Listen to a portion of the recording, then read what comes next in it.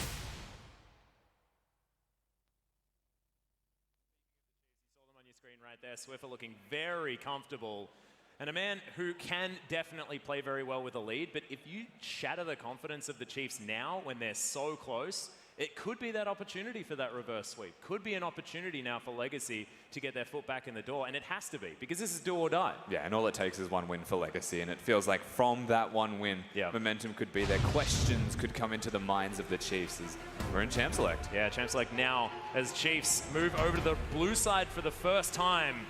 Once again, going to be banding away the gangplank. Karma going to be removed again here by Legacy. We'll see whether the bans do change. Looks like no for the side of the Chiefs. Lots of respect shown from Legacy to the flex pick of that Karma as we do see a change. Yeah, Talia once again going to be banned away like game one, but not in game two. Exactly right. They realize the error of their ways in the second game. And there's the adaptation here by the Chiefs. They get rid of the Gnar this time on the blue side of the map. Vladimir, of course, on the red side needs to be banned. He's going to be taken away by Legacy. And now the Chiefs, what decision do they make? Do they pick something like the Shen for Swiper on the top side of the map? Won't be Tryndamere. It could well be something like the Lucian again. Taking it from King, perhaps making him play something else. The Sivir was actually very impressive from Raze. It was. Had a great first game. They have a lot of options here. They could even go Rek'Sai once again and just let Spooks take that from Carbon. This is actually the first time that we've seen Gragas be left up as well, and that's going to be the first pick here for the Chiefs. Swiper going to take that one for Spooks, and Spooks has had some of his most impressive performances on the champion as Carbon. Oh, don't you play with my heart, boy.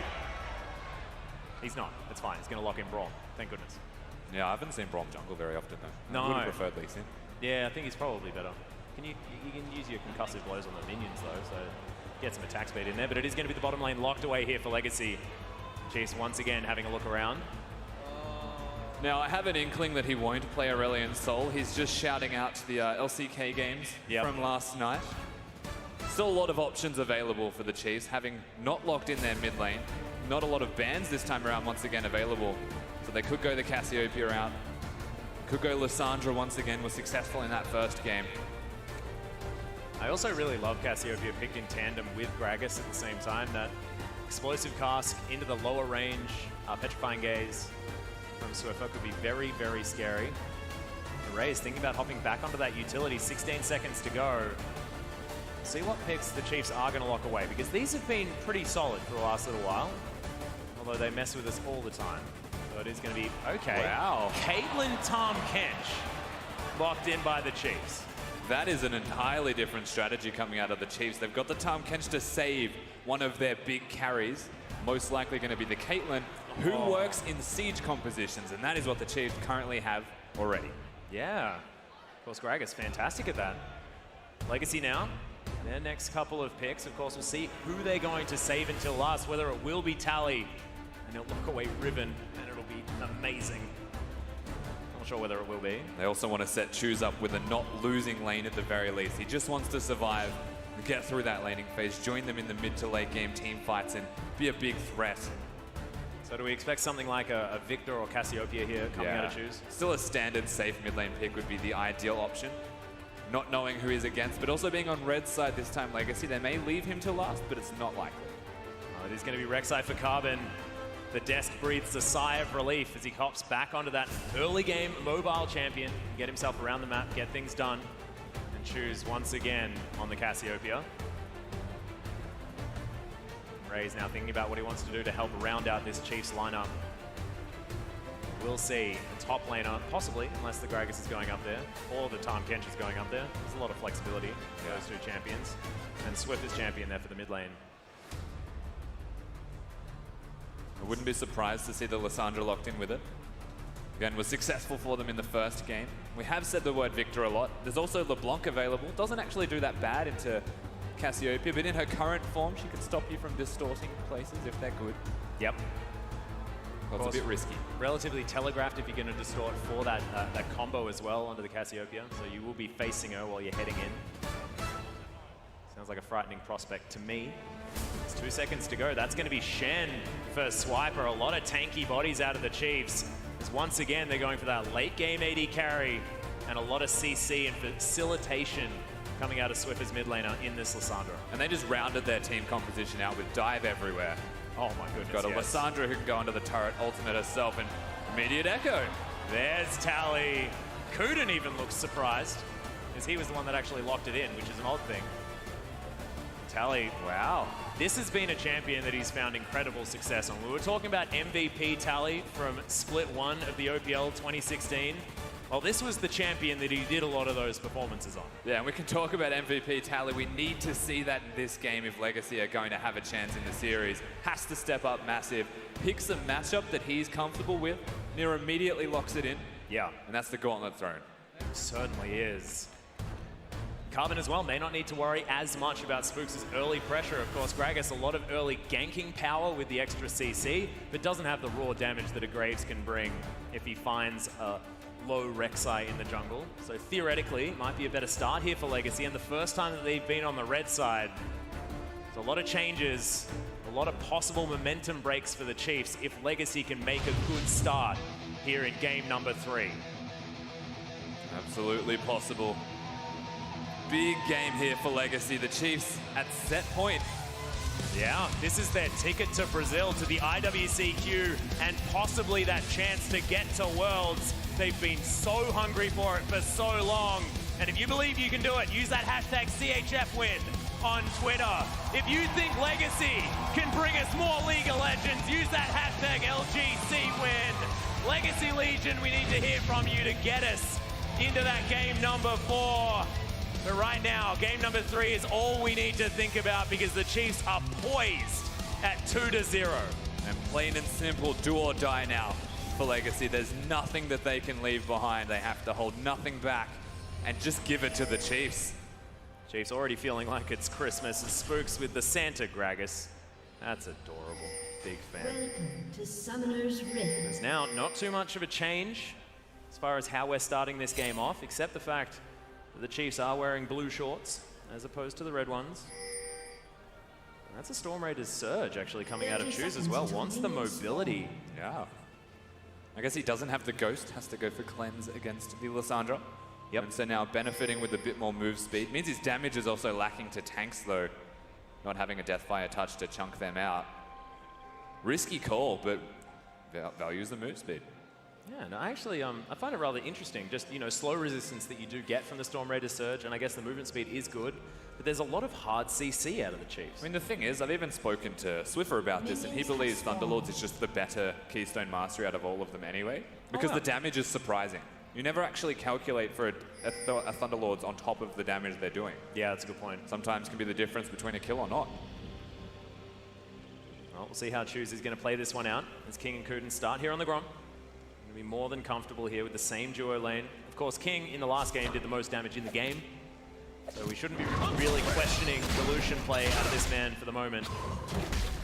See whether he can turn it on here for game number 2. Yeah, still a fantastic mechanical player, but it's not him that needs to determine who wins or loses this game. King will do his part. Yeah. It's known that the bottom lanes aren't the hard carries anymore unless you're in the LPL. It's all about top lane, mid lane, and jungle, what they can do together to influence that rest of the map. Well, right now, bottom lane is going to clash. Jim and Raze just hanging out. Nice headshot there onto King as Raze just doing the Caitlyn things. Very, very frustrating in lane, but will possibly fall off here in the mid game. Actually, just incredibly annoying. When you start a jungle camp, get level 2 immediately, and just place 3 traps in the lane. Yeah. Really grinds my gears. King is able to move out of the way of them at the moment. That Yordle Snap Trap not going to find him just yet. First Dragon is going to be that Mountain Drake as Swiffer moves out of the way of the poison. Choose still able to throw down his Twin Fangs, of course utilizing them to farm very effectively. Cassiopeia pretty good at that. Yeah, again, a lot of the emphasis in this middle lane is on wave clear for Swiffer. Pushes the wave, disappears, and just tries to influence the rest of the map, whereas Choose is trying to kill his lane opponent, keep him mid, and actually stop him from rotating. It's easier said than done, given the last 2 games. Yeah, he's now able to at least shove him in. Now Tally and Swiper just fighting towards the top side. Swiper looking to try and, like you said, influence the rest of the map. Tally as well, we'll see whether his teleports are going to be on point and what build he goes for here on the Echo. Do you think maybe like full tank, or do you want to see the Trinity Force? If it's not Trinity Force, I'll be disappointed. Yeah, so will I. If it's not a dash cannon straight afterwards, I'd be disappointed as well. I mean, you're probably just going to get disappointed. Yeah, I know. Yeah. I often am, let's be honest. Have you heard me talk about items? Yes. Yeah. Sorry. Yet again. Swiffer and Choose facing off. That's a big wave moving towards Swiffer. Carbon on the bottom side of the map, looking for a gank on that bottom lane. Spook's doing the same thing towards the top, but it's a good position for Carbon at the moment.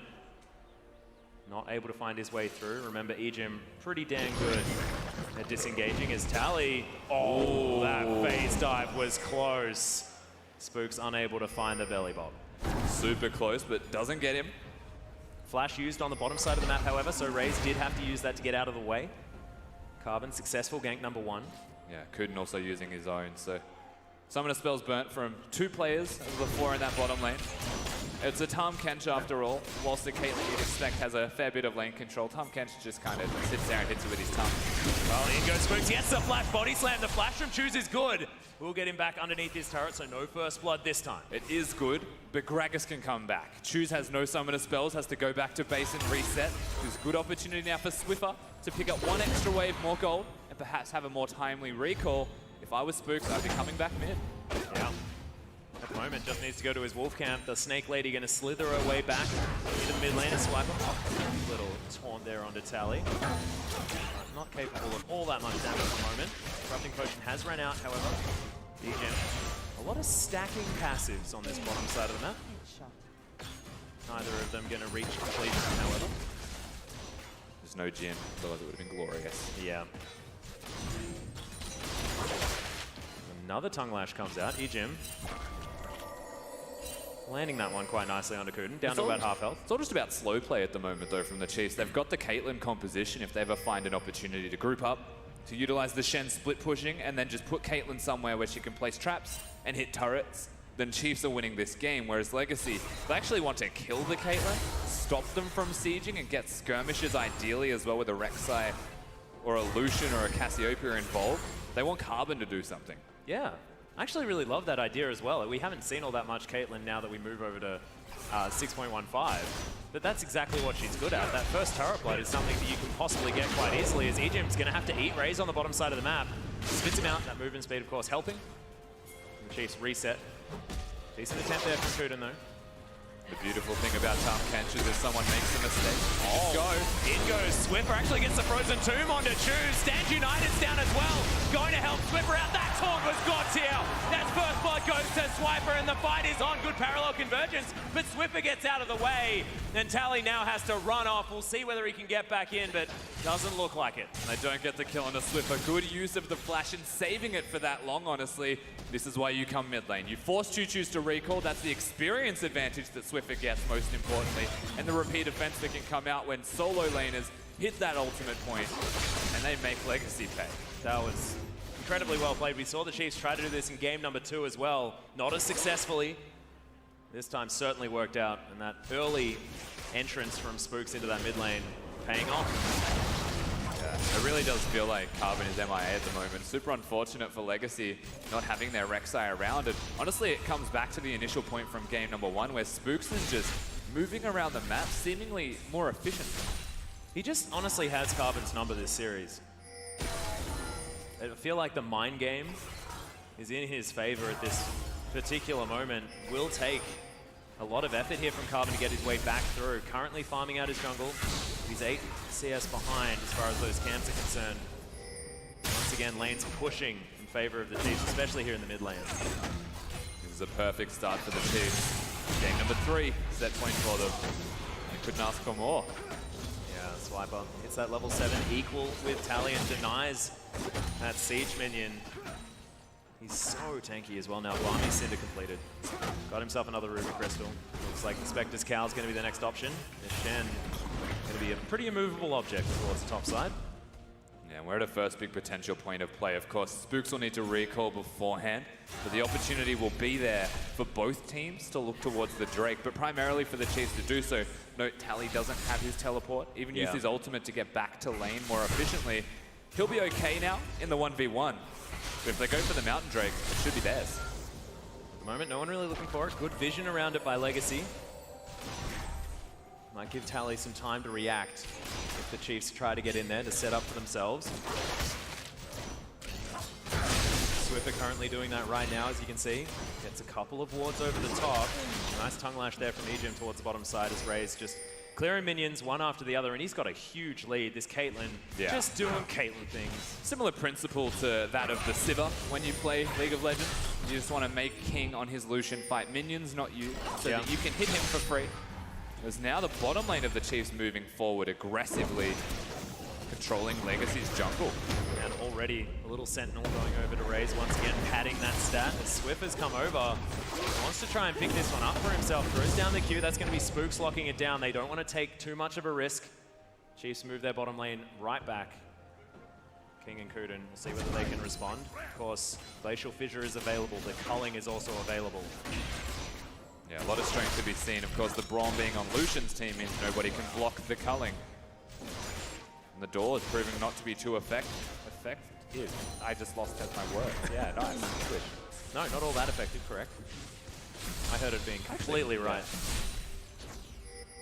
Let's choose stacking up that tier now in the mid lane. He's even in farm. Everything's going fine despite that earlier kill. Swiffer possibly could be... No, he's got a glacial path. Never mind. Remember though, Cassiopeia, if there's ever a W there, you can't take any movement spells. Hey, that's true. There's always a kill threat. And Carbon finally starting to make some moves on Summoner's Rift. Looked towards mid lane. As Swiffer's getting a little bit coy, always moving around, trying to make plays. Ejim actually has to eat his grey health here underneath the turret. As King, wow, that headshot Spooks was a lot. deep. Yeah, he gets the flash body slam. There's the ultimate as well as Kuden flashes his way up, but Swiper's in, the exhaust down. King's gonna die, Carbon turns up, but is it too late as Kuden's in trouble? Swiper's gonna catch up to him. It's a double kill for the Shen, and Carbon now relegated underneath his turret, but Raze is at about 100 health. And he's having a bit of trouble working out where the heck to go. Yeah, he may die to minions at this point. Carbon's just playing pest. They want to dive him, get the turret. But he wants Raze. Teleport. There's the Norm though coming out of Ejim. Frozen Tomb picks picks up the kill. Spook's in trouble and Tally's chooses grabs him, and Tally gets in the backside. Raze flashes his way out. Egypt's going to fall, and Tally looking to catch up, but Choo Choo's underneath this turret is going to fall incredibly low. No. Unless these minions frustrate Swiffer, and they do. This is a disaster for the Chiefs as the Timewinder comes in once again. Triple kill for Tally. King turns up, and the Chiefs get wiped. They get a complete ace for Legacy at 11 minutes into this game. Game number 3 is entirely turned around for Legacy now. They've got momentum. They need to consolidate what they just found. That's incredible. Now Legacy with the time on their hands. We'll see whether this outer turret does fall down, whether this bottom lane from the Chiefs can make it there in time. Because that could be such a big move, especially if King grabs the money. And we do get to see Tally pop off here. This is movements to keep Choose down and forcing an early flash from him. So does get out all right. Ray is currently having an epic battle with minions. The problem here is he gets engaged on, heals at the same time as getting eaten by Egypt, so wasted spells. And that's honestly where things start to go a little bit poorly. Spooks, if the eat was available, could have lived and could have played a part in ensuring that Tally doesn't get this triple kill. But that Echo, he just styled on everybody from the Chiefs. Yeah, just incredibly well played and good cleanup here by Tally. Choose also surviving. Would have been a big mental blow to the Chiefs because honestly, Swiffer almost cancelled that auto attack. It looked so close. But Chiefs do get towards this bottom outer turret. And it may actually fall here. Legacy caught napping just a little bit. That's going to be first turret blood going over to the Chiefs. Just Caitlyn. Yeah. Gold lead now secured well and truly. Yeah, so unfortunately for Legacy, they make a good play, but they're still being moved around on the map. On the opposite side of the rift is Carbon at the moment, at the enemy Wolves. But Chiefs take a turret, they immediately go to the Drake, and there's no response currently from Legacy at all. Yeah, well, Void Rush is going to come in, so at least Carbon makes it towards the bottom side, but it's too little too late. And remember, Legacy didn't have their teleport. They didn't have Tally available. They will collapse on Tally here. He needs to be careful. Yeah, Swiper's going to turn up. There's the phase dive over.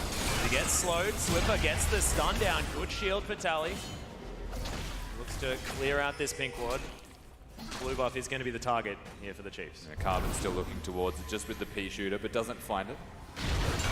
Really just being a pest at the moment, though, is Tally. And the only fortunate thing for the Chiefs in that respect is the Swiper's got 3 of the kills. It's 4 to 5, and 6 of them are in the top lane for each respective top laner.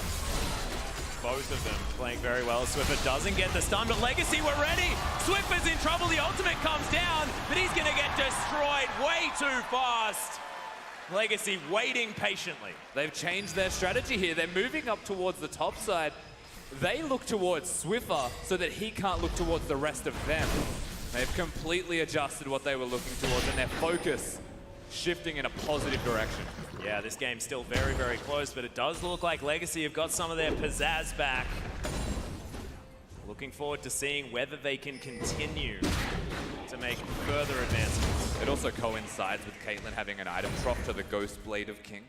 Yeah, so there's plenty of opportunities for Legacy in the next 2 to 5 minutes before he completes an item to actually start making some plays. That kill in the mid lane is a good first step, but King just doesn't have vision yet. They really need to set up.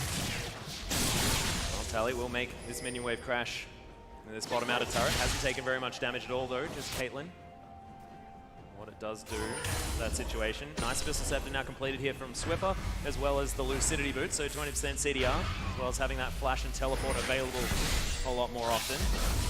Yeah, this early in the game, we're starting to get those big item spikes once more for each respective team. The Trinity Force is the biggest one, though, for Tally. Yeah. He should be able to duke it out with Swiper and win now with his dueling item. Especially now with 6 stacks on his Dark Seal as well, really cashing in on that triple kill from earlier. Timewinder still looks to do about nothing here to Swiper with his Spectre's Cowl and his Sunfire Cape. Not too much of a worry here for the Chiefs top laner. This is the Cannon Creeper, so that is just a disaster. Nice stun there from Tally. He's just trying to frustrate the Shim. It's all about hitting those 3 stacks, though. Swiper's health bar does go down whenever he connects the passive on top of everything else. Legacy still looking a little bit more aggressive now, though, trying to make some plays. They're the ones moving into the enemy jungle. They're the ones making the proactive moves, like you say. Raze Does have a lot of flat AD as well as that attack speed, but you're right, there's no completed items here from this Caitlyn. Needs that Hurricane, needs the Infinity Edge. Yeah, and he's a while off if he's going towards the Infinity Edge. He needs to finish the Hurricane because of his item slots at the moment not being very efficient. Yeah. And the Chiefs might just hold on till then. Well, Swiffer actually going to lock down Choose. The cleanse comes out, but there's the Petrifying Gaze. The slow comes in. Good flash from Carbon as Swiffer gets himself out. Tally now in trouble. The tower shot's going to come in. Ejim eats the Echo, and he's going to pick up the shutdown. King and Kuda now waiting off to the side. Ejim might face check. Winter's Bite lands, but Raze is going to turn up. The sandwich now on the bottom lane of Legacy. The flash body slam. The flash dawn, and King taken down so low. Good ultimate comes out of Kuden, but he sacrifices himself. Choose is going to die. Whoa, the ace in the hole was close. But that's going to spell the outer turret, and the Chiefs bounce back. It just happens every single time. The Chiefs are coming up so clutch, picking the engages almost reactively to that of Legacy, though. The Shen's massive. The Gragas getting flash body slams and setting his team up is just incredible. Spooks is still having the series of his life. Spooks and Swiper are honestly playing the best I've ever seen them play. This is unbelievable. That duo play with the flash body slam, the flash taunt was exceptional. Yeah, and they, because of this skirmish, are able to get themselves past the item drop that the Caitlyn's experiencing, closer to that Infinity Edge and has a completed item. Works out so well. Yeah. And even more wave clear to come in. That Piltover Peacemaker wasn't enough. Now that Runan's going to be very, very happy. Only about 1,400 gold away from the Infinity Edge at the same time. 2 items feels pretty good for Caitlyn, but not best. Want to get to those 3 item, 4 item situation for this grid-based carry. Yeah, definitely does. And he should be fine, honestly, set up for it now. Yeah. And the Chiefs are just able to cruise around. Ocean Drake could be the next point they look towards. Oh, not even a necessity, though, because, again, they're a siege composition. The best thing that they want to do is hit turrets and force Legacy to come towards them. We saw the reactive play already in that middle lane. Yeah, and talking about Siege, these traps are now being set up. Carbon looks for Ejim. There's the ultimate immediately from Swiper, though. Teleport from Swiffer. Kuden's getting taken down low, the double taunt. And there's the explosive cast. Kuden explodes, and Carbon's going to follow. Parallel conversion, 4-man stun. King, massive damage in the backline, but Choose can't find his way through. Swiper is gigantic. Tally falling down low. Another good taunt is Tally. Okay, King able to lock that one up. Choose takes down Swiper. It's a 2 for 2, and it's a slugfest between Chiefs and Legacy. We need to take a second to appreciate how much work Tally just did in that fight. And the fact that it was still this close really goes to show how tough it's going to be for Legacy past this point. A 4-man stun into a 3-man ultimate from an Echo that is massive almost turns the tide of that engage. And Choose as well. I mean, his ultimate did a heck of a lot of work. Just in general, King was able to get the damage down, but look at the CC. And seriously, just watch Tally right now. This parallel convergence placement with the direction the Chiefs want to go hits so many people. That was absurd. King able to free hitters. Now the Dragon. Whoa! Okay, Spooks is going to get eaten through the wall as well. No flash needed. Didn't even have it. Oh, he is. He's a thief. Unlucky. Yeah. Really? Walks into your pit. Takes you, Drake. And it's like the most ironic situation as well, because he's Santa. Supposed to be giving. Came down the chimney, stole you, Drake. Yeah, exactly. And got eaten by a cane toad. It's not really Christmas at all. Yeah, I know. This is the weirdest Christmas I've ever had. King and Cruden going to set up for this Rift Scutler. Swiper. Hitting in the wings actually down here. Doesn't have the ultimate back off cooldown just yet. It has his Spirit Visage completed. Back to the Void goes Harold. There's the Abyssal Voyage. Tally looking for the stun. Could possibly get it. Uses the ult. Gets himself out of the way. But the belly bop comes in. Swiffer's going to have the damage as Ace in the hole cleans it up. Raze says, that'll be my kill. Thanks, yeah, guys. they even gift the kill to the Caitlyn. The Chiefs now looking towards a Swiper. Yeah, and a whole host of trouble. Doesn't get stunned. Nice use of that W to stop a lot of the damage. But the taunt ain't going to do anything with when he's dead. And Legacy trade for the trade. And unfortunately for Legacy, though, it does feel like an afterthought. The Chiefs are currently pushing towards the inner turret on this top lane. They will still get the outer in the middle lane from the looks of it, but it's not a winning trade at all. Yeah, look at Ray's damage on this turret. Spook's happy to tank that one up, and that is 2 that come in. Good wins. They might want to fight this, though. Yeah, possibly looking for a way through. They're going to throw one down. Outer turret does eventually fall. Choose not going to be there for any team fight. Swiffer going to answer the Snake Lady in the mid. Big rotation from Legacy stops Chiefs from pushing any further, but that was 2 big turrets taken down consecutively. And that gold lead is still not big enough to say that the Chiefs are well and truly ahead. And it's 1-4 in turrets. That's a big deal considering the gold's this close and there's 3 turrets available for Legacy. Yeah, if a fight ever does break out and Legacy take it, especially convincingly, then that could just be the whole gold swing all the way back around, especially if one of those Barons is picked up. Ellie still doing work. Giant's Belt completed. Doesn't have any stacks left on his Dark Seal, unfortunately. The Merc Treads are there. He's getting tankier and tankier now. We'll see whether he can be exactly what Legacy need. He's 40 CS ahead. The Echo, like you said, massive. Yeah, definitely is. Now the Baron is standing. You can see it there. Ward's being cleared at 21 minutes. It's a little bit early, to be honest with you, for the Chiefs team composition. What about this? There's the body slam. Explosive cask avoided. That's because of the flash from Choose. Uses all of his buttons and gets out. Yeah, has to cleanse to flash away, but does get away. And again, the reason that the Chiefs are placing these pink wards and all of this vision control near the pit, strictly to try and catch Legacy rotating towards it. Carbon at least does have his tremor sense, so can spot the Chiefs, even if they don't have that vision. Thankfully for them, don't really need it. They do manage to get a ward in the Baron pit, now being pinged out by the Chiefs. And Swiffer, of course, very, very mobile. Will be able to clear the ward and get out. He doesn't want to actually get hit by Baron. Thankfully, he can use his claw, get out safely. Legacy, they need shoes. That's what they need. They've got Tally in this third game. He's doing work. King has been doing a lot of work this whole series. He has been doing his part to win. He has. Just feels like Choose hasn't really shown up yet. This is a great opportunity for him, though. Lots of kill involvement. Oh, Spooks and Ejim looking for a nice knock up there. Is Ejim going to try and run away quickly, but doesn't quite move fast enough. Stand United comes in. Spooks looking for the re-engages. Raise lots of damage onto Kuden. Teleport from Swiffer will need to ult himself most likely, but Tally is going to be the focus. Raise grabs it with a crit to the head. Ace in the hold down onto Carbon as now King doesn't have the front line he needs. No. That ultimate from Choose was massive, but good exhaust. Out of Ejim keeps him alive. Carbon falls as Raze is plowing through this team. Swiffer gets the lockdown. Sonyas is there and avoids the CC from the Braum. Massive fight for Chiefs. Now the 2 carries from Legacy are still standing, so the Chiefs with no health bars can't push too far. They know that once they come back from the base, they'll be able to take them down. Just get what you can from a situation like this. No Baron should be looked at. Work around your Caitlyn. Yeah. Raze now looking to set up some traps under this inner turret. It's taken a bit of damage already, and this wave clear is huge. King, can he defend on his own? And it looks like no is the answer. This is Caitlyn's favorite place. Shooting a turret. And on the edge of a 3-0 victory now, Chiefs. Legacy is still here to play. That is a big lead, but that's not enough to win a game yet. Not yet. We are not calling this one anywhere near over. He's going to have a look at that last skirmish again.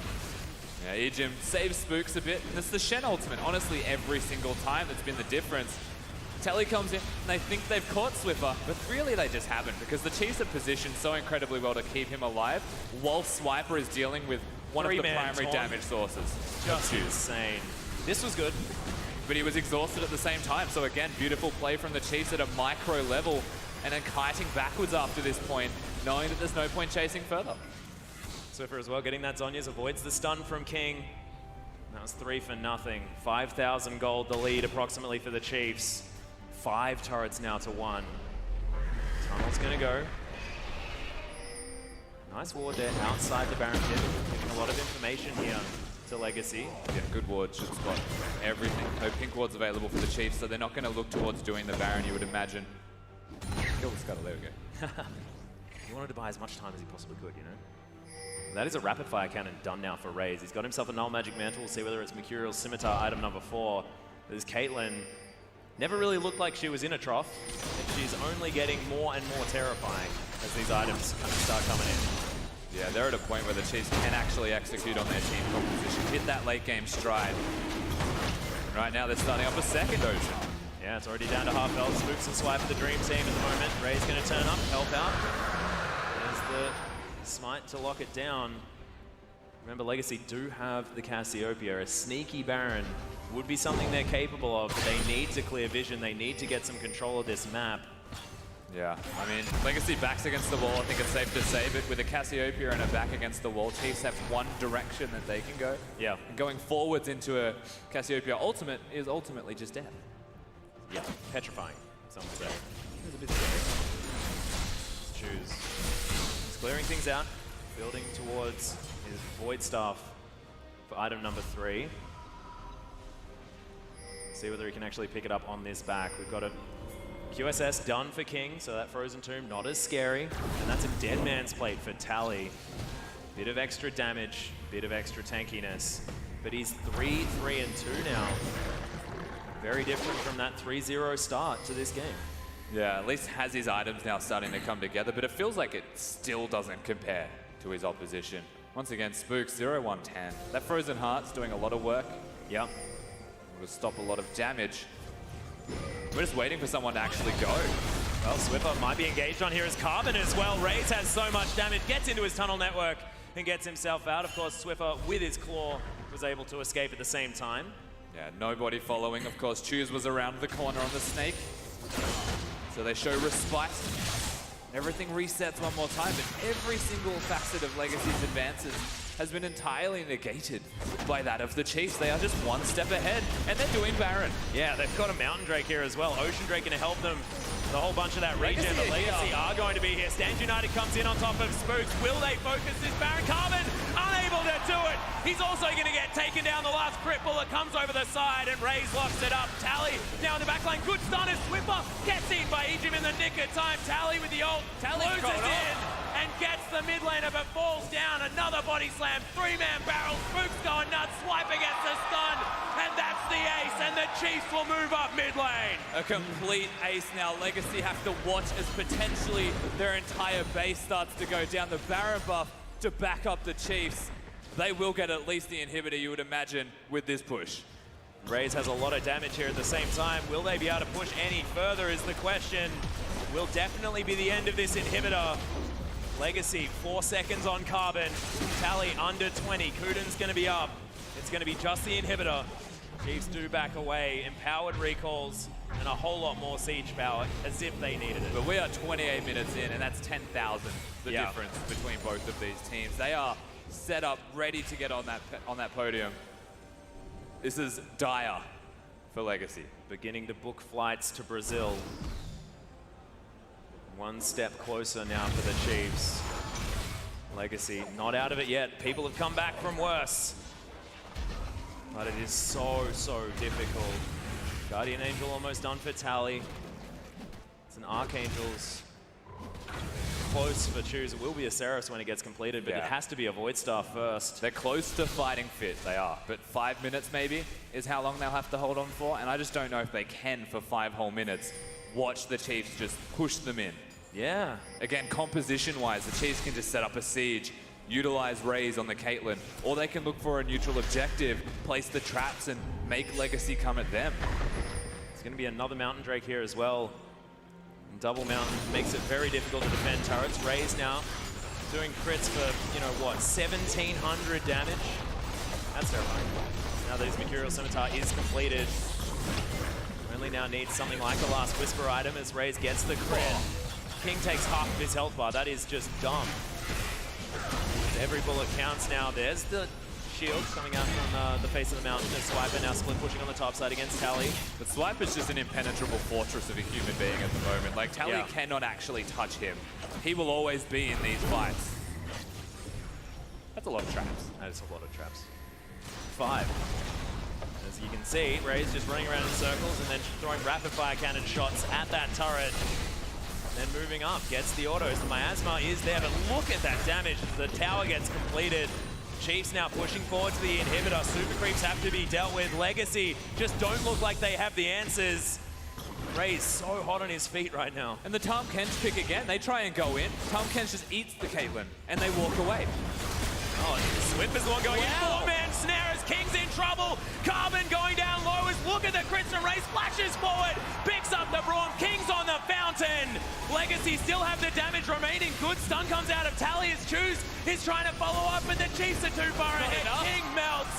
Double kill for the Caitlyn. Make that a triple as Tally gets exhausted. and Rays, welcome to the Chiefs, and welcome to your first OPL Finals victory as the Chiefs take down Legacy.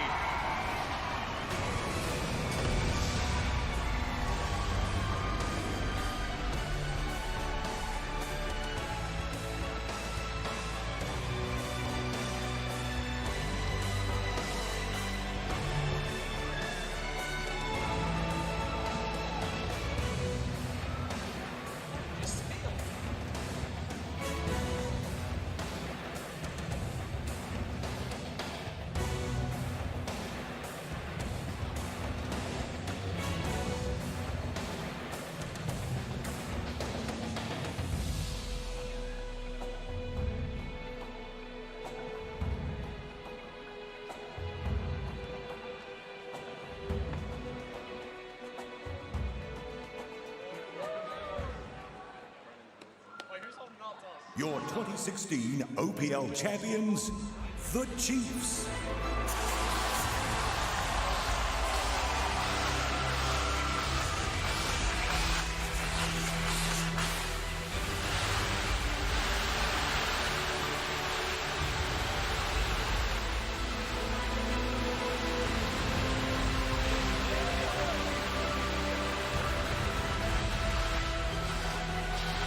One more time, guys. Give it up for the Chiefs. One more time, Brisbane. Give it up for the Chiefs.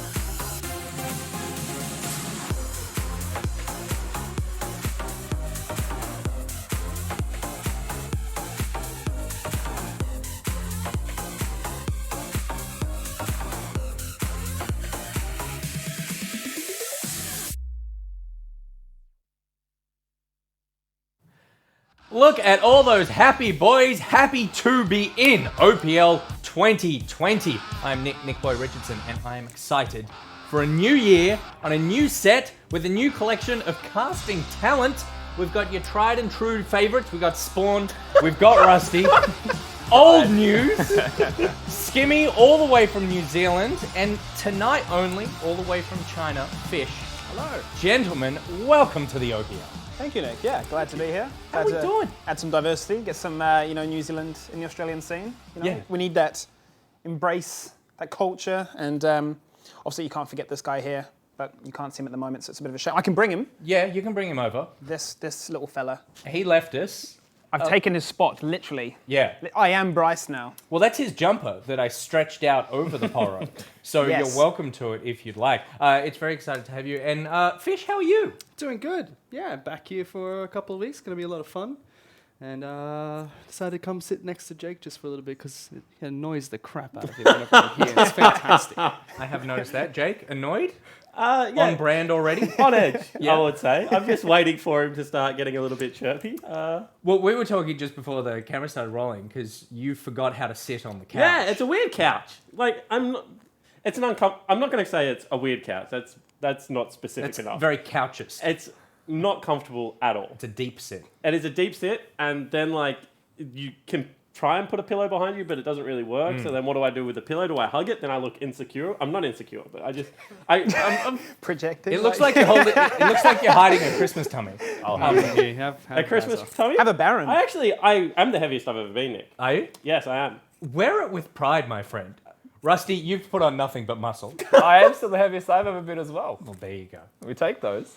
Do we? Yeah, we take those. I have no idea how weight gain works. What I do know is that the OPL is back and that we have games on tonight. So let's take a quick look at the games that will be played.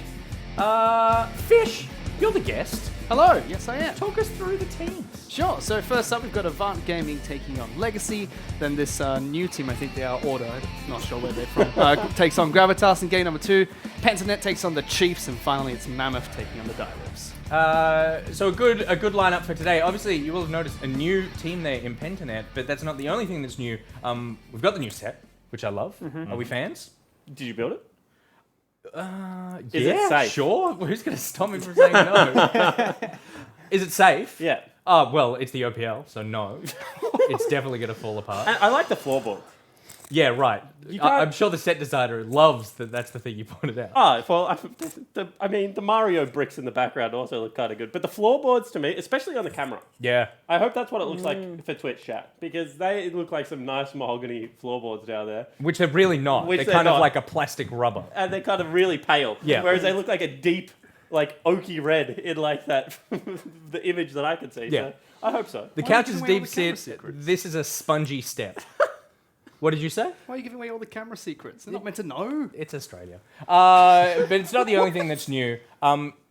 Skimmy, you are joining us from New Zealand. You are our play-by-play for the split. Yep. How do you feel about that? Pretty excited, man. I'm going to be joined by all these knowledgeable people and just get to be really excited. Kind of like I'm sponsored by Red Bull or someone. Maybe you can get a plug at the end of the split. I don't know. Trying to get your energy up? I'm just trying to get something out there just to start the Just wants scene to off. plug real bad. No, I just want That's to it. plug something out. I want to get my name out there so people just know, oh, it's that guy. It's the rebel guy, the ginger guy, sunburnt dude. I don't know, whatever you want to call me, Harry Potter Jr., something like that. No. I've got the Harry Potter thing covered. How? So I'm like strung out Harry Potter according to Twitch chat. So, yeah, so that's me.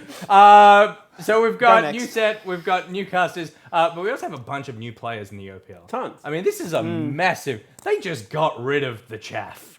I mean, your destinies. You're like, we just toss these people overseas. We go, get out of here. You're not good enough for this region. We've brought in a bunch of new players. Spot on. I just wanted to quickly, before we get into the games, to just run through like each of us a rookie that we think is worth keeping an eye on over the course of the split. Jake, you can go first. Okay, I'm going with Isles. He's going to be Legacy's support player.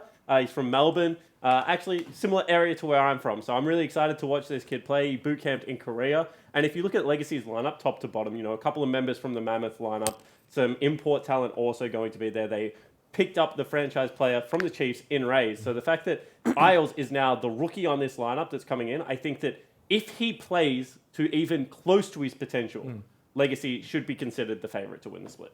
And they very potentially are, as it stands already. Fish? I'm actually looking towards Legacy as well. Not so much a rookie, neither a player either. It's the potential coach. That So Legacy. not even a part of the OPL. Not even confirmed. Yeah. So this is what he does all the time. That question you asked, Nick, I'm just going to completely disregard it and talk about what I want to talk about for a little while. Yeah. Welcome back. Yeah, but no, I'm really looking towards the potential coach for Legacy. Jensen, who used to be known as Jupiter Storm, used to be a StarCraft player, and then was a shoutcaster for both the Mandarin LMS stream as well as the English Garena Premier League stream a long time ago for League of Legends. Went into amateur coaching, and he took a bunch of rookie teams to grand final position finishes in Singapore. Then he went over to the LMS and coached a couple of teams there, did a stint in the Chinese LDL. How much did he pay you for this? Look, we don't talk about that. See, look, but can we just, Fish, just look that way for a second. Can we just also note that he doesn't know how to use a microphone either? I don't know what's going on. His microphone's gone. So Why are you doing this to me? Oh, play by we'll players. take this. Oh, we're back, baby. Rusty. Yeah, I didn't want to pick a rookie. Like, Legacy will be covered by these guys, no doubt in my mind. I wanted to pick a rookie from somewhere else. I'm going to go with Lisa from Avant Gaming. He's the jungle. Oh, surprise. Which, it should be a surprise. Oh, he just carries around an Avant backpack. Avant player. Has my name on it. But yeah, I picked Lisa. He's someone who's existed for a very long time, but not in the sense of he's played in professional League of Legends. So he's one of those players that, like, is not a veteran, but in terms of age and like his time spent in League, he could be. So I'm curious to see how he performs coming into actually being a pro. He's a montage player as well. Big montage player. Lee Sin Rengar. Yep. Yeah, I suppose really to finish things out, to carry on the bandwagon for Legacy, it's M&S, their mid laner, Korean import. Absolute machine. This guy's only been playing League of Legends for 1 year, already been a trainee for Genji, Dragon Zone X. He's an upcoming talent for sure. the conversation we had was pretty much along the lines of, oh yeah, I did my final year of high school, felt like doing something different, discussed with my parents, hey, you know, being a pro gamer, that sounds like a bit of fun. Next minute he's here in Australia, he's been offered big gigs from other big reputable teams. So if his reputation lives up to what people have hyped him up to be, I think he could be that ace up Legacy sleeve. Well, I'm going to break the Legacy love. Okay. My rookie to keep an eye on is Skimming.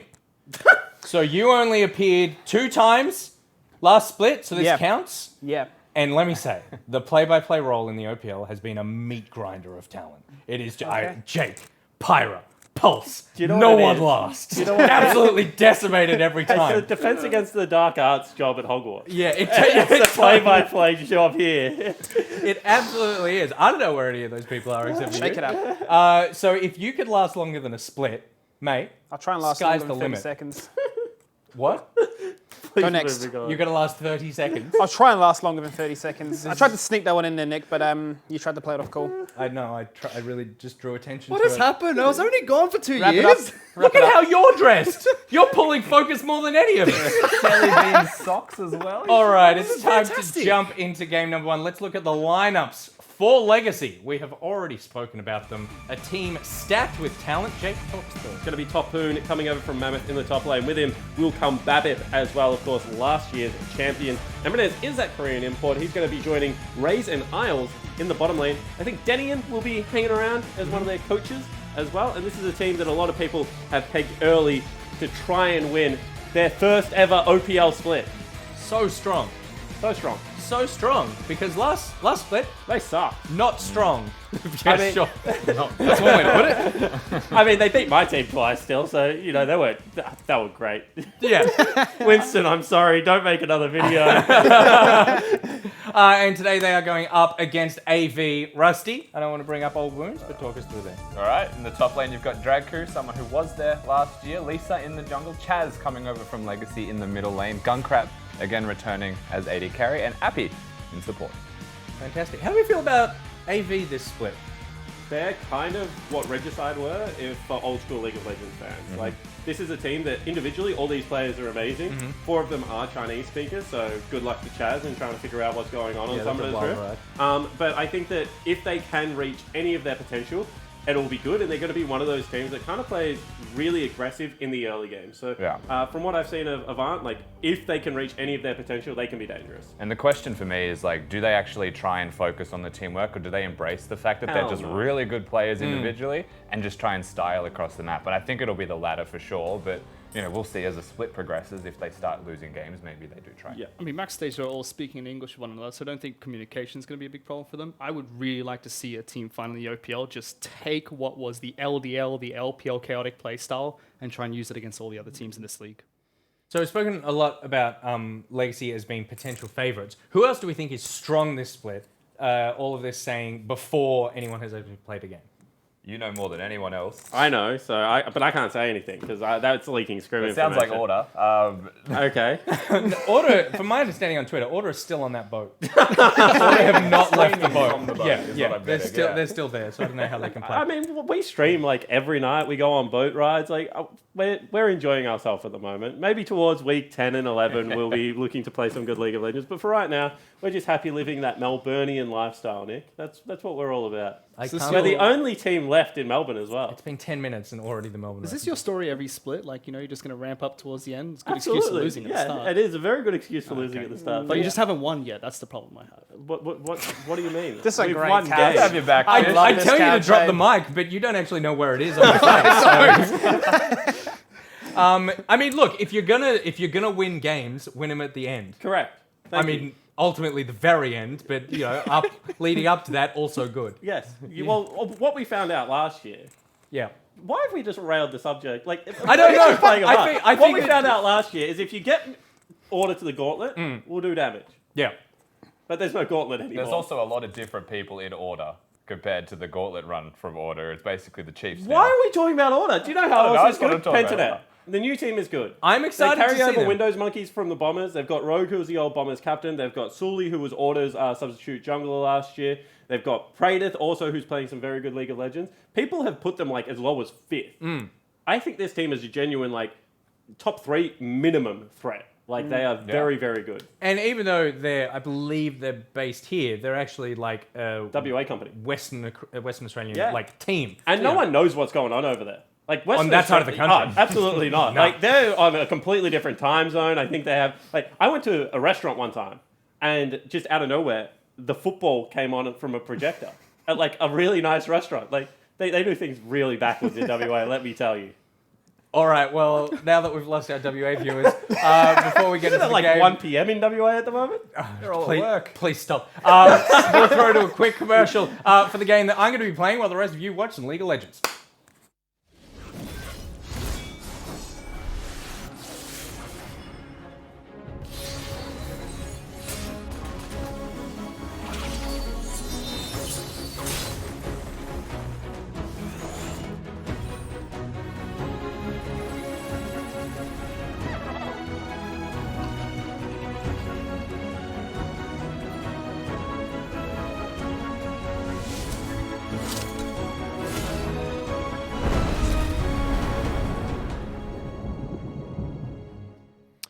All right, Rusty. Well, let's jump into the pick and ban phase for the very first game of OPL 2020. Pretty excited for this one. As we've said, it is literally a brand new decade. 10 years of League of Legends. It's going to be a brand new decade here down under. Definitely is. Brand new decade, but one thing that has remained consistent is that this is going to be the Oceanic Showdown. Both teams love to be able to say that against one another. There's a winning record, I believe, from Avant, but it's very easy to say that. And then you look at the rosters in this game and how reinvented they've become and say that winning record may quickly go away if Legacy play to expectations. Yeah, you can imagine, especially in the board meetings for Legacy, there were some stern conversations that would have taken place after a record of, was it 1-20 in the regular split last year? So definitely some changes up here, and it's been obviously emphasized multiple times from Twitter predictions, other analysts, even us on the desk.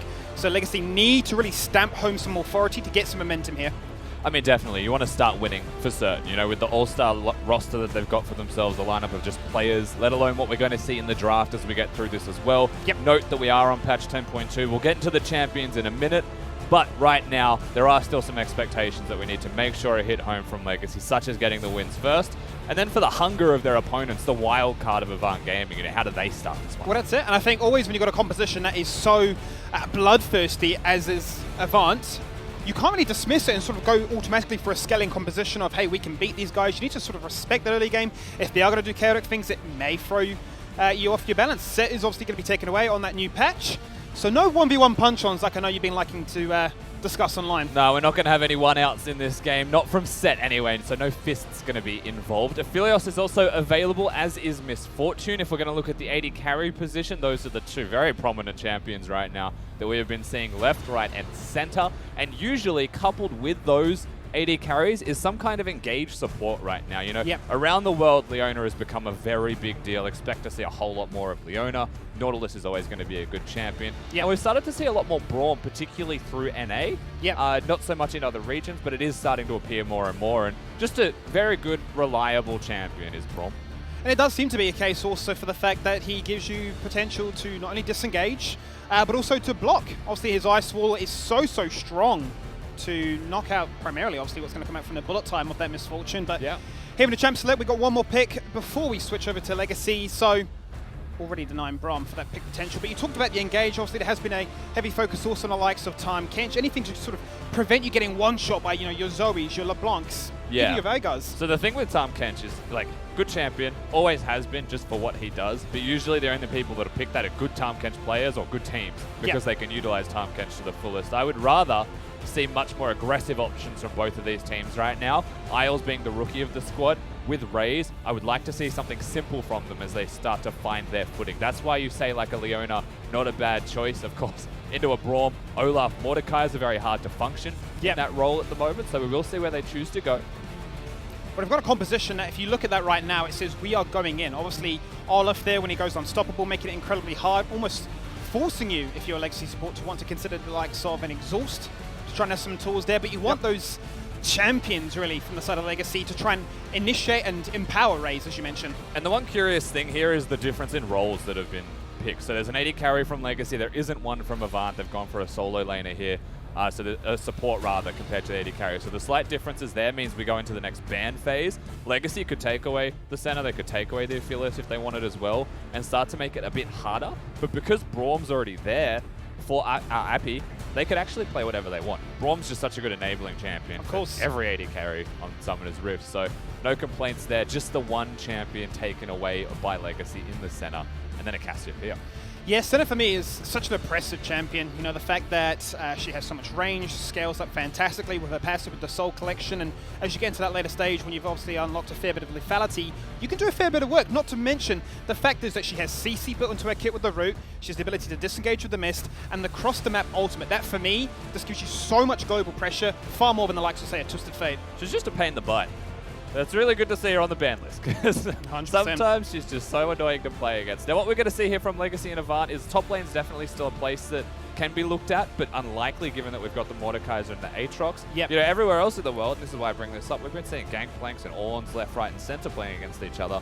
Not the case so far in this game, but, and this is because I was an Avant coach in the past, I know Aatrox could flex into any lane. Yep. So it's always possible that we still see those options come up for Legacy. As their red side, they get the last pick. Well, you had to imagine that he was going to come out if he wasn't banned away with Senna taken and Misfortune locked in. Aphelios is going to find himself in the very first game here for Avant Gaming. One of those champions that just has so much intricacies built into him, the ability to really try and min-max those weapon ammos to understand which one is most utilized based on the conditions. But in the Zoe, so you ban away the LeBlanc, you got that initiation potential, and you just have a composition like a wrecking ball that just comes on through with the Mordekaiser, Braum, and Olaf. Yeah, decent amounts of engage overall here from the side of Legacy as well. Rakan, Lee Sin able to provide that shockwave, very good follow-up. If it finds the engage itself with a shockwave, the follow-up's there from the rest of the team. That's something you definitely want to look towards with them. What do they do right now? A pretty damn good team fight. I think they're going to look towards that, but that's not to say that AV's team fighting is by any means bad, right? They've actually got a lot of good tools when it comes to team fighting. Where they're lacking just a little bit more is that hard engage. So that's the major difference that we can see in the drafts right now between both of these teams. AV, I think they're just going to poke around a little bit more, maybe get the number mismatches, look at objectives as a place that they want to start those fights, use the Zoe, use the Aphelios, and outplay their opponents. Legacy very happy to take fights in small confined areas, you know, hit those choke points and just get the front to back. Very easy. I wonder, Rusty, if we see sort of the burden of execution really fall on Avant Gaming, given their characteristics as a team being aggressive, for them to sort of feel that they need to push home an advantage pre-20 minutes before tower platings have fallen down, before a few Dragon Souls have been acquired, and sort of try and get themselves off to a strong start. Otherwise, you know, maybe that belief, maybe that sort of self-initiated tilt can creep in day one. I mean, definitely. I feel like when it comes to AV, their innate desire will be to be aggressive. And I think the biggest question that we'll have for them in this game is it's their first game in a professional league for a couple of them as well. Will they still be that style, you know, like, or they go against the grain to what they should be doing because there's pressure? Well, we do have Denian alongside us here for a quick interview. What do you think about this one so far? Are you pretty happy with what's been locked in? Yeah, I'm pretty happy with what we got so far. I think we got a lot of champions that we're comfortable with, but also think we have a lot of good matchups too. Definitely. I mean, and I want to go into the game in a second, Denian. First, I want to talk to you. It's the first time that we've had you on in 2020. And you've gone through some changes, mate. Talk to me. What's happened? Well, you mean like me as a person? Yeah. Well, last year was really hard for me mentally. And the outlet I took on that was trying to get into a better, more physical, like health, better physical health. Yeah. So I spent a lot of last year doing that. I ended up losing over 50 kilos. Amazing. Fantastic. Amazing stuff. Well done, Denian. Yeah. It was hard work, but I mean, how I feel now, everyone should be doing it. There's no reason I can think of that you should not try to be in a healthier mindset. I suppose the routine now, does it feel like if you've missed a day, you're almost a little bit different? You sort of find yourself falling into old habits, or is it kind of like ingrained now that you have to go maybe before a solo queue game, or perhaps after a game where you've got all that tilt inside of you, and rather than sort of like combusting inside, you have an outlet to unleash it in? Yeah, look, I used to feel the start of it. I used to feel like it was pushing myself to get into the mindset to do it. Yep. But nowadays, I feel really bad when I don't do it. I find it hard to take the rest day that I know I'm supposed to take. That's it. I mean, the hardest part's the first step, right? And then once you're there, once it's a routine, it's really easy. Just for everyone at home as well, it's a short mouse issue. It'll be a 2-minute pause, so not to worry too much about that. And a great opportunity to be talking to Danny about things that aren't on Summoner's Rift for the moment. Yeah, I mean, even tomorrow, I'm doing a 10K with Minky Wales, if anyone remembers him. The best Gragas of all time. Yeah, and he is definitely going to smoke me, so I'm not even trying to compete with him. I just want to get a good time for myself. Wow. What time is that? Is that before the games or afterwards? Yeah, that's before the game, so I got to wake up around 5 a.m. Insane. I don't even know how you guys handle this heat, because I'm over here and I'm sweating buckets already, 30 degrees plus, looking at 40 degrees. I'm looking back home and thinking, we don't have that here. So the fact that you can do that shows levels of motivation, that's for sure. Yeah, a lot of it's aircon. If you just live in a house with aircon, the Legacy house, 24/7. But when you're talking about going out for runs, it's about like having good clothes for it. Some clothes will breathe really, really well. And then you barely notice it, once you get used to it. So talk to me a little bit about this team, obviously. So we've got 5 new faces. What's sort of the culture? What can you share with us so far as to sort of what you've observed so early on in the split? Well, I think they're a bunch of really great guys. We actually have quite a lot of, I would say, new faces, not just to Legacy, but in general. So Isles was from Mammoth Academy. Minsu, or MNS, was from Korea. He played for some trial teams for Genji, I believe. And even Tapoon was, an occasional face for Mammoth last year. And then we have 2 mainstay players in Babip and Raze, and I think those 2 are the ones trying to be the foundation that everyone else can grow with. Yeah, absolutely. And so let's start with M&S. You said he was from Korea. He's trialed with some challenger teams. Is this a person that you put a lot of time and effort into finding? He came towards you, and when you got him, did you know that this is this the winning roster now that we've got M&S? I think from a mechanical point of view, I don't think there's anyone that comes near him in the OPL.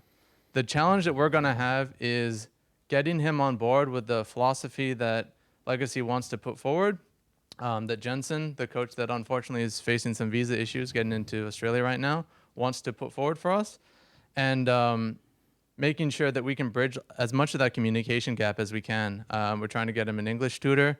I believe that starts this week. And we're doing our best for VOD Review to involve him as much as we can and take it slow so that he can be a part of everything. And is it right now, because he is just getting those English lessons, is he working with Tapoon to communicate with the team? Yeah, so whenever we do have something that he doesn't naturally understand, and his English is fine as it is, he's a bit shy though, which is understandable.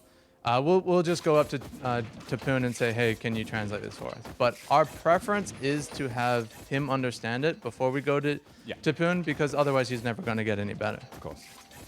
All right, well, thank you, Denny. And we're going to jump into the very first game here, Split 1, Game 1 for the OPL 2020.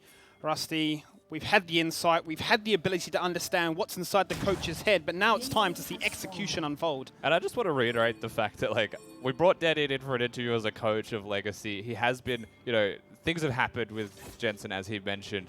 He lost 50 kilos. It's incredible. That's nuts. He came in, he looks like a different man. You have to be super, proud of his efforts there. And being able to come in now with one of the best teams, with a team expected to win, everything's looking good for him right now. Yeah, the mental health benefits, to say the least, will absolutely be out of this world as they look to go for an aggressive invade here. That's Avant with 3 members strong, saying the blue is ours. No response so far here from Babbitt, who has gone for a leashless red start on his own side. Yeah, at least in one of the few champions that can also, start a buff by himself, go with the W start, and there's no issues at all health-wise. AV, of course, they want to take away that blue buff. They want to utilize the advantage that the Olaf has got always over Lee Sin, and then he just farms really fast. The one difference between the two of them is that Olaf likes to lose a bit of health. Lee Sin will always be full health, so if they meet each other in the jungle, by design, the Lee Sin should always win. Now, both of these junglers should have a bit of an inclination at their hair. Obviously, Babbitt would have been spotted out there by Lisa. He's going to go into a board. Going to get checked on out here right now. There's the Ignite. Does he have the ability to get on out? He does. He flashes across. The boys are there to protect him. Even Zoe, with the pressure in mid lane, able to rotate down through River as well. So an early first blood, narrowly avoided. Yeah, good punish there from Legacy, considering that he had to flash to safety. He doesn't have a lot of health, but the thing with Olaf, he's just going to farm faster because of that. The big win is the flash that was taken away. However, you do still have to look at Legacy and think of the time investment from Babip that went to that. Started red, did it solo, came over to the Wolves, didn't actually get to the camp, just saw it taken away from him. And now he's just going to get the Gromp because the Wolves are gone, and he's going to be level 2 for a while. So he's actually not in the best position, this Lee Sin.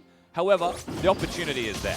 And that's something people have been talking about a lot, is the jungle difference, the ability to, fall behind your solo laners, the ability that you really need to sort of force ganks, and you need to actually counter jungle because there is no catch-up XP, and looks like he's going to try and initiate on some kind of a call like that. And he may have to utilize the mid lane priority here for this blue buff. We'll see how they choose to play this one out just because Chaz was chunked. However, Chaz didn't really use any summoner spells, so might actually be fighting fit.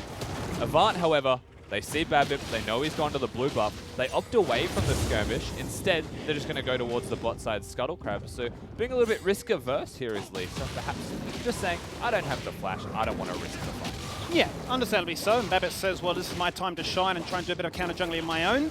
Pick up the Gromp and with double buff, maybe look to try and force out a roam. Otherwise, a scuttle of their own. But now it's a 3-man strong composition with Gunkrab looking to try and initiate there with the pistol. It's spinning around. They're going to try and get the root onto 2. Yes, they do. They're looking to try and collapse underneath the tower. Only level 3, though, bear in mind. The shield will deny an auto, but a bit of an aggressive, almost overzealous move. Aggressive is one way to look at it. Gunkrab flashes forwards and doesn't get the root straight away. It actually takes a significant amount of time for him to find what he was looking for at the start. So feels like a big miss in the end. But however, it could have been something amazing for them if it was able to work. Instead, it's just the heal from Raze, and they're able to walk it out. A little bit starstruck there, to be quite honest, the fact that he, of all characters, was the one jumping in to try and make something happen. But nonetheless, maybe it's showing Legacy a message that we're not afraid of you as they carry on passively CSing.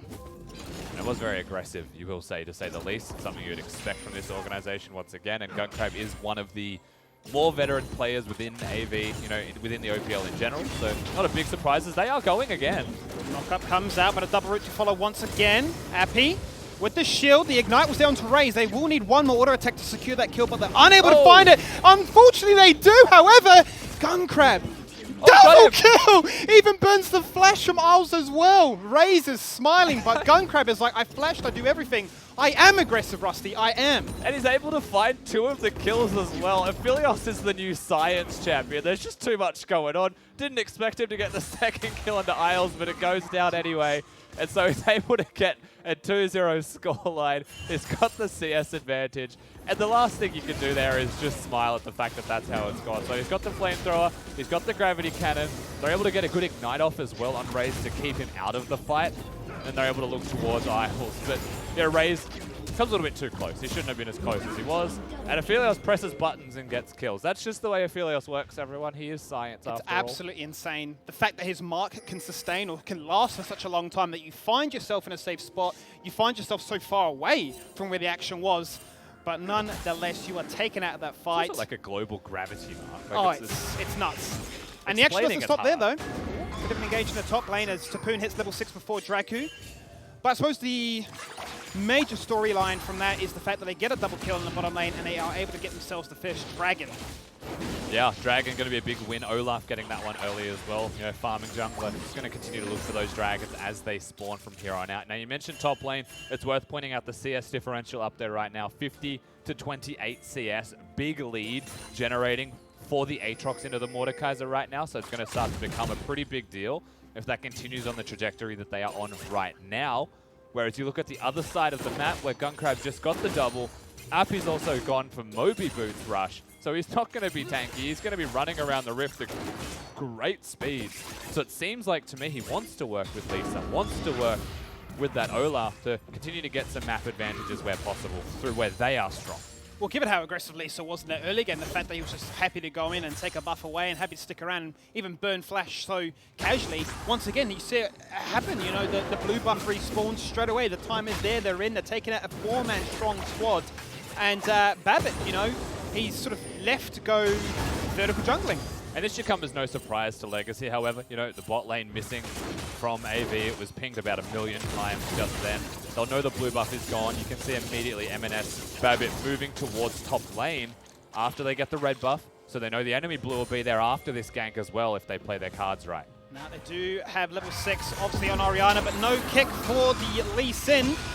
Death Realm can come across if need be, and it is already out right now to Babbitt, who's looking to try and survive as long as he can. He dodges out the mace, he goes for the shockwave, they get the collapse and the kill. Dragu gets taken on down, and this gives Tapoon such a strong lead in this top lane as he can surely take down some tower plating. Yeah, big win there from Legacy in the end. It still feels weird to say Babbitt and Legacy in the same sentence once again, but here we are. He barely survives. The Q missing from Draku, whether it's a dodge or not, that was a kill. That was unfortunately missed by the top laner of AV there. That comes back to hurt him a lot. Like you mentioned, top lane suffering a wave, crashing. Big CSD exists still.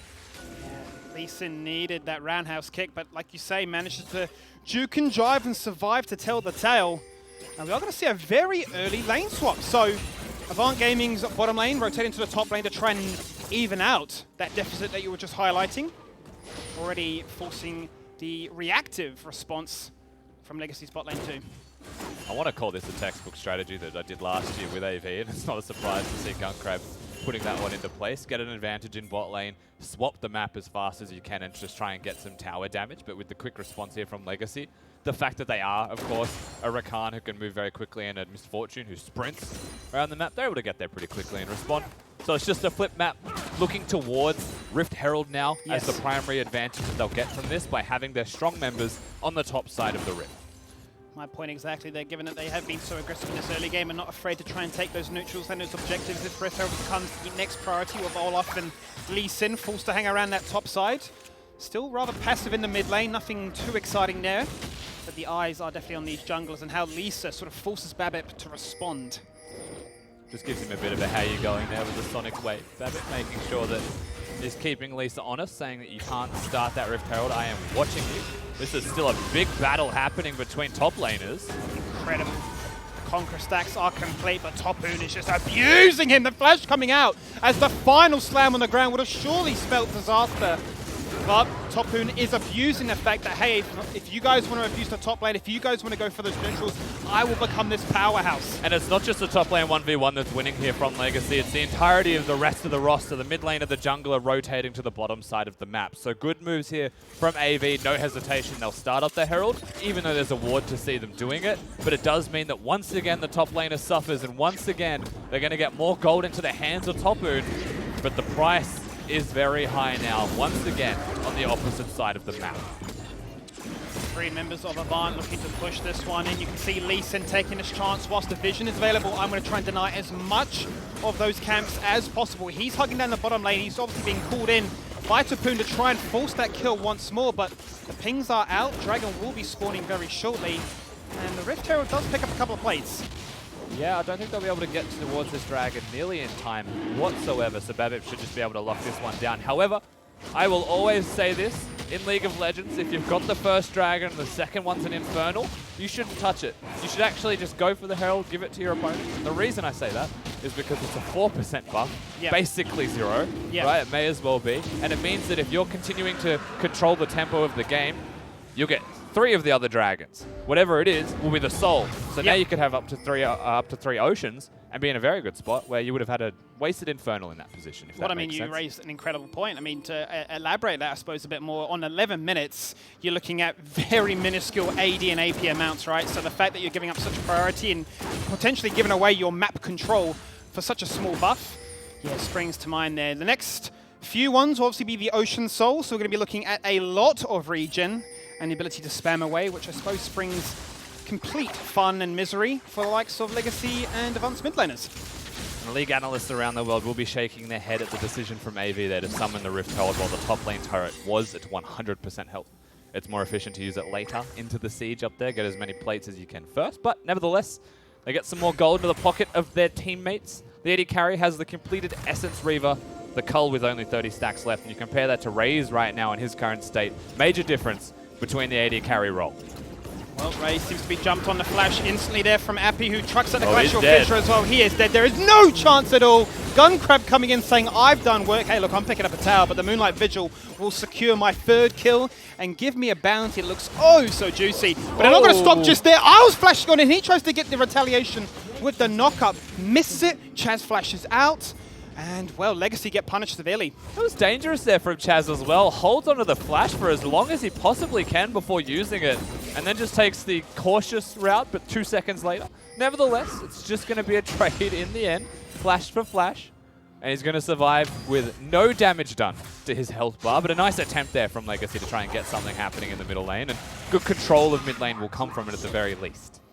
Avant really, really bullying Raze to make sure that when we do start to get into that mid-late game transition where team fights become so prevalent that he just doesn't have weight, the ability to sort of sheerly carry from the ability that we know he has. Gunkrab, with all these resources pumped into him, is only behind a couple of CS, but obviously that gold difference, giving him the Essence Reader early on, and a stopwatch makes him incredibly tough to take out. Yeah, definitely. It's going to be hard to deal with. However, the one weakness that Gunkrab will always have on Aphelios is the champion's got no mobility. Yep. And he's going to be against a Lee Sin who can kick him if there's no flash there, and it could just be as simple as that. You know, there's an Aatrox who will start one-tapping people. The CS split difference is growing, but the experience difference is also something worth noting for him. Close to 11 now, you would have to imagine, is this Aatrox. So lots of good things to still look towards here, and the other place that we have to consider is the gut check champion. MNS playing the Orianna. Standard control mage is what we're going to be seeing from him. And if everything goes to plan, he's the prodigy that he's made out to be. Yep. He's currently 1-0, even in CS against Chaz. And so far, the gut check has been very good from Legacy's mid laner. Yeah, relatively quiet game for him so far, but the chance to really sort of showcase what he's possible, or what he's capable of doing, hasn't really been on full display. Babip going to blindly face shake this one here. The Frost Smite gets applied. Lisa coming around to try and deny once again. Babip is just, he's having a rough time. He's been bullied out of his jungle completely. It's just the numbers advantage being played here by Legacy. The game continues. A lot of movement there from Zoe, threatening into the jungle when possible, and just has the push in top lane. So at this exact moment in time, you've got an Orianna dealing with waves, pushing in top lane, not a teleport champion, has the cleanse. So it's not the best positioning on the map for all of them to be happy, especially as the Dragon nears being up once again. They will want to try and break that trend a little bit, you would expect. Swap the Aatrox, perhaps, back up to top lane. Yeah, possibly. I mean, right now he's just freezing out Dragu, who's only just now picked up the boots up against the Mercs that Tapoon's had for quite a while now. So he's definitely forcing him to miss out on CS, miss out on levels, and ultimately miss out on his ability to try and put any influence on this. Because the Death Throne, when it is strong, it does so much work. Absolutely. He's always going to be a relevant champion even if he's behind, and there's a lot of reasons for that, right? But most of them involve the R button. So he can just take someone who's strong away from the fight and run away. Yep. You know, that's 7 whole seconds of someone not having the option to do anything unless they buy a QSS. But still lots of pressure, lots of threat from Tapoon right now. Commanding this lane and actually making it very hard for AV to get any priority near the Dragon at all. There's been, I would say, a crazy amount of fighting happening near the top side red buff, which has fizzled out. So now we actually get the resets, we get the transition, we move towards the Dragon just before it spawns. I'm going to say it's been relatively quiet with no objectives on the map, being it that's advanced focus so far. Out comes the sweeper, out comes the vision control to try and really make this bottom side river theirs. And they are set up pretty nicely so far. If any member of Legacy goes in right now, they are going in blind. Well, Raze has been clapped off screen by a Zoe Q, so it's very difficult for them to look towards this objective if they want to fight for the Dragon. Raze has stuck around, he has the heal, but he's now a half health Misfortune. And it really just feels like this is just going to be gone. There's no contest there from them yet. And that's all it really takes. You know, with Zoe not necessarily ahead, but because the Misfortune's behind, the Paddle Star steals very significant damage. Might see yourself a situation where they may look to try and invade. It's been the common theme all game so far, and Legacy kind of banking on that right now by showing a few faces in mid lane and hoping that Lisa may face shake this one on the side. He's going to chuck out an axe. Followed up by Appy as well, who are, you know, correctly cautious. Could have definitely thrown away their lead. It almost feels like a very dangerous game. Tiptoeing on the bounds of looking for those engages has been there from AV just then as they postured in mid. MNS just looks at Gunkrab, hits him with a QW, and Aphelios says, I am out of here. That hurt. And suddenly Legacy, while giving away the Dragon, which is not always the best thing to do, it is only the second of the game for AV, so they can afford to do that.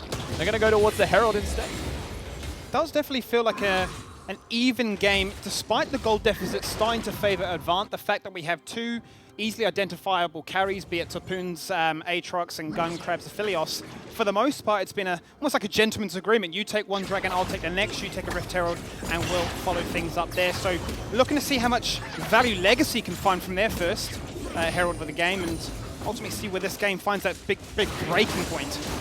And we're fresh off shops now for both of these teams, I believe. Primarily looking towards Legacy. When I say that, it means that M&S has his full mana back. He's got the wave clear available, and he's a big threat currently in terms of the damage that he can provide if a team fight were to start. So here's someone that I'm going to continue to look at the current moment, because just posturing to the side of him is always going to be the Zoe. But the thing that to me stands out is that we're just ARAMing. We're both carries sitting in mid lane. It hasn't just been one wave of this. It's been happening for a while now. Looking to get that mid prio seems to be the #1 objective. It does mean that farm is starting to suffer in the side lanes. You can see a slight closing of the gap for Dragku, who's just been happily sitting in a side lane farming. But you can see a bit of frustration from Aatrox, really, in the sense of, look, I am so far ahead. You can see there by at least 700 gold. I want to try and force the agenda. Obviously, the massive talking point has to be the difference of Aphelios and Misfortune, but unable to really find any golden opportunity in the mid lane to unleash that Herald. Now they will finally get it pushed on in. They've got the Demolish passive as well. This tower is going to fall on down. They're looking for the team fight here. They are indeed. Babbitt gets taken out into the Dragon Soul one more time. It's going to be a kill straight away by Zoe onto Rakan. The support is gone. Oh, Babbitt managing to ward out to safety. The second time he's done that in this game here. Mordekaiser not finding much love up against him. But I don't think Avant are going to be too unhappy with that one. They were able to stem the bleeding and keep themselves ahead. They do lose the turret while they win the team fight. You can see the ultimate now comes out from Raze, trying to deter them, and actually does prevent the push back. So overall, that's a big win from Legacy in terms of map control. Of course, the kills going over is nice. Chaz getting one for himself on the Zoe as well is always going to be a big deal. But a rabbit out of the hat from Babbitt saves them another kill. And then having the ultimate after the team fight for Raze saves them a turret.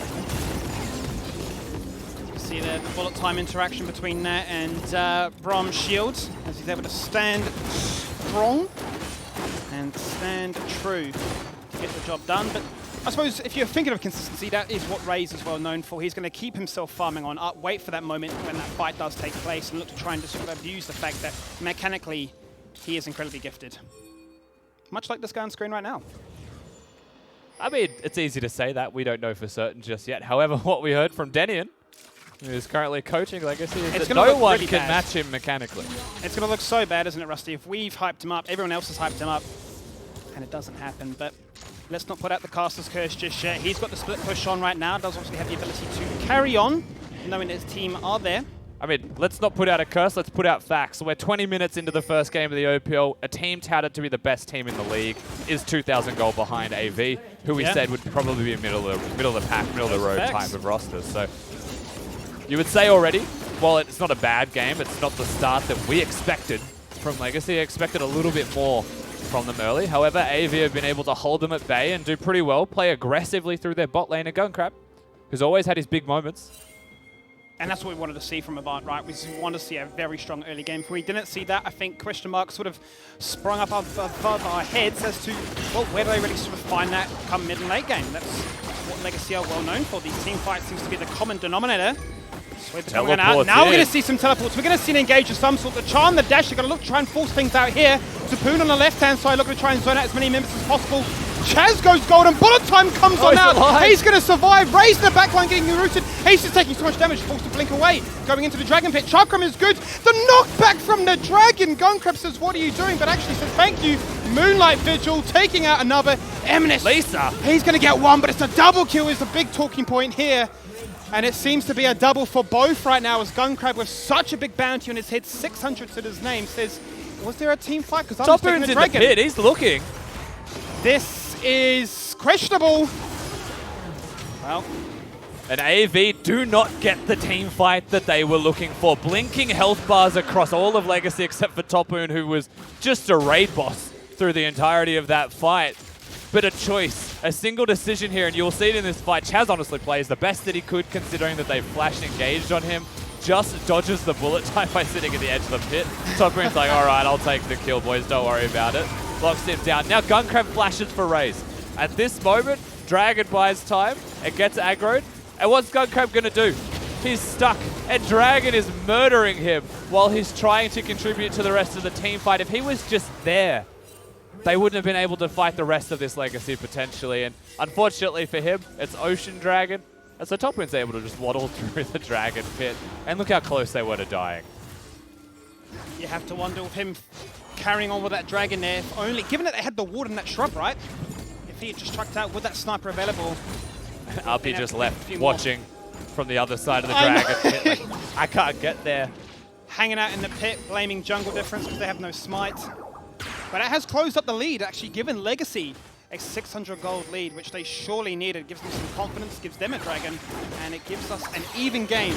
Once again, 23 minutes in. And what did we see from Legacy in that fight? We saw a very early teleport from Topoon, very aggressive choice from them. The flash engage from Isles, they knew someone was mispositioned. So these things, again, signs of good players, experience in the roster as well, able to make that happen from a position where they were 2,000 down. Now they're 1,000 up. Topoon is just incredibly strong right now. He picked up that bounty from Guncrab, who was 5-0 beforehand. So that was 600 to his name. He was already so far ahead of the Mordekaiser. So this guy, he was being given the respect from that teleport already, but now, with double buffs especially, he is a raid boss. He can 1v9. They have control in mid lane. They have priority as well. Orianna's able to threaten shockwaves, which is a very big win for them in terms of how they're going to skirmish around this lane. You can see it through M&S's positioning. But right now, Babib hits with Q. I thought he might go on that. The posturing's there, though. It's still a raid boss Skullcrab. He's still a 5-1 Aphelios that can 1v9 if it goes their way. Yeah. It's not that simple anymore, however. No, does have the second item completed, so quite far ahead of Raze. Oh, he's in trouble. Dragon forced to disengage on out. The whole of Avant right now forcing himself back on out. Isles, the Prodigy, the young one that everyone seems to be keeping an eye on.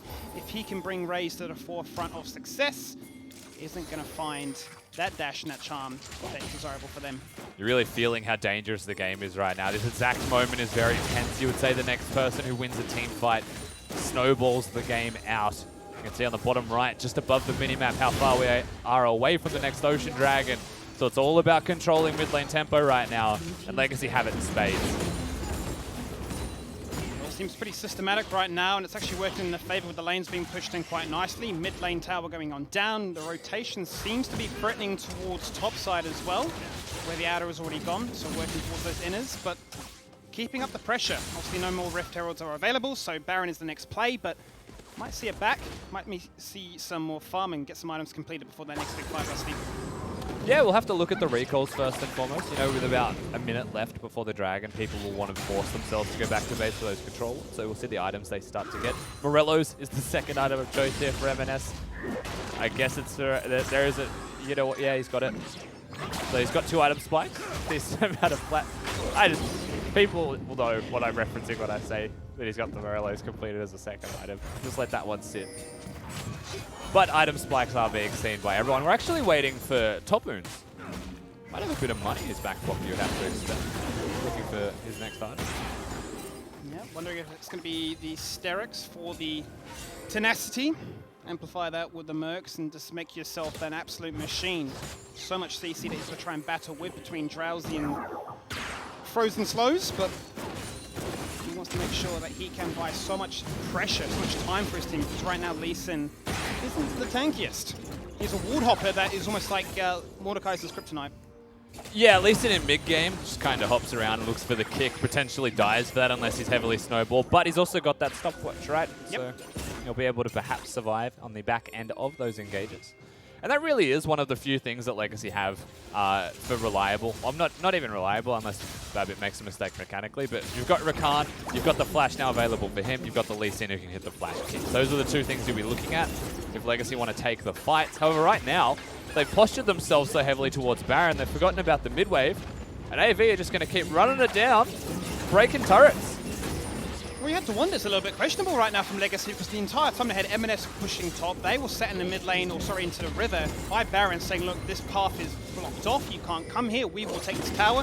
And Avant go, well, that's fine for us, because we'll take 2 towers down mid lane, and then we'll back away. You can back away towards the Dragon as well. Now, there has been no vision placed on this side of the map, and there's not a lot of wards left for either team to place.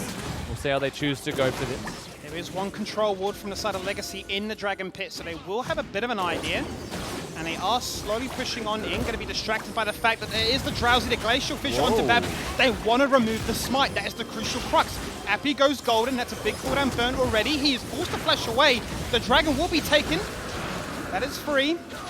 But Appy will pay the price with his life, buying a lot of time for his team. Dragon tries to force the initiate. Topoon getting absolutely bullied by this 5-1 2-item Aphelios, but Legacy, I don't think, are too concerned. So touch and go in terms of this game state right now. There's no straight up team fights. It was very edgy there from Appy. He saw the opportunity to throw his ultimate down, and it felt like he was just chunking someone with it. He ends up dying for it. They use the shockwave, hits the one person, however, so following that up is a little bit more difficult. Dragon has been taken down, and they have started the Baron. And AV are yet to move just, but they're flashing in. M&S is in a lot of trouble right now. He's flashed, he's rooted, he needs to try and do something to survive. He's got the Banshee Veil already and he's not got a stopwatch, so he's going to try and do what he can. Does take out the Mordecai, who goes in uncontested without a team to really back him on up. 2 members down so far from Legacy as Olaf runs into the jungle, but Ray says, that's my first kill on the board. Thank you very much. We baited Baron, but this time we might not bait. We will claim. And really there it was both top laners trying to make plays, and one of them is 3-0-3 and the other one is 0-3-0. Unfortunately, Draku takes away M&S from the fight, the potential kill, and instead he survives and gets the 1-for-0 inside the Death Realm. Meanwhile, Topu is just blasting them all, winning the team fight almost single-handedly, and suddenly Legacy, like you mentioned, free Baron. Legacy going to be happy with this one. Give them some staying power, give them that gold lead that they'll need to contest the next dragon, which will be a soul before we start working towards Elders, which have such great animation. And we'll see this team fight again from Topoon's point of view. Note that during this time the Mordekaiser is dying. He'll just get the auto attack off in the reset to find himself Gunkrab. It's the threat, you know. The second he appears in the fight, gets the kill, the ants just scatter. They disperse in different directions. No one can touch him when it comes to team fighting right now. He's too big. He's unlocked Death Stance right now, so really giving himself that ability to survive for as long as possible, nullify a lot of that hyper carry strength. Make sure that he can stick around and carry on putting in performances like that one before.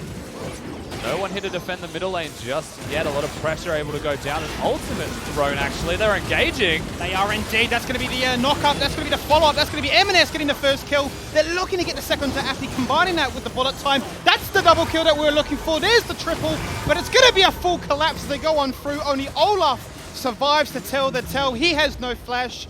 And he's not looking too flash in this one because he's got to try and survive the onslaught of 5 Legacy members with Baron-empowered minions going towards a core. So much mobility, so many shields, and just so much raw damage from Legacy. They're able to clean up their opponents once they get the slightest of advantages. That they do, and that's the Legacy we have been talking about. A brand new split, a brand new roster, and a W, a very important one, on the board.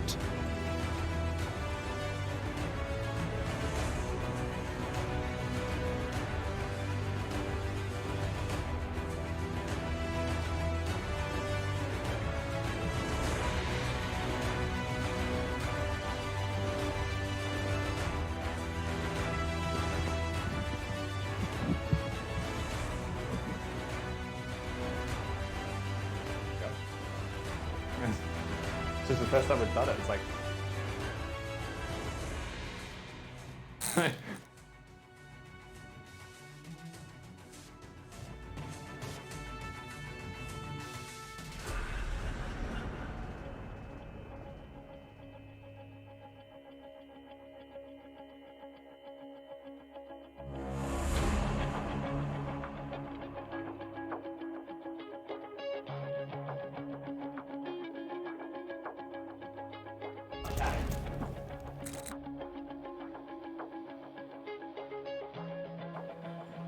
That camera's a bit awkward.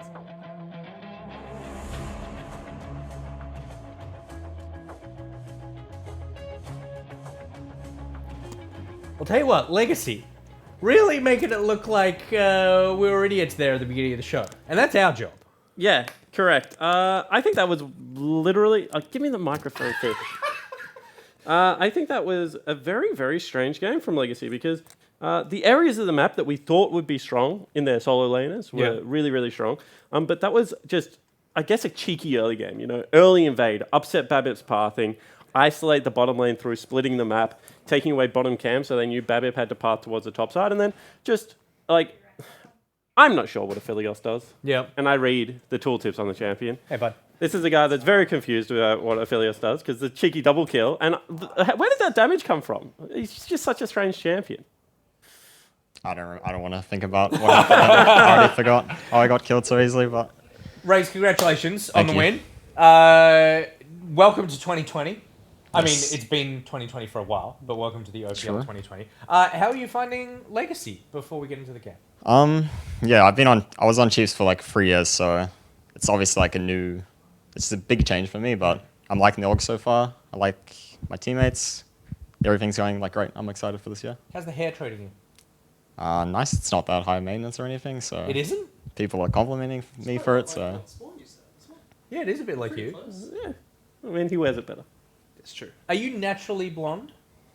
I'm a dirty blonde. Dirty blonde. Okay, that's why it's not too high maintenance. Do you want to talk about the game? Because I want to keep talking about his hair. I was going to ask about Isles. Okay. Am I allowed to do that? Yeah, that's how's Isles going? Because I'm very excited about him. He's solo queue prodigy and, Mammoth Academy. How's he translating to the big league? It's pretty similar to last year. Like, obviously, I brought up Bill.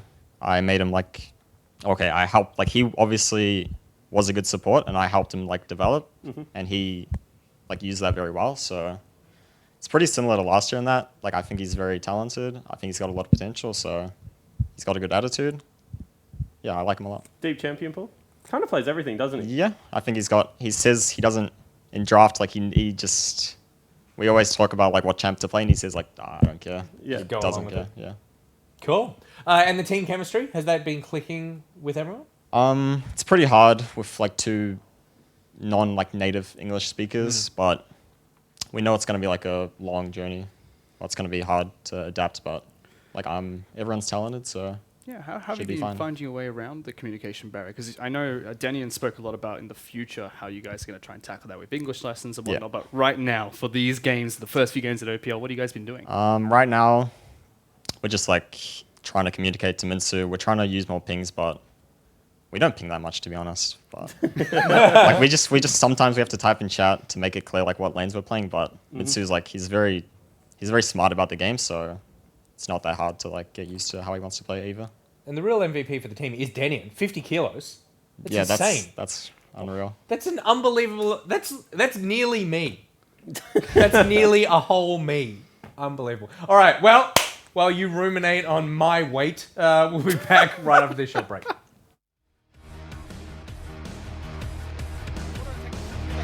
Unable to find it. Unfortunately, they do. However, Gunkrab.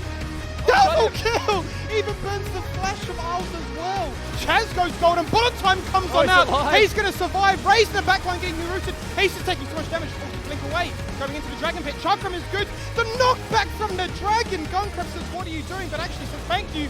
Moonlight Vigil taking out another. Eminence. Lisa. He's going to get one, but it's a double kill is the big talking point here. Well, Eminence is in a lot of trouble right now. He's flashed, he's rooted, he needs to try and do something to survive. He's got the Banshee Veil already and he's not got a stopwatch. He's trying to do what he can. Does take out the Mordecai, who goes in uncontested without a team to already back him on up. 2 members down so far from Legacy. They are indeed. That's going to be the knock-up. That's going to be the follow-up. That's going to be Eminence getting the first kill. They're looking to get the second to actually combining that with the bullet time. That's the double kill that we're looking for. There's the triple. That they do, and that's the Legacy we have been talking about. A brand new split, a brand new roster, and a W. A very important one on the board.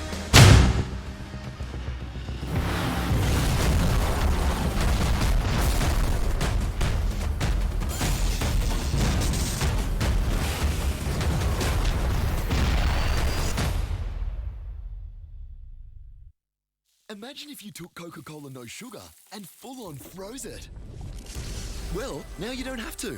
Head down to Macca's and try the new frozen Coke No Sugar for just $1. Exclusive to Macca's.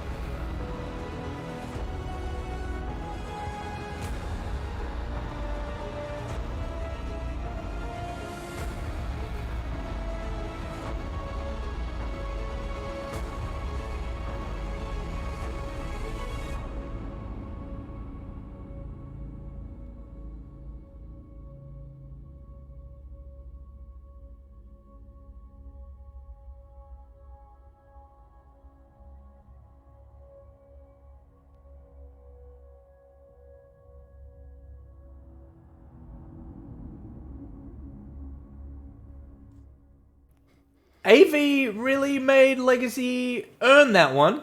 Yeah, I at was the beginning. surprised. I was actually shocked. I thought that the comment I was going to make, and I'm really glad I didn't. To raise? No, to before the Legacy game. All right. Was if Legacy don't win this game in like sub 25 minutes, then like I think that they would be disappointed in their performance. Now, obviously they wouldn't, because if you win at the end of the day, it's a win. You get the points, as Fish, the moron, keeps pointing out to me. You said they didn't really win. They have a W next to their name. Yeah, can someone mute his mic? Anyway, he'll do it himself. The perfect, like, if Legacy, and they do, they've put together a very good roster. They've brought together awesome coaching staff. They've obviously still got the entire infrastructure of the Adelaide Football Club behind this team. They would want to be smashing this season, and that game was very, very close.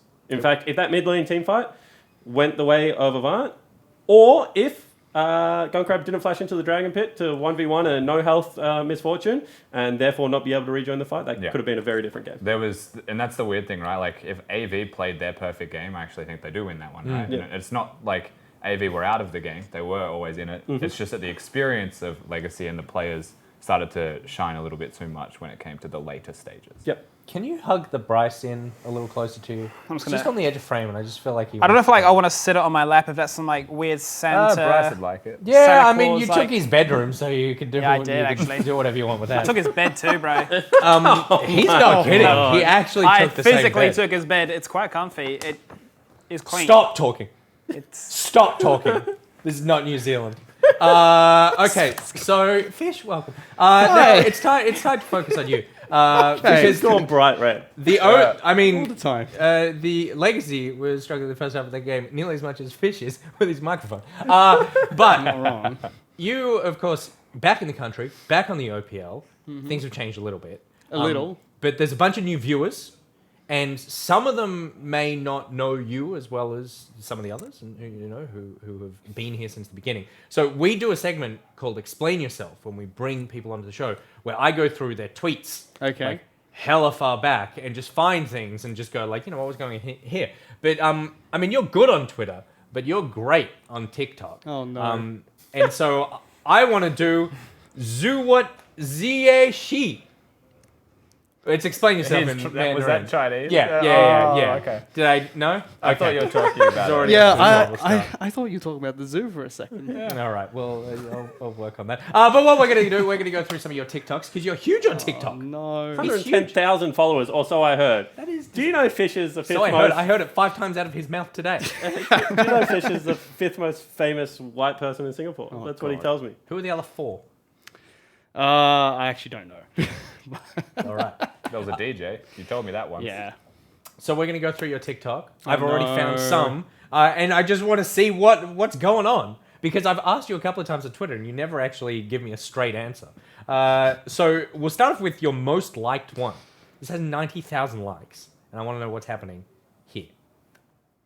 长得丑，活得久，长得帅，老得快。如果真的是这样，那以我的眼子，一定长生不老。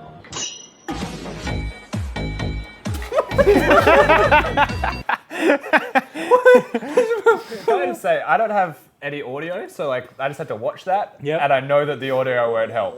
The audio- looking at that audio won't help me at all. That was the first thing I was going to say because I actually can't read the subtitles. I would need to listen to it to understand what I was saying. But I know you're going to ask me to explain myself for that. Yeah. Fun fact is, for half those videos, I actually can't explain myself because I actually also do not know what I'm saying in half those videos. That is the worst But thing surely to do if on the that is your internet. most liked one, you know what you're saying in that one. Yes, I do know what I'm saying in that one. So what are you sayed in that one? But I don't think that's the most liked. I'll have to go check.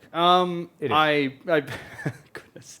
In that video, I believe it is talking about a Chinese saying of if you look handsome, you'll die early. If you look ugly, you'll live very long. Mm-hmm. So I make a joke. You're going to along- live forever. Yeah, basically. The joke along the lines of I'm going to live forever. If I'm not wrong, but I would need to listen to it to even have a. And so what's with grasp of what I'm trying to the say. the fancy tight butt start off at the end? Oh goodness. I was working with a studio in Shanghai to try and develop the actual skits that we were going to make for TikTok. And they wanted me to have a signature move or a signature thing. It's like, what do you want The me to struts. do? So Yeah. they're just like, I don't know, just walk in front of the camera for a little bit until you figure out what you're going to try and do. And then that was one of the things that they thought I should continue to do for every single video, and it just stuck. Fantastic. Well, it did stick. Video number 2. This one to me, I don't know what's going on here, but I think there's a cooking joke that I don't understand. Oh no. Babe.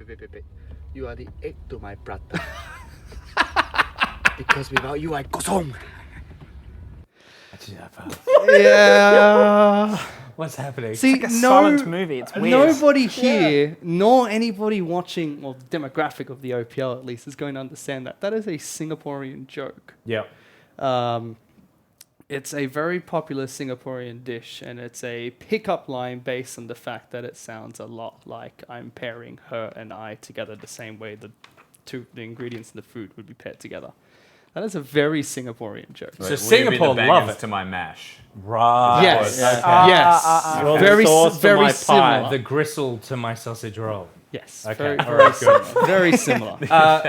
To my sausage. Oh god. I love this as well because chat is split 50-50 on this segment. Half of them love it. The other half are just like, this is abysmal. So you're going to love the next one where I think you are a motivational speaker for children. Huh? 从现在开始， Oh no.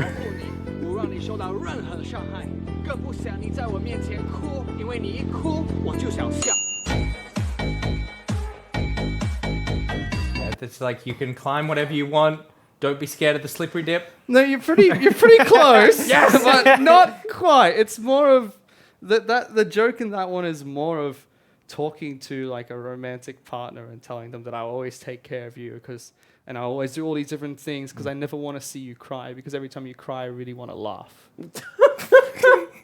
God damn. Why you want a slippery dip? Sorry? Why you want a slippery dip? It was where Rusty and I used to live and we decided to use it as a backdrop. Gotta be somewhere. Yeah. I mean, okay. It's next to the gym we never went to in the compound. I don't even know where that is. So you we never lived went there. on the slippery dip, or you lived in the apartment Underneath the slippery dip, you know? Okay. Yeah. Rent was expensive. Jake, you could talk us through the next one. Oh no.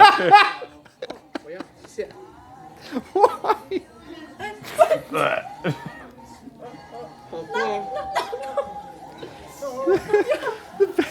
You couldn't even keep a straight face through the best bit. thing is that what was off camera was the best that's thing what about you can't this. See, right? So picture like this is the setup, and over the other side of the room, because we're in Taipei at this point, Taiwan, Yeah. and we were doing a tournament for a charity tournament. Actually, it was really nice. And MMD, one of a very famous Taiwanese top laner, used to play on the Flash Wolves. So Fish is like, hand me this banana and say, do you want this banana in Mandarin? And obviously, being a fluent Mandarin speaker, I nail it flawlessly. Basically, tell him to say, "Hey, do you want a banana?" And I say yes. Yeah, and then he says yes, and then he eats a banana like that, right? But what you didn't see is off screen is MMD is just like looking at these two white guys and just is like, and then just start saying like, "You need to peel it first. You need to peel it first." In Mandarin, and that's why we're laughing so much is because like, and then he's trying to like get his translator because I had translators there to like so inform sweet. us of how to like eat bananas properly, and I was like, "No, we've got that bit nailed. He's just an idiot." These So- poor Australians have never seen a banana before. Yes, the lady that was filming was standing behind a pillar, so MMD couldn't see that anyone was actually filming this. So he was just looking over and watching me That's eat a banana so that way. funny. And was freaking out. Because he probably hears like terrible like Mandarin of like, "Do you want a banana?" So like that Then probably he looks piques his over. interest, right? Yeah. And yeah, it was just. Do we have to watch? Surely that's all of them. No, we've got one more. Oh, no. It's my favourite one. Scott O says, petition to end this. Sign here, Scott. Send the petition my way. And then Lynx Os says, start the games. They're getting into the room, so we can't start. There's no game. There's Did I only start for TikTok. this? Yeah. So the final one. Now, this is your most experimental. But also, it has your lowest likes. Oh no.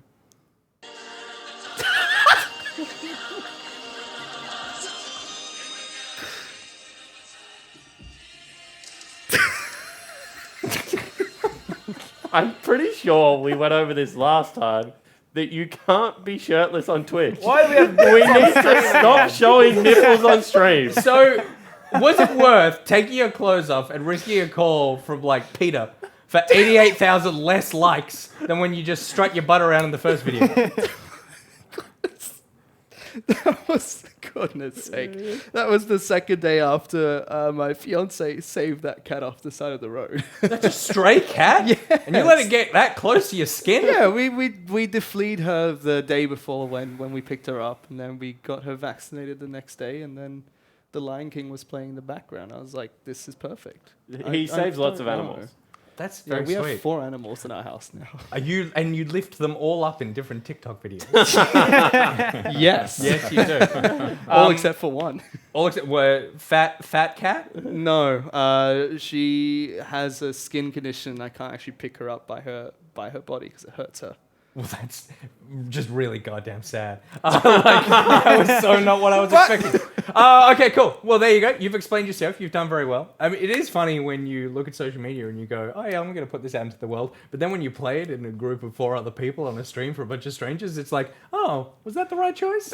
Bear in mind, TikTok to me is like the old man that yells at the cloud. I still have no idea what to do on TikTok or what the videos are. But it's just what the younger generation really likes. I'm like, you know what? I'm going to try. It seems to be working for you, so keep going. I hope so. Skimmy, before we get into the next game, how was the first one for you? Oh, I had a bit of like pre-game jitters, bit of nerves. Stumbled on a few words, but we got there. We get it out your system. Yeah, we always had that first game, right? It was, don't know. Yeah, but we're good. And then I looked at your face and I felt relaxed, man. That's good. It's mindfulness working treats. It's nice to have that effect on people. Game number 2 is coming up right now. It's Order versus Gravitas. Skimmy, talk us through Order's lineup. Well, this is the team that, well, I suppose this man across me really loves and is always talking about. But we've got Swiper, the obviously big stone, the gorilla, the big man in the top lane. We got Only playing in the jungle. We got Harry, love his streams, big fan of those in the mid lane, coming from Gravitas actually. We got Rare 7, which is an interesting name, probably going to call that one Dream. And then Ayla. So a few members from previous Chiefs last year coming across to Order. I remember reading from one of Swiper's articles that he feels a lot more relaxed on this team. A bit more of a family vibe, so nice. I'm glad to hear that. I really hope they win, just so we can interview Rare 7. I need to learn. I need Rare to 7. learn the reasoning behind that change. Well, if they want to win, they're going to have to go up against Gravitas. Gravitas lineup. Fish, you can talk us through this. Top lane, it's going to be Nobody. Playlist playing in the jungle. Beats is going to be playing in the mid lane. Puma in the bot lane with K-pop as his supports. Who was their top lane? Nobody. What's his name? Nobody. But surely they have a top lane. No. Who's on first? Yeah. Yeah. So, I mean, is this the team with the most new players? Yes, absolutely. K-pop was on the Regicide lineup and Playlist was on Gravitas lineup. But if you don't count K-pop, because that's like 2 or 3 years ago. It's back when I was casting. Yeah, back when you were casting, back when you were relevant, back when I didn't have to see you every... Yeah, anyway, so that's 4 new players. Okay. And they've got a whole bunch of new subs as well. Yeah, they have like I think 2 people sitting in the wings as well for 2 different roles for them. So Gravitas have options everywhere. They've built around Playlist this time. He's the only remaining member, so it'll be very interesting to see how he performs. As I would say last year, he was one of the least consistent players. So they've built it around that. Yeah. Alrighty, well, it will be exciting to see how this goes, and we'll find out right after this incredibly short break.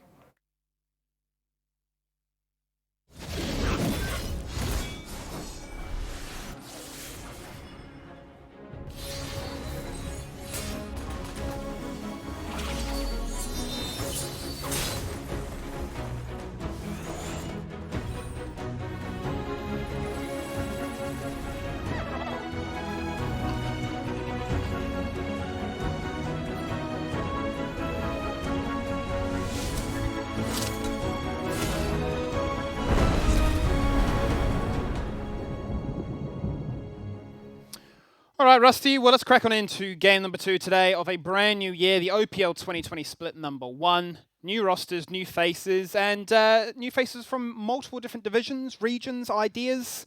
There's a lot that's happening today. Philosophy is in place here. The things that aren't different when you look at the faces on the side of Order is you know most of them. That should be for certain. You may not know the name of the AD carry, but you know the AD carry once you see his face pop up as well. And let's talk about that for a second, right? They've got Swiper, they've got Only, and they've got Ayla.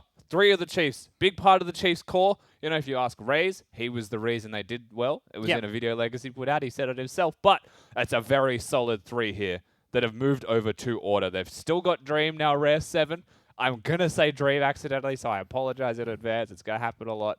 But he's stayed with the organization, and he was someone who had injuries, had scares, but was always a very good AD carry and super loud, momentum-based type of player that will work very well with Swiper, just quietly, because he will be very much like into that yelling. And Hayri from Gravitas, former Gravitas player, was the mid laner for them, has always been one of the best Yasuos, you know, that is running around.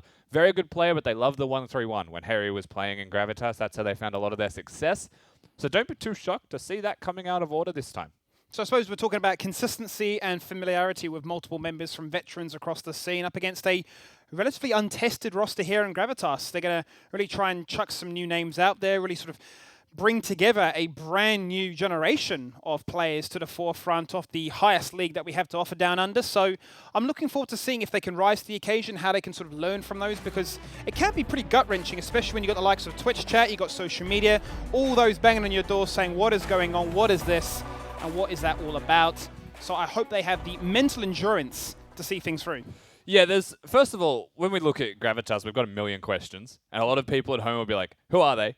It's always going to be a good question. You know, a lot of these players are so new, and we talk about mental endurance between both of these teams. Order will have it in spades. They've been there. They've been around the block a million times over. Swiper's been playing since he was born, I'm pretty sure. Yeah. He's just been running around with a keyboard and a mouse in both hands. So we don't know what to expect from Gravitas, right? We expect them to lose games. Let's just put that one out there. We don't expect them to be a top 5 team in the league early. They're a team that is about growth. But that growth, the trajectory of that growth is going to be a steady increase over probably the year before they really start to hit that peak. So don't be surprised to see the losses come out hard and fast early. And that is a good point that you bring up then about the mental and how are they going to survive that? Because no one who plays a professional game of Likes league losing. wants to lose. You should hate losing if you're going to be a pro player. And you don't feel that progression, even if you're winning in practice, if all you do is lose on stage. So they still want to get those wins where they can.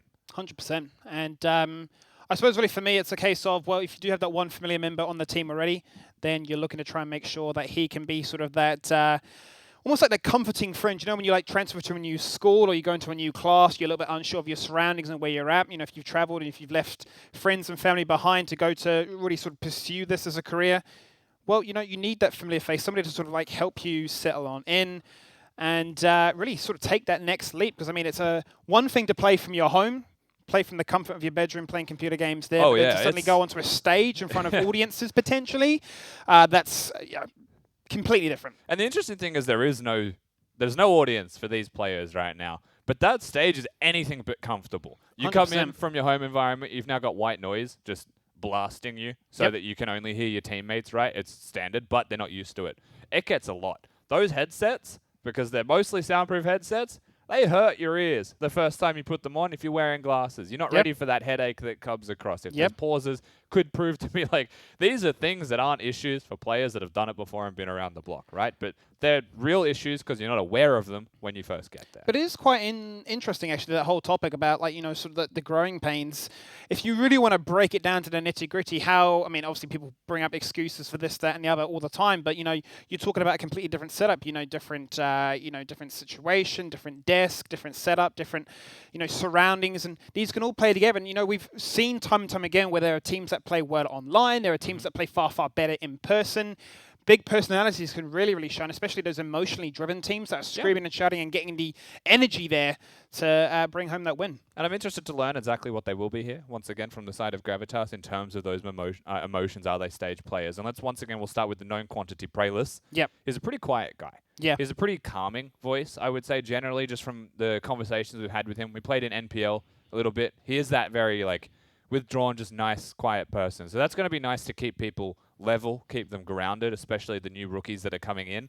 And he might be able to help them, but he isn't like in my mind anyway, I may be very wrong. He may have taken up a whole new leadership role since this team has come across, but he needs to be more than just the calming voice with these guys, right? He needs to actually continue to make sure that they're motivated if he's going to be the captain, the experienced player, and all of the boxes getting ticked by him. It's interesting, actually, the different roles that players can take up within a team, regardless of their age or experience, somebody maybe, far, far more vocal, or somebody there as the hype man, or somebody that's able to sort of be the calming, assuring voice that makes sure that you aren't going to get tilted. So for me, the biggest talking point really for this Gravitas roster is what kind of identity are they going to establish themselves out? Are we looking at an aggressive team? Are we looking at a macro-heavy team? Are we looking at objective focus, scaling early, mid?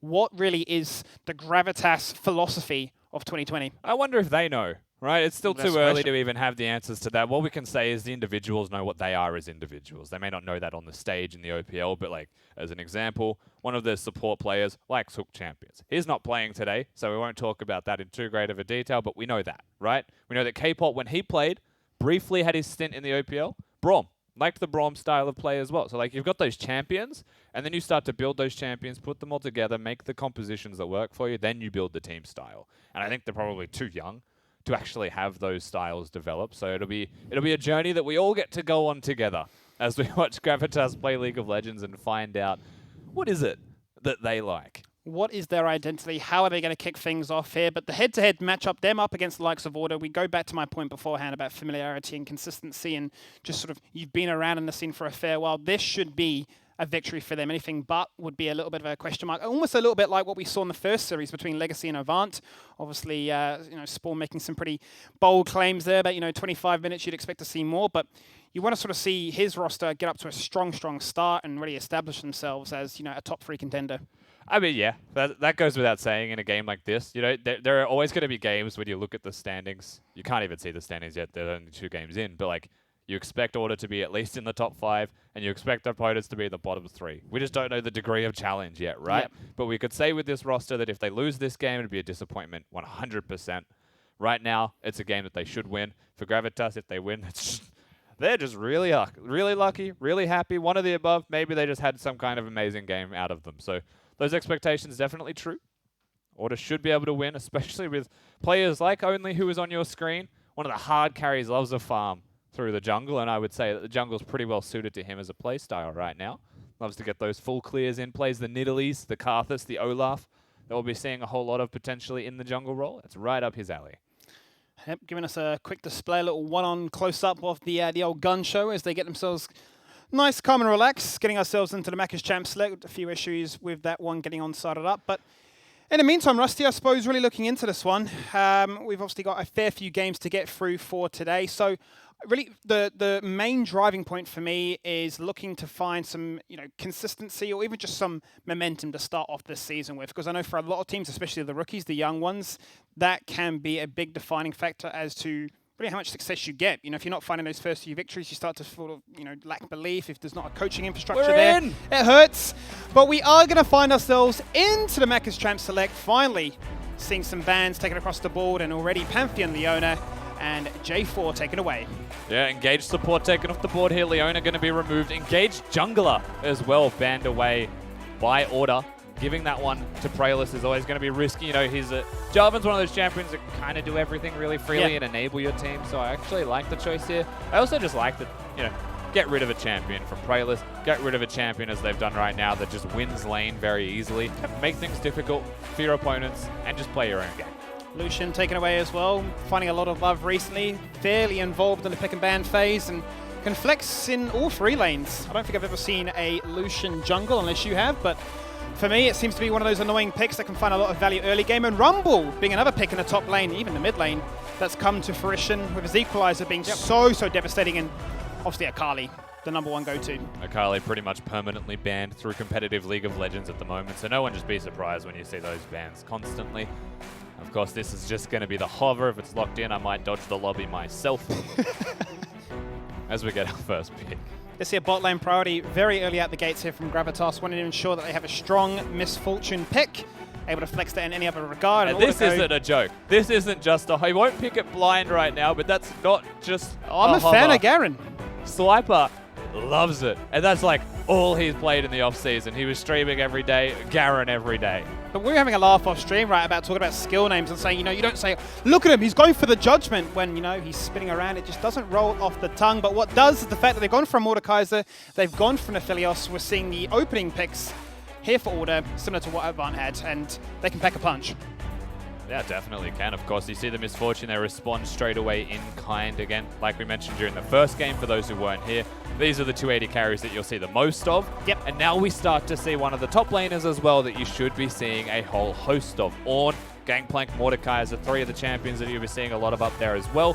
Ornn's going to be locked in for nobody, so nobody gets to play Ornn this game. It's just going to be on Summoner's Rift. I'm also sorry in advance for the name Nobody, everyone. It's a good name, and it's going to definitely throw us off the boat too many times this split, but regardless, that is going to be the pick, followed up by the Olaf, so a composition that wants to get in your face, wants to force engage, knock up, stuns, damage, to make sure bullet time finds value, and the response for the second time in a row is the Brom. Yeah, which is an even better response in this particular game than any other one so far, right? There's an Ornn on the opposing side. Chuck the door up. There goes Ornn's engage. Yep. Suddenly the engage from Gravitas a little bit more difficult to navigate. And so that's one of those things in draft where Order, very good through their first 3 picks, have set themselves up. That's the Yasuo ban you were highlighting before, so the respect towards what Order can offer. They've done their homework.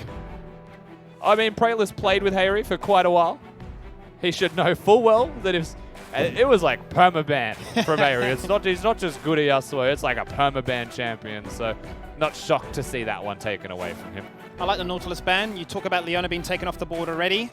You wanted to try and remove as many engaged support potentials as possible. You mentioned before about the shield going up for Brom, obviously denying what Gravitas have so far, so remove more tools. That's actually really good from the side of Order by the support champions that have been banned, because the Ornn's already been beaten by Braum, right? When you think of it like that, they need to engage through somewhere else. Olaf, Misfortune cannot do that. So now you have 2 options, really, with your 2 remaining champions. You could pick a mid laner that has engaged, like Alessandra, if you want to play that style. We're not sure what Beats plays just yet, but the other option is to dig real deep into the support champion pool and find yourself something that can still engage and round that composition out. Now, this does actually provide a decent amount of engage in the Kiana that has been locked in, and that's a Zyra. That is a bit of a blast to the past when we had the likes of Brand and Zyra's all coming out in the bottom lane. You find yourself a hybrid AP carry in the supporting role. I like this. Does give you the ability, should a Lee Sin or even a Mordekaiser get too aggressive, they have to be careful because they will be stuck in the web and they will get clapped by a bullet time. But the Kiana, as you highlight in the mid lane there, will give them that ability to contest not only objectives like Barons, Dragons and Rift Heralds, but ability just to chase on down. Yeah, so for me, I look at Order's composition and it makes sense. It's a pretty well-rounded comp overall. You've got the Mordekaiser, who's just going to be fine into top lane. Does love to have a whack against tanks here and there with the damage that he gets once the items are purchased for himself. Ornn's always going to be a monster champion and just buffs his team incredibly well as the game progresses. But through the earlier points of this game, you do actually quite like the things that Order have put together for themselves. Mentioned this before the draft, but it was like 7 years ago, so I'll say it again for everyone. Hayri was a very good 1-3-1 player. He hasn't gone for the teleport in this game, but he is a LeBlanc. So if he gets the early kills, if Order are able to play around him, they've got a Lee Sin to do it, so they absolutely can, and snowball him, and he just goes to his side lane, the answer from Gravitas is very difficult. The answer is engage elsewhere, most likely, and ignore the LeBlanc while she wins the game. Yep, you can find themselves getting into maybe a little bit of a tunnel of trying to force hard engages with their ultimates that they have at their disposal. Feeling a little bit ultimate heavy on the side of Gravitas to try and find those desirable team fights is what I'm seeming to sort of deduce from this. I mean, they're definitely reliant on their ultimates when it comes to the team fighting, right? That's always going to be a big thing that you have to look at. Choke points are definitely going to be a desirable thing for them, and it's like we mentioned before, once the draft finished, look at the Dragon Pit, look at the Baron Pit, look at those places as the major objective points for Gravitas if they're going to pick their team fight battles. Order with a bit more variability, they can do it as they like. They can indeed. So as we get ourselves loaded on into this game, we have one of the managers here from Gravitas alongside us. What do you think about this pick and ban phase so far? Are you happy with the composition that you've been able to unlock? We're definitely happy with it. It's kind of what we've been practicing a lot of as well. And they kind of drafted the way we expected as well. Yep. So really now it just comes down to execution. We talked a little bit before about an identity for Gravitas. Is there any clear direction as to where you're going to? Mid-jungle. Definitely mid-jungle. Like, that's kind of the narrative that I see a lot of people talking about coming to the split as well. We're playing around Preylis. And to an extent, that's pretty true. So we got to see what our mid-jungle can do here today. So talk to me about this roster that you guys have put together. Where did you find these players, first of all? So a lot of them did come from Summoner Society, and the main team that we did have coming into this split is looking for new upcoming talent. So this is you can kind of say it's a rebuilding split, but mostly I think of it as like a chance for us to scout out new players as well. We have a couple of subs sitting on the roster as well that we are excited to have a chance to try out, but this is what we're going for the first game. And with those subs, they are looking to get game time. They're not just going to be definitely. substitutes, so it will be a rotating roster. Definitely, yeah. Awesome. Brings some exciting times for some players to maybe flex different rosters or different champion picks. I know you've got a fairly big roster in that regard, but what was the overall emotion, obviously, them being a bunch of rookies coming into this one? Is there a degree of calmness that we sort of highlighted from Praylist, or is there a fair bit of anxiety, I suppose, going into this one?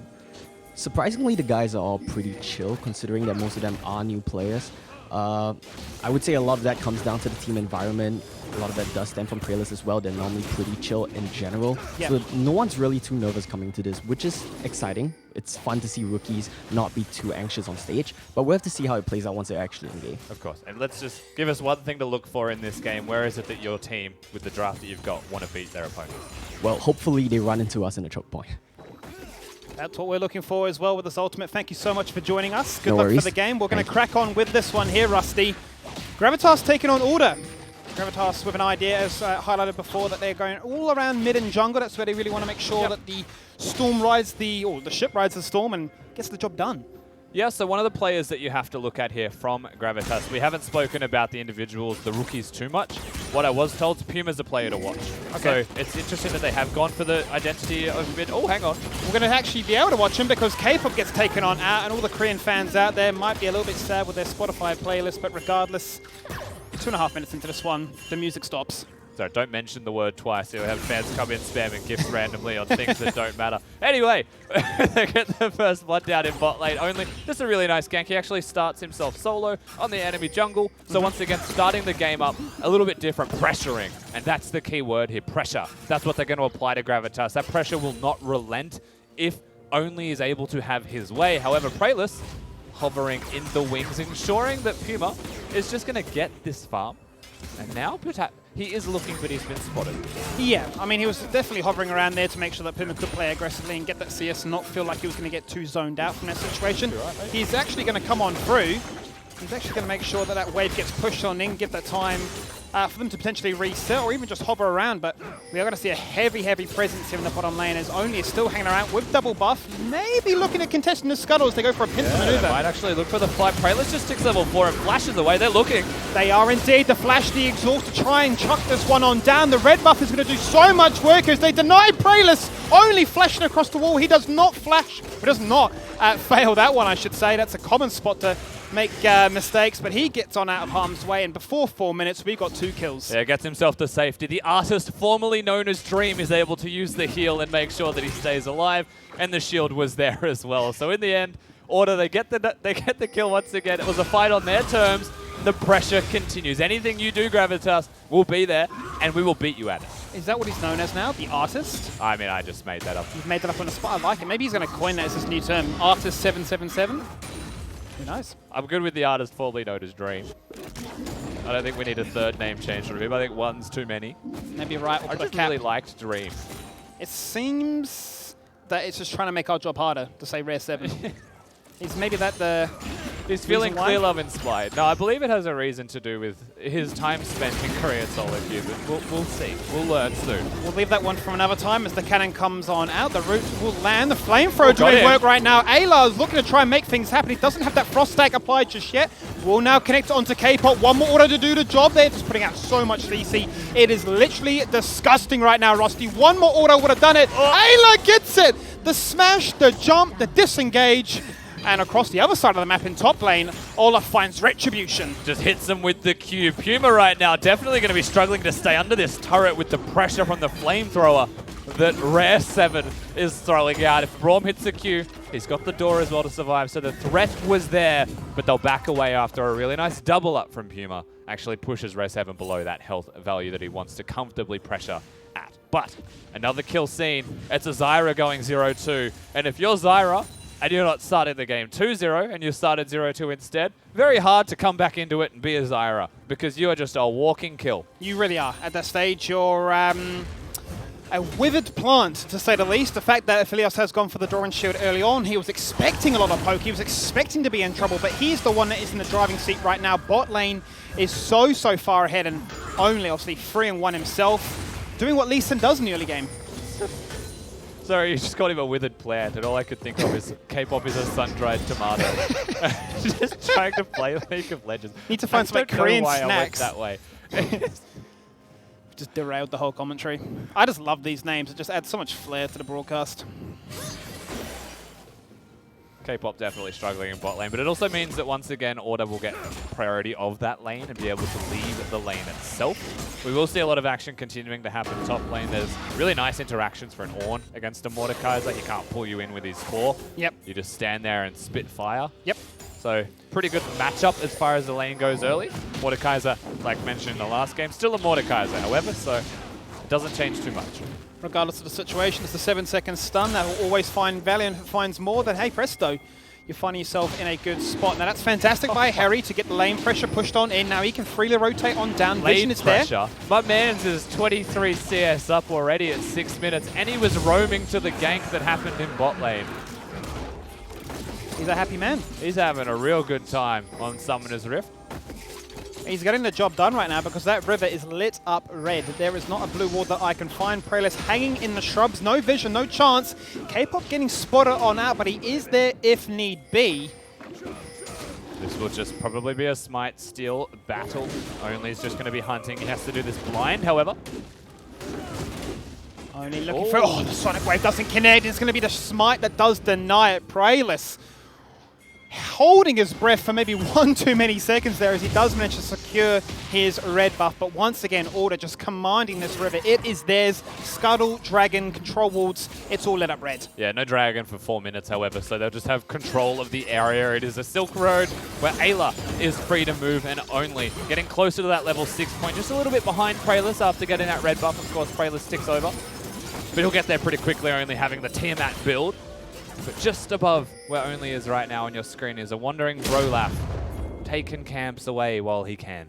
Has the Unstoppable available if he wants to go in with Swiper. Ragnarok to try and make something happen right now. Out comes the Elemental, looking for the knock up, the smite, as well as the flash to juke things out. So resources were burnt. And it looks like with Swiper's flash, he dodged the Olaf axe and the Ornn ultimate. So a tragedy of timing there from Gravitas. That axe would have been really nice to follow up after the flash was used to go for those kills. But nevertheless, he's able to walk it out. Swiper, a little bit worse for where his health goes.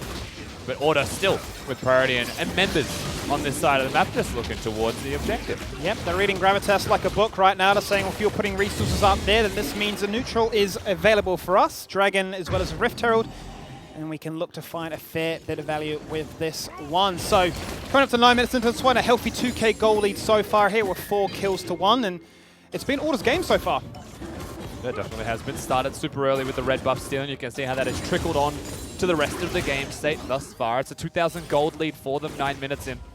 It is only the Infernal that was taken by them, so once again a 4% AP and AD buff. Not significant this early into the game by any means. You start to look towards the items more than anything else. When they start to get completed, things really start to shift. However, we mentioned this a couple times now, they're already set up in a 1-3-1. They were already prepared for that. They were ready to rotate. It's obviously putting Gravitas on the back foot. Speaking of builds and getting those items completed, we are going to see Puma sticking for the triple Doran's Blades. They're going to delay that rather heavily as he's falling behind what is only a Warhammer as well as a BF sword. So combining that with the likes of cloth armor and boots, Rare 7 finds himself in a fairly strong situation. Yeah, he definitely is. He is in a very good spot. We can see the gold values now between all of the members. There is an advantage everywhere except for top lane, but it's an Ornn and a Mordekaiser, so you'd be very happy with an even lane up there. And really that's just the state of the game, right? There's no one person that's super fed, even though it's 3 kills onto Only. Across the board, there's been the CS advantages, the kills, the pressure, the constant application of looking for turrets, getting damage down, and now they've also got the Rift Herald that they could use, and they have to use it quickly, just FYI. The first Rift Herald now with the changes. I think it's about 45 seconds. Yeah, it's going to respawn up again for that sneaky second one that you may be able to achieve as Brittle gets angry in the top lane there. Does such a chunk to your HP as Swiper forced to pop out that shield, and Make sure he doesn't bite off more than he can chew, but he is getting bullied, but he's not been taken out of the lane. That's the biggest takeaway from this one. It is fairly even for the most part. There is a flash route coming out there from K-Pop. He's going to try and make something happen. They want to take down Rare 7. He has gone golden. He has jumped away. He has survived. He has been taken out. Prayless getting angry. The roots, they're withered. They're up in the air, but they're not dancing like K-Pop stars. They're dancing like dead, what did you say, dead prunes? Sun-dried tomatoes. Sun-dried tomatoes. That's what they're looking like. They're just a splat on the floor. You had to bring that one back. Thank you very much. But yes, Rare 7 goes down. He was being a little bit adventurous with his positioning, looking towards the top side of mid lane. 3 people able to collapse as they find him. Ayla desperately flashing towards his AD carry, trying to keep him alive during the duration of the stopwatch. But he still goes down, and here we go again. Swiper in trouble. Round 2. This time they're going to look for it. Instantly the Death Rim comes out to make sure it's a 1v1 before Prayless can sort of jump into that fight. He committing to this full fight? Conqueror. He is definitely committing to this one. He's going to try and juke out as many brittle stacks as possible. The shield going out. He's bought a lot of time, but the person that joins the fight is Gravitas. It was going to be a 3-for-1. Nobody from Order there to help. They are all preoccupied with this Rift Herald. Yeah, Swiper deciding on the whim, of course. He doesn't think he'll get out alive, even if he tries to run away during the Mordekaiser ultimate. So just looks to try and get as much damage as he can. Maybe get the trade off. Rift Herald was about to expire, so they get the opportunity to summon it in mid. Just nice timing here from Order, considering what was happening top lane. But Swiper does. Not all doom and gloom, those things are considered. They do stick around in the top lane, but the timing isn't ideal because the dragon has spawned, and only like that is already there. His eye is on the time. He's ready to start things out here. Going to take that one solo, allow the members, as you say, with this 1-3-1 split to continue with Mord in the top, Harry in the bottom, and just accentuate this gold lead. Definitely will. Oh, Hayri. Oh no, that's the other Hayri. He's alive, barely though. Beats putting down a lot of pressure towards him. So while the dragon dies, there is a forced recall from Hayri. He won't complain in the end as he does survive. Flash being missing, he's still a love bomb. So not too bad in the end, but nice little look in there from Beats, getting his eye in on a good trade. And starting to see, I'd say it's a bit of a mid-game resurgence here from Gravitas overall. They are still fighting in this game. They're definitely not out of it, even with the lead that Order had early. Yeah, it's definitely far from over. They've had a lot of promising moments at this early start to the game. Obviously only 13 minutes into this one. 3 kills to 4, and the gold lead isn't out of proportion, so there's definitely the potential just for one decisive team fight, an objective to contest. Bear in mind, Kiana can absolutely go huge. There is a couple of things to consider in that, right? One is that Gravitas staff, they said mid-jungle. Yep. That's the place they have to look at. But then the way Order are playing on Summoner's Rift is taking apart the mid-jungle duo by going for the 1-3-1. So that's innately going to go against the grain for what Gravitas were hoping to achieve. They still want him there for team fights. That's the place you'll be looking at now. Try and find the corridors, find the team fights. But in the meantime, they've been able to use nobody, the Ornn in top lane, to get those engages off. They've found a place where there is a weakness in Order by draft, by play, whatever it may be, and they're trying to hit that weakness really hard with the Olaf being up there, and it's working for them. It's now a 3-1 Olaf. Is indeed. Glacial Fissure in the mid lane. Instantly a teleport response. It is just so much damage as Rare 7 does take out K-Pop, but it's going to be a 2-for-1 so far. Olaf is the one that gets the damage done, but he's going to be the one that bites off maybe a little bit more than he can chew. Swiper wants to get the job done. He wants revenge onto nobody. Supreme display of talent, really just preventing Harry from jumping on in. The distortion, the damage, can he get him? Yes, he can. That is 2 stacks for his Dark Seal. And Order, well, they're not happy with Rare 7 dying, that's for sure. They get the numbers there first, they get the numbers there faster, and yes, Rare 7 does die, but they already got the trade before his death. And you take that. When the entirety of your team is ahead of their respective opponents, 1-for-1, that's okay. You still have a really strong 4v4 remaining afterwards. So basically the fight resolves through that manner. You've got a 4-1 jungler. Hayri getting his first kills, getting his eye in as well. Very important stuff here from Order, the boys from Melbourne. The only boys from Melbourne now. The only boys from Melbourne, except for our truly on the couch, who I wish he was kind of sitting behind us right now. He could have been like, you know, that proud dad chewing away as we talk these boys up. You haven't seen Spawn during Order games then. Trying to paint him in a positive light. Proud dad. Proud dad. It sounds good. I like anxious uncle. Molding man. Molding man. Is that one? You claim can claim Molding man. I'm not having a piece of that play. He's going to come in and bop me, eh? Like, I'm done. I'm so done for after this game. Regardless, we'll carry on with this one for the meantime. Dragon will be up in the next minute or so. And we will be looking at, I suppose, really on Swiper. He's, for the most part, been a glorified Death Realm duty man. It seems that obviously working towards, or has already accomplished that Leandries, will be able to put out a little bit of damage, but mainly looking to try and take out a key crucial target. It looks like the Rift Herald, while it was started by Gravitas, was immediately responded to from Order. Only puts the ward in, they rotate, they get up there and they try and pressure it, and it's just stopped. They're able to halt it in its tracks as Zyra's throwing an ultimate down as it's prepared. Oh, hang on. He's dead. He is dead. Yep, Olaf had enough of that, and he flexed that he is the Supreme Jungler when they were both even. Now he is at 5 and 2. Whoever gets the jump in that jungle 1v1 that definitely has the best time of it. So, and only finds himself a Prayless, and in that battle of axes, there's only one person with axes, so they're going to win that battle. Gee, that was clever by B, wasn't it? Totally intended that. Not awkward. I just let it happen. I let it sink in for a little bit. As your brain clicks on and goes, what did I just say? Always it fun. does that every day. That's life. Isn't it fun? That's a Rift Herald picked up there by Gravitas, the first for them. And evens out the objective addition of such. Yeah, that's exactly what happened. He face checked in. Yeah, that's the Ocean Dragon for you. Ocean Rift comes to life, and Olaf finds himself a bush to camp in. Looks like the Herald has been summoned very quickly. Geraldine the second will just come in and blast the turret. Geraldine? Yeah, it's her full name. I like that. Geraldine the Herald. Dean. The second. That was the second, yeah. Or it could be Geraldine Jr., I suppose, I don't know. These names are golden. Regardless, Drake is up and say next 15.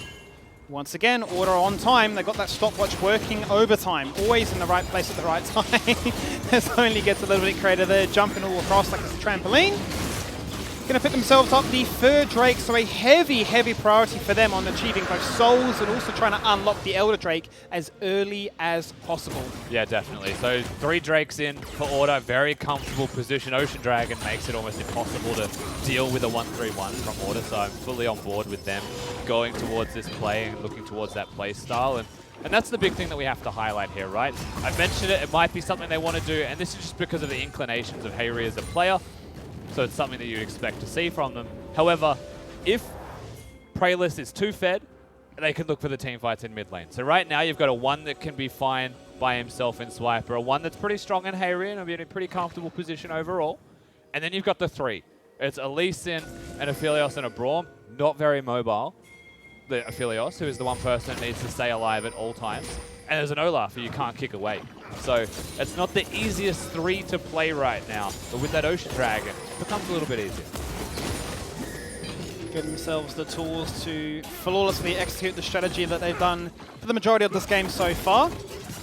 And they're not taking too many risks when it comes to going out and hunting in the wilderness. Let's just say that Gravitas are the ones in the driving seat trying to really catch out members, maybe on those rotations or when they're desperately farming away, but Order, like a well-organized regiment, sticking to the plan.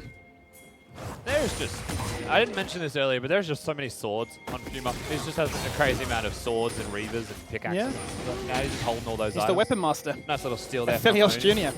But that to me is like, it's good and bad. It's a nice item. It's very efficient to stack them at the moment, but you just don't have control wards for it, you know? No. Now that he's got brown bags that he's wearing instead of full boots, like, there's no wards. You need those. Do need those. Oh! Beat's getting completely juked out there, forced to burn his ultimate. Now we're going to see a 1v1 take place in the bottom of the jungle. It's going to look to be the slap that comes on down, but he flashes, followed by a second flash. The Order boys need some backup because Swiper needs to be saved. Bullet time coming on out. He's doing whatever he can. The pistol, the damage. Aphelios getting the work on done. Ayla looking for more. That's going to be the knockout. They're going to say you cannot get knocked away, but maybe you can. As Harry chases on through.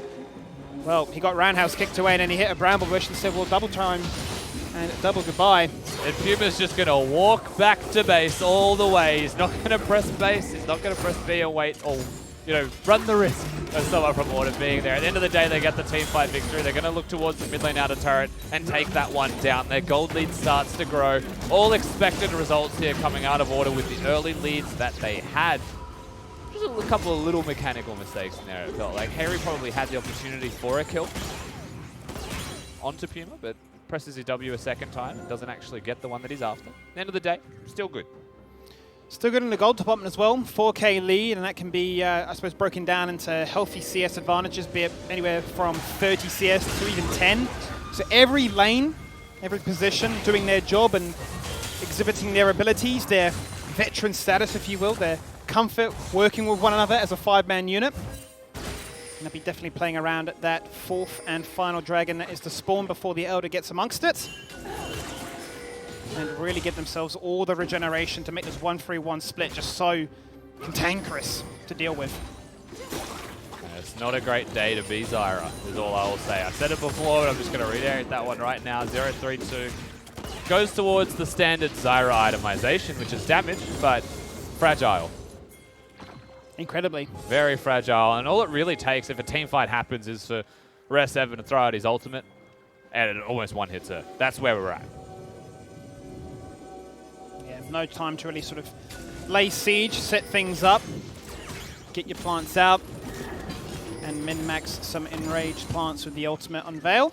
Calm before the storm here, however. 55 seconds until the 4th dragon, potentially 4 Order spawns. They're on Soul Point. Soul Point they are. Going to start to see some Ornn upgrades take place. First with Ornn himself with the Abyssal Mask. So the longer this game can go on, the more Gravitas can get beefed up in the engineer shop, if you will. But we're going to see the calm before the storm, as you say, counting down to 30 seconds, ensuring that every lane, specifically mid lane, is pushed on in to give them a fair chance. Kiana starts to come over as well, so no teleport users in top lane, no side lane pressure to be seen through those means. Swiper already here. Swiper looking for those picks, all of Order looking for those picks, and they've found one. The Omu's getting popped very early on, as it seems to be just a 1v4 situation. Beats walks into a brush, Beats dashes away out of the brush as Moonlight Vigil comes across. It's just not enough to secure the kill, but it will zone him out. It will force a re-kill, and they say that's all we need really at this point in time, because that Dragon Soul is ours. That's it. You know, you've got no health on Playlist. He's able to regenerate after the recall. Beats has to go back to base as well. You're not going to take the 3v5 if you were Gravitas whatsoever. Maybe a look at a steal could have been okay from something like an Ornn ultimate, but then you've got the Braum to counter it, right? So there was just no opportunity, no chance. Soul belongs to Order, and now the map belongs to them. Does indeed. The Soul being incredibly strong for that split push potential for multiple reasons, really. For sieging, for split pushing, just the ability to constantly regen whenever you're taking damage. Makes it rather hard for Gravitas to stick around in long, extended fights. And now for them, they need to try and find some advantage, be it a pick or even just a desperate Baron play. Well, they've gone out very early here. Gravitas, Praelus works with his mid laner, or with his support in this case as well, gets some vision around the Baron pit. They definitely don't want to allow a free Baron to go across, and they get there nice and early. So good decision, good little map movement from them off the reset, but it doesn't mean that they can stop it from happening. All it does is buy time to get another reset off, to get more vision, and make it harder for Order to play that dance, to play that game of vision control. You can also see that control ward just behind Order that they haven't checked yet. That's a teleport ward if ever I've seen one. That is indeed, and it's going to be ideal for nobody trying to force out a flank. Need to see Gravitas continue to keep vision up around that place, because their composition does fantastic in small choke spots, and that could be the turning point to try and turn this game into their favor as Order continue the siege, continue the destruction. Every single outer is gone. They are working towards match point. And Swiper will just chat it up and defend this mid lane turret. No one can stop the Mordekaiser from being here. He's just going to clear the way. If you try and stop the Mordekaiser, he's just going to ult one of you and he's going to kill you. So they back away. This is dangerous right now. Order on the flank. Harry jumping on in. He's going to look to try and take out K-pop instantly with a slap tickle and a bang. Rare 7 is there as Ayla pops up the wall. Out comes the Elemental. They want to make things happen. That's going to be the bullet time. The response is great from Rare 7. He says goodbye, K-pop. He says goodbye, nobody. They're chasing on through. Kiana doing whatever she can with the Rift itself. She's getting explosive. She's getting aggressive. David Attenborough, eat your heart out, but it's just not enough. Order, stay strong in mid lane. Almost the highlight reel kick there from Only. Looks towards the montage moment, but doesn't quite find it. He'll trade the 1-for-1 overall. Not too bad in the end. And that is the result of the team fight, really. Just a 1-for-1. 2 dead, I will say, from the side of Gravitas. I genuinely just forget to count Zyra when she's this behind as a champion, so that's my bad. A glorified minion for you at this stage, is he? But still, control belongs to Order. You know, you look at the end result of the team fight, it was probably best case scenario for Gravitas hitting their buttons and getting those executions. But one, the door's not available from Ayla, so he can't stop the Ornn ultimate. He actually does get the second part of the charge off as well. So they start the fight off, get the misfortune to follow that one in illiterate with damage, but they're just pushed away. And of course, this kick was really close to hitting 4 of them and being something incredible. Just a little bit off. Definitely got to set things up to be a bit of a different scenario, but regardless, they'll be happy with that trade because they still command the map itself. The gold lead has never really shied away from where it's bounced at for now. And Swiper with teleport handy is going to exhibit what top laners do, and that's split push. Yeah, he's having a really good go of it right now. You know, it starts off to be a little bit rough against the likes of the Ornn, but once you get your items, you get yourself into a very good position. He's gone for the Leandra's Rush, as you should. And from that moment, you saw him able to successfully 1v1 the Ornn. So that will continue. He'll continue to sit in the side lane, and now he can win the 1v1. Hayri can win the 1v1 as well quite easily. It's a very fragile Kiana, so as long as LeBlanc gets the jump, he'll just one-hit him. And now we're in that position. The position that Order want to be in.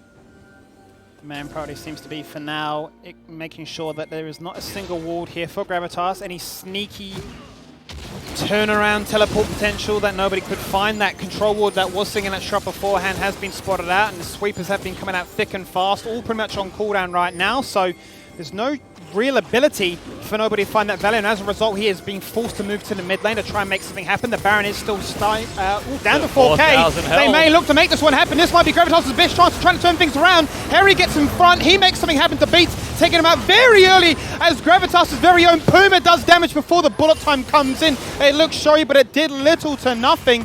Baron is regenerating, and that might be enough to stem the bleeding and prevent Order from taking that one home. I mean, who's going to stop Hayri right now is the only concern that they've got Gravitas.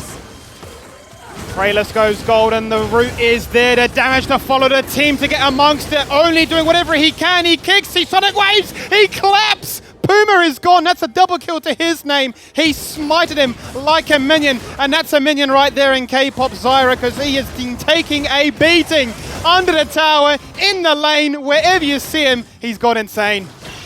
And they are able to disengage here. Ocean Dragon doing a lot of work for Order. That Soul has been nasty for keeping the health values high in that team fight. A lot of Clash of the individual plays there. You saw some really good play coming out of Only on that Lee Sin. And Hayri is just a menace. He's just a real pain to deal with right now. And unfortunately for Gravitas, they used everything to try and get those engages off at the Baron to stop Order. And so they're able to continue to poke at them, just to pick at them and find those opportunities. Harry was walking around this place like he was the CEO, like he owned this building. On his own, not a care in the world. And he got cancelled a couple times as well, trying to dash. You know, that was the first one of a couple. And through this moment, you know, eyes go towards Only able to get the kill, just sneaks through there. Gets himself the double. Meanwhile, Hayri has just been regenerated. I mean, just look at all the plus 46s and 30s that you're getting from them during this. He gets up to full health from almost dead. And we're going again. We're going back again. Highlight reel or not, we're looking for more. We want more montages, more clips to post on social media.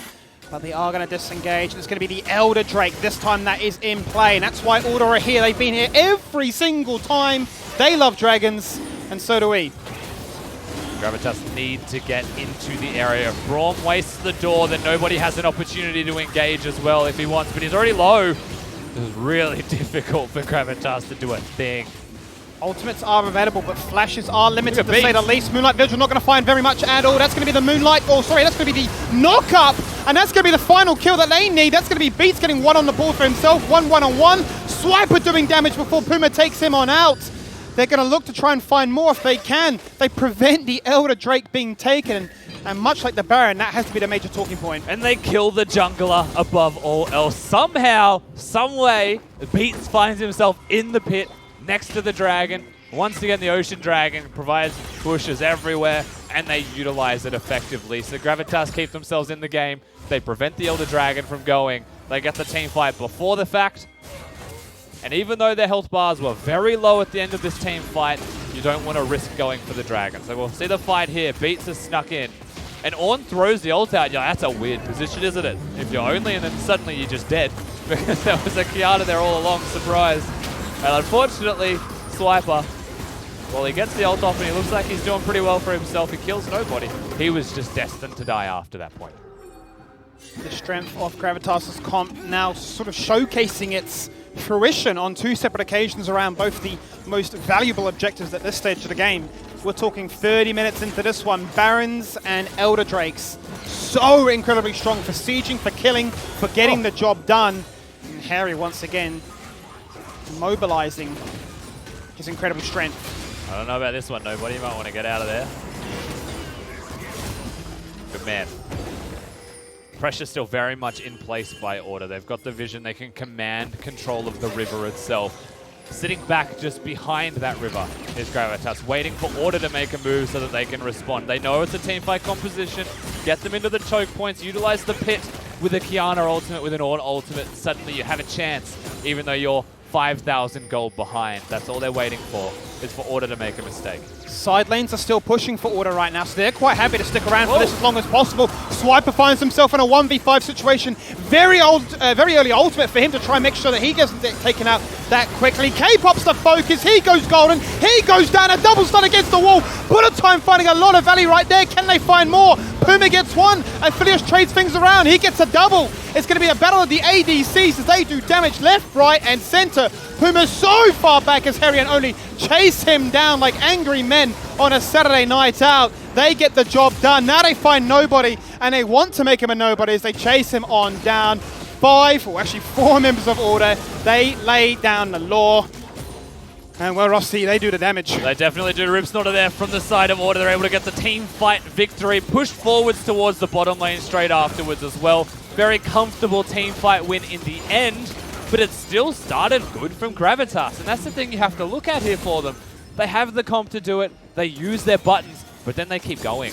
And the biggest mistake, and you'll see it from replay, is that they choose to keep going. They should have just taken the trade, use the dragon more aggressively once again. Get your ultimate cooldowns back up and try and just stop Order from getting it in the meantime. Should be the game plan here, and unfortunately for them, that overchase, that overreach, allows the mobility of Order to just clap Puma in the back. That they do. Now they find themselves with an Elder Drake as we get ourselves a quick review of how this one all went down. A lot of ultimates very early on being bought out here, and that's what really starts things off so well. Yeah, and you'll see Kiana goes forward, hits the ultimate. Ornn wants to follow up afterwards as well, but doesn't throw the ultimate for a very long time, I think it's fair to say. And by the time he threw this and Praelis flashes forward, they should have been running the other way. Just plain and simple, too much health there from the side of Order. Ocean Soul's ridiculous for the health returns that they've been getting during the duration of this team fight. And it's just a little bit of an overexertion, and suddenly Order just catch you, no hesitation, no delay whatsoever. That's the experience of the members coming through. But there's a lot of great talking points to take away from this one, something that can definitely be refined as the weeks and days go by. But right now, all eyes are on Order that find themselves in a lead that's starting to creep up to the 10k gold. A situation where you find yourself thinking, how do they possibly lose this one? And Elder Drake, with the aggression they have, the fact that Harry can get in there, and same for Only and Rare 7. If they do damage, Elder will do the rest. Yeah, definitely. I mean, you've got an Ocean Soul with an Elder Dragon on top of that. It'd be kind of bonkers for you guys to sit there and poke your opponents down, especially with someone like a Philios and a Mordekaiser on your team. This Baron is going to be absolutely annihilated with all of the damage that Order are able to put out. So that's just dead to rights. No contest available once again. And they're just a powerhouse running around on Summoner's Rift right now. You can see that Gravitas were going for the jungle check to see if maybe one straggler. What they were doing is they picked a bush. When you're losing, like really losing, you really hope your opponent's got an Elder, you know they're going to go to Baron. What you do is you ping a bush. You know, this is the bush. No one should come to this bush. But if they do, it'll be one person, and they are so dead. Yep. And that's great. That's real good for us. But no one was ever going to go to that bush. They were disciplined in their attempts, but the discipline didn't pay off in this situation. We are now looking at Order taking their very first inhibitor of the game, starting off here in the top lane. Gee, it's a good day to be a Zyra, isn't it? Gee, it's a great day to be a Zyra, isn't it, everyone? He just got one tap by a Q-Ignite auto. Nothing to say about that one, Rusty. Nothing to say at all. The first turret falling on down as we're working towards an inhibitor. Mid lane still being pushed on by Swiper. The aggression, the respect, and rightfully so. There are just so many buffs on this Order team right now. How do you stop them? A second inhibitor. We're working towards Nexus turrets right now. They are working for that GG screen. Someone has to go eventually. They look for the engage right now, but it's not a good engage. They're in trouble. Nobody's looking to chuck out the elemental at the very last second. He can't even redirect it. It looks like the light rail coming through Sydney. But what's good about that is it means that he will not survive. He gets taken on out. Puma joins him in the afterlife. Only 2 members survive the respawn K-pop and Prayless to join, and they're going for the win. They're jumping into the Nexus. Smite me with your laser beams. We don't care. We want the win, and we will take it as we work our way onto this core. It is falling a bit slowly, but the minions, they get the job done. And the big yell from Rare 7 there, the AD carry of Order as they get that victory. He's a hyphy player, loves himself a good win. The boys from Melbourne are able to do that and get themselves on the board very successfully in their first game of the OPL against Gravitas. An incredibly strong performance on the opening day here for the OPL. All to get the win, and in a convincing fashion. So they had an idea, a strategy. The execution was flawless, and they were able to pick up as many buffs as were required to make sure that it was pretty slim chances of a return from Gravitas. Yeah, you can see them taking the photo now. Can I just say, what a handsome team. Absolutely. Probably the most handsome in the OPL. The photogenic content team. That's what we'll claim them as. Got to get the chairs out of the way. More space for the handsome Order members. I'm sorry, I'm just... You're rambling on now. Smart ass now. I'll stop. But yeah, there you have it. Order taking out the victory on day number 1. We've got the boys back on the desk. Nick looking ever so lovely as always. So I'm going to throw it back to him. It's just compliments to everyone. It's so nice. There's a lot of love in the room. That's true. Order. I mean, it was pretty definitive the entire time. There was a little touch and go there in the first half, but they did what we expected them to do. Yeah, I think that coming into this game, Order obviously had a game plan, which was to split map. We talk about it a lot, but Maud's like really frustrating to play against as a jungler because as soon as he gets level 6, like it's just impossible to dive him, right? So Order obviously wanted to split map. They went into a 1-3-1 really early that game. But the game got weird when Prayless just picked up 6 kills and was like this unstoppable Olaf and made it really scary. Yeah, and Gravitas also had a press iron run at you composition. So anytime Order got into a team fight against them, there was always that scenario where the wombo combo hits and Order just hits the floor and they win the team fight. And when Olaf picked up all those kills, it got even scarier because now he can dive into the backlines while they throw all their ultimates out. It almost happened a couple of times. I think most notably is around the dragon fight where Swiper went forward on Mordekaiser and just died instantly, but never really hit that big combo to take down all 5 members of Order. I'm getting trolled by people standing behind you. Come on, boys. Just sit on the couches. Come in here. Just walk in. Only I get yelled in front of walking cameras. Congratulations on the win. Thank you very much. You look like a young grandfather. That's me. That's you. Hey, Ronan, just move the scarf a little bit to the other one. Yeah, thank you. You can't turn it off, can you, Dad? In case you guys couldn't see this. Congratulations, both on joining Order and, of course, winning the match. Only I'll start with you. How are you finding the new team? Yeah, it's good. Good vibe. Oh, is it actually? Is it working? It's a microphone. Oh, okay. Yeah, yeah, it's good. Good vibes. I feel like I'm just playing with like some brothers as opposed to just teammates. And shade already. We take those. Yeah, I mean, sometimes we int, sometimes we play well, but it's always good fun. So I heard a rumor that you two are like cutest couple os. I don't know if this is suitable for broadcasters. I mean, I think so.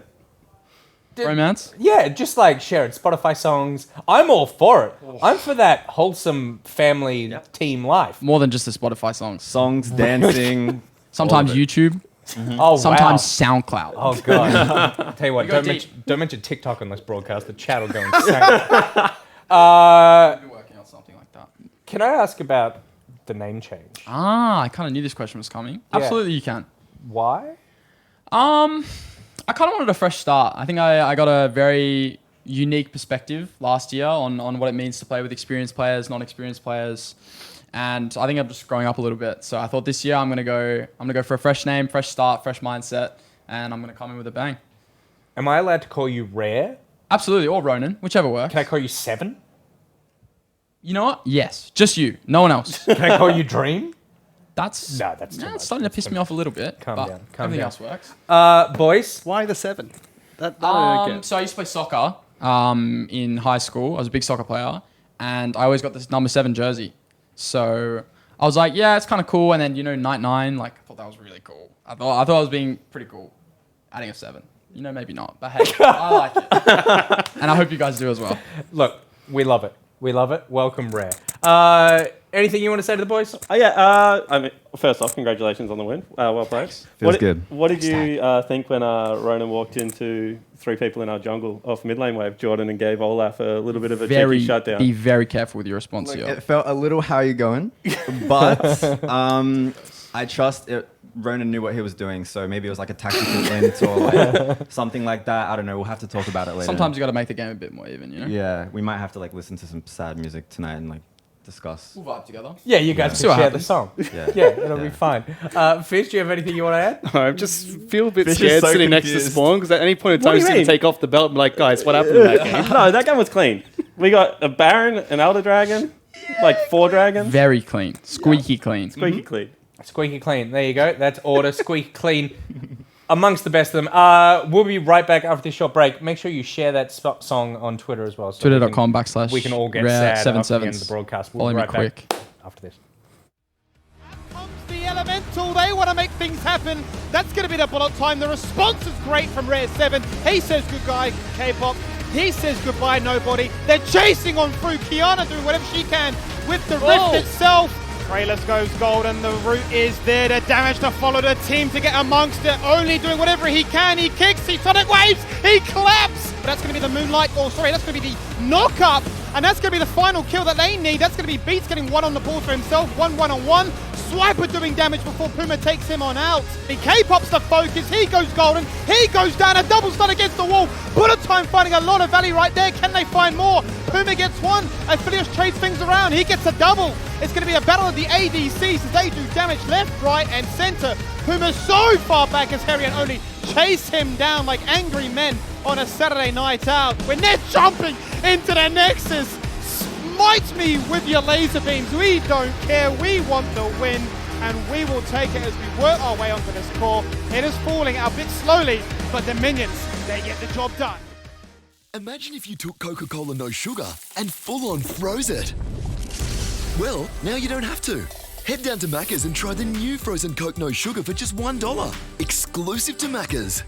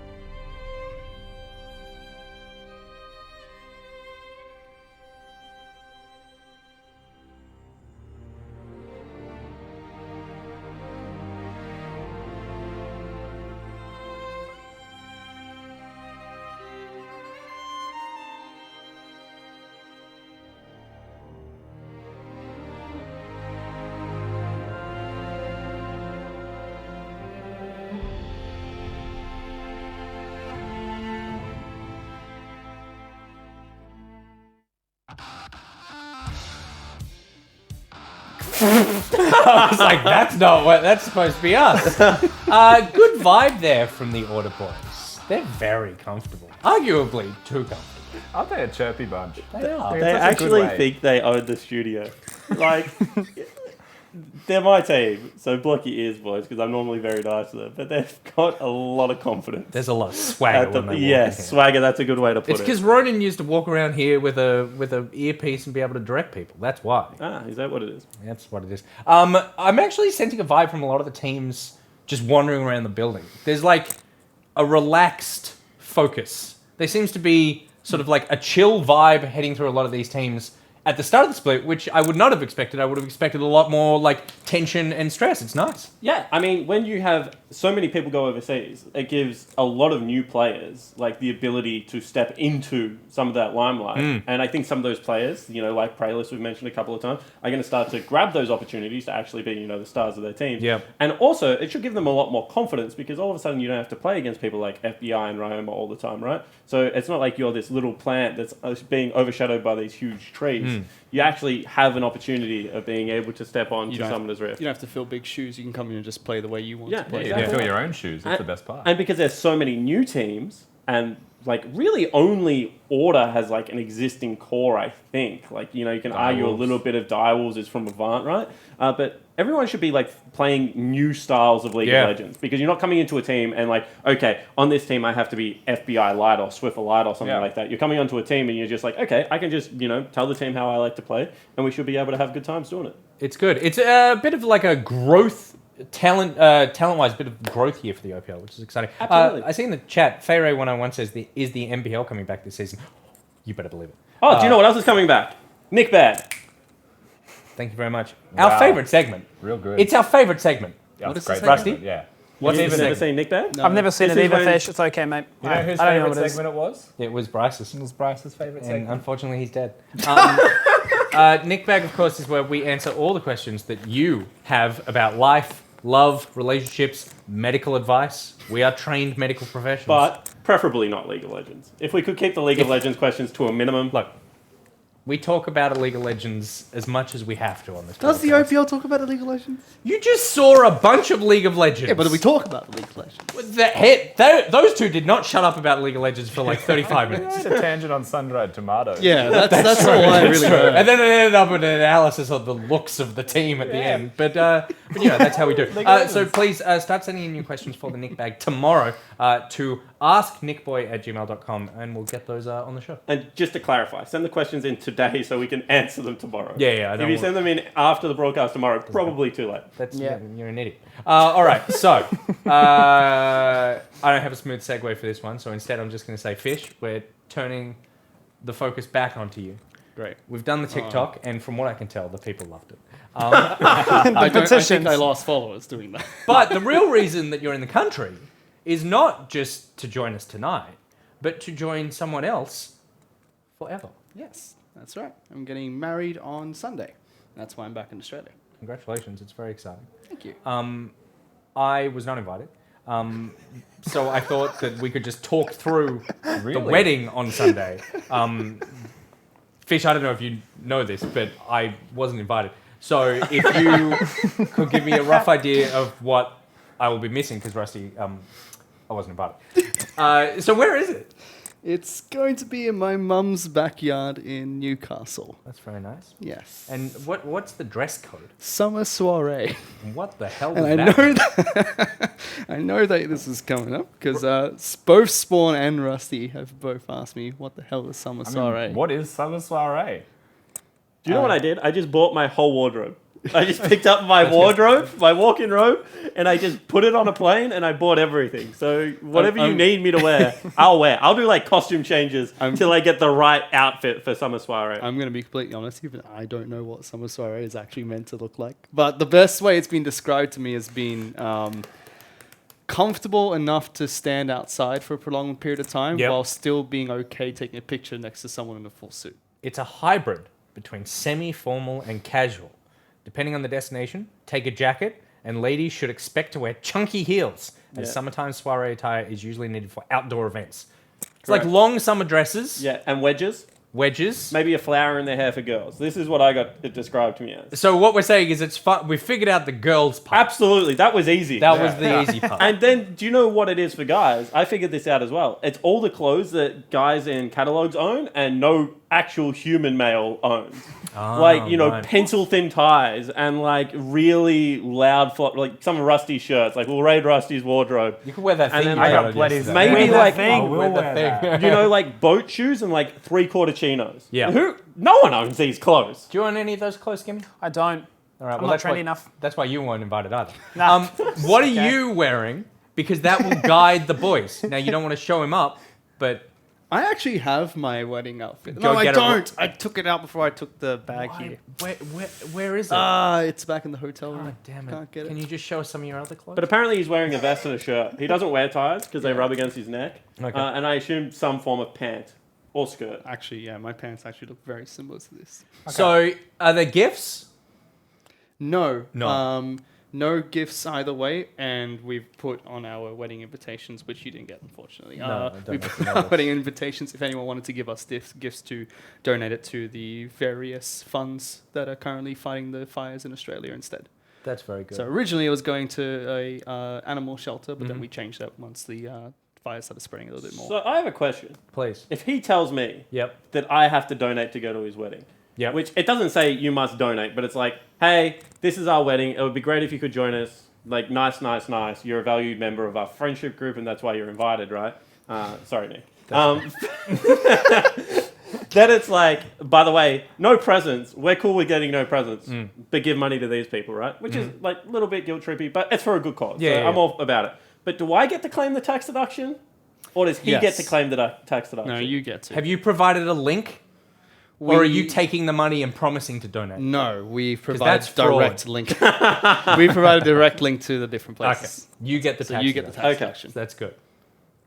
You sorted on this as well? Yeah, I mean, I don't need to ask that question again. No, you just need to figure out what the hell you're going to wear. Yeah, All right. true. Well, there you go. That's the wedding. It's very exciting. I'm sure there'll be lots of beautiful photos. I can't wait to watch them while I'm in my underwear at home, which I believe is summer soiree. And I'll just watch the whole thing on Twitter. So that's lovely. Right now is the chance for you to jump in and give me a last minute invitation. Not going to happen? All right, let's move on to game number 3. It is Pentanet versus the Chiefs. Let's take a look at the Pentanet lineup, because these are the very new, well, at least team on the block, but a lot of old boys who have been around the block. Jake? Yeah, absolutely, and I'm really excited about this team. Biopanther in the top laner, obviously from the Direwolf. Sully was ordered substitute last year. Get back in the middle, another Direwolfian. Traded over from Legacy with Rogue, the last remaining member of this kind of core. Pentanet obviously acquired the Bombers spot. And what's not on the screen is Windows Monkey, Split 1, coach of the Split, and, you know, the leader of the Bombers outfit that actually won the whole thing is going to be standing behind them. I'll go out on a limb, and I don't normally do this, but two of these players we looked at very closely in the offseason to actually pick up on the order. I think that everyone is sleeping on this team. I think this team is like bloody awesome, to be honest. You look at that lineup, that is a strong team, Yeah, Jay. definitely. Right, sorry, Rusty. I mean, all of the individual Jake's players. over there. All of the individual players that have been picked up by this team are good. The only question mark for me is Sully, and you know, it's about exposure for him, right? We've seen one game, it was a loss. It didn't mean anything. He played fine, and then the game ended. But Praetus was like the star of his team when he was there as well. Get Back was Star of League of Legends if you talk to him. Oh, I mean, absolutely. Yeah. He's challenger, by the way. Get Back was nuts towards the end of the split as well. Had very good performances and really started to ramp up. And like the same thing when Biopanther's in good form, looks unstoppable, right? So that could be said for every player. Put it all together in a team. The only question you have for Pentanet is how good are you as a team? And I think it should be good, because when you join a team, having built them myself, what you have to worry about is a little bit of like the egos, like who's the top dog, like how do they figure it out, like, you know, there's a lot of that, you know, if you bring, I don't know, I'll use a random example, but you bring Raze and Babip onto the same team, like they finished first and second last year and were two of the most important peoples on their respective lineups. Yeah. They have to sort out the leadership side, right? And it seems like they've done that on Legacy very well. But with a team like this, I think it's a lot of people that were kind of on middle of the pack teams but were good players, and I'm sure their response is, I'm just happy that I'm on a really good team now. Yeah. So, you know, I think the teamwork level and the dedication to the game should actually be the highest for this team. Well, Pentanet, we and Western Australia are behind you. You guys are going up against the Chiefs, a name that is synonymous with success and power and winning in the OPL, but not with 90% of this lineup. Rusty? Yeah, very different in certain places here. Of course, Tian's going to be starting this year. Swiper, of course, with Order now. You've got Croc in the jungle. Claire, mid laner, still going to be that franchise player there to look towards. Katsuri, who was a very good AD carry last year, someone to look for in the Chiefs. And Korea CK taking up the support position. How do we feel about Chiefs? When I was on the OPL, Chiefs were the team that barely ever changed. Like when Radier moved away from the Chiefs, that was a big event that took place. I don't recognize anyone except for Claire, and even he is relatively new for me to see in the mid lane. Yeah, so for those that don't know, Korea CK is obviously Korean. He was just running around solo queue over the summer break and was absolutely destroying people. Really, really great Thresh player. Croc played in the LJL secondary league, I believe, finished third over there.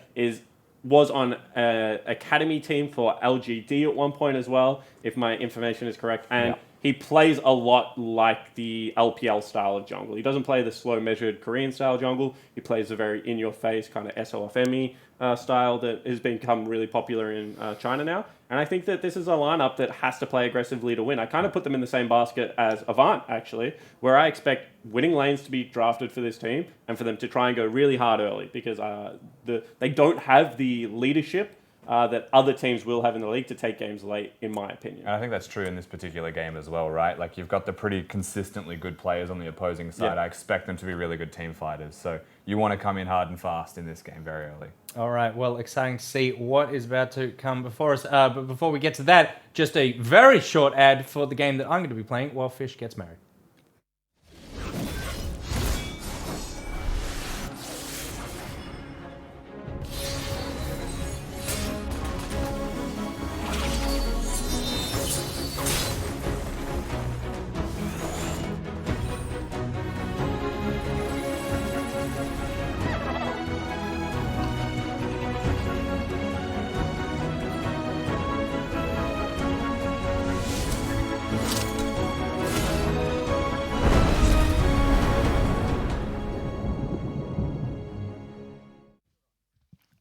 All right, let's get into the third game of today. It's going to be Pentanet taking on the Chiefs.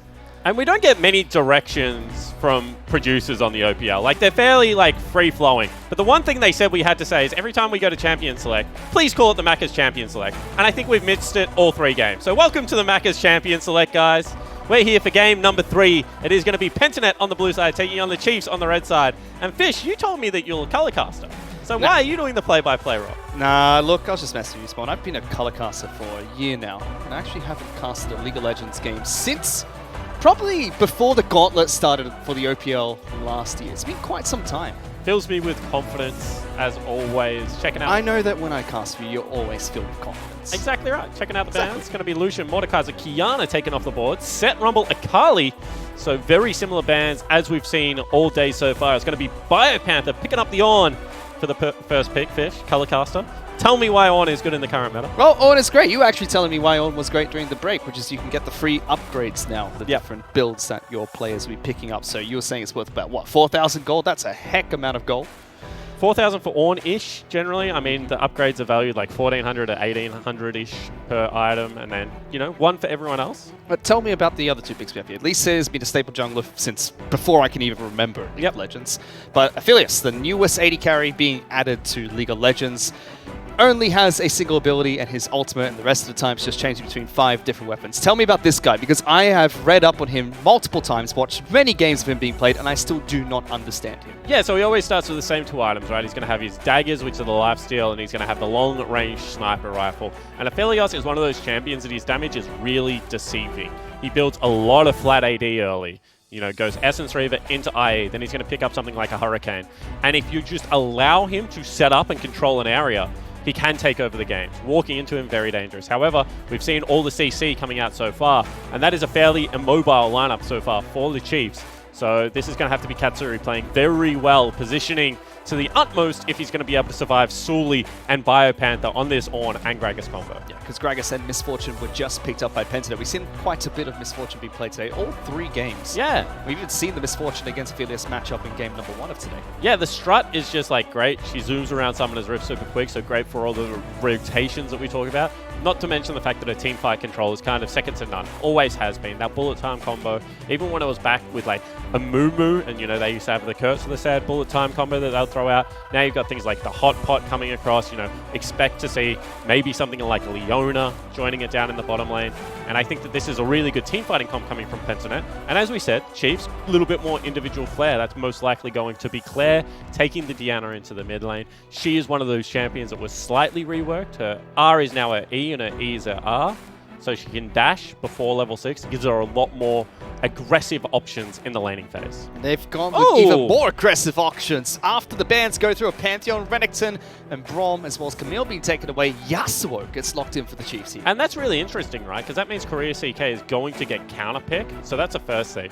Secondly, they obviously were very worried about Get Back playing it, because that is the Gragas Yasuo combo that can be locked in, which means that maybe Thien will be playing the Diana in the top lane.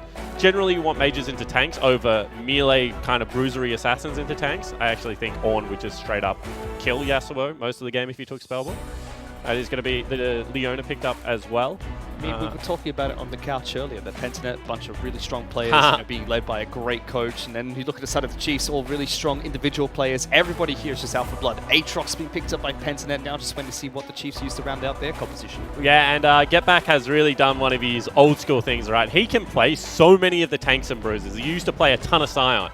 So I would not be surprised if that's a mid lane Ornn being picked up. And that really does shut down like all the aggressive tools coming across. It means it's going to be a skill matchup in the top lane as well, because Aatrox can win against both of these champions. Really love what Pentanet has put together with their draft here, and I do feel like the Chiefs will have to hit the sickest Diana-Yasuo combo if they actually want to be able to out-team fight.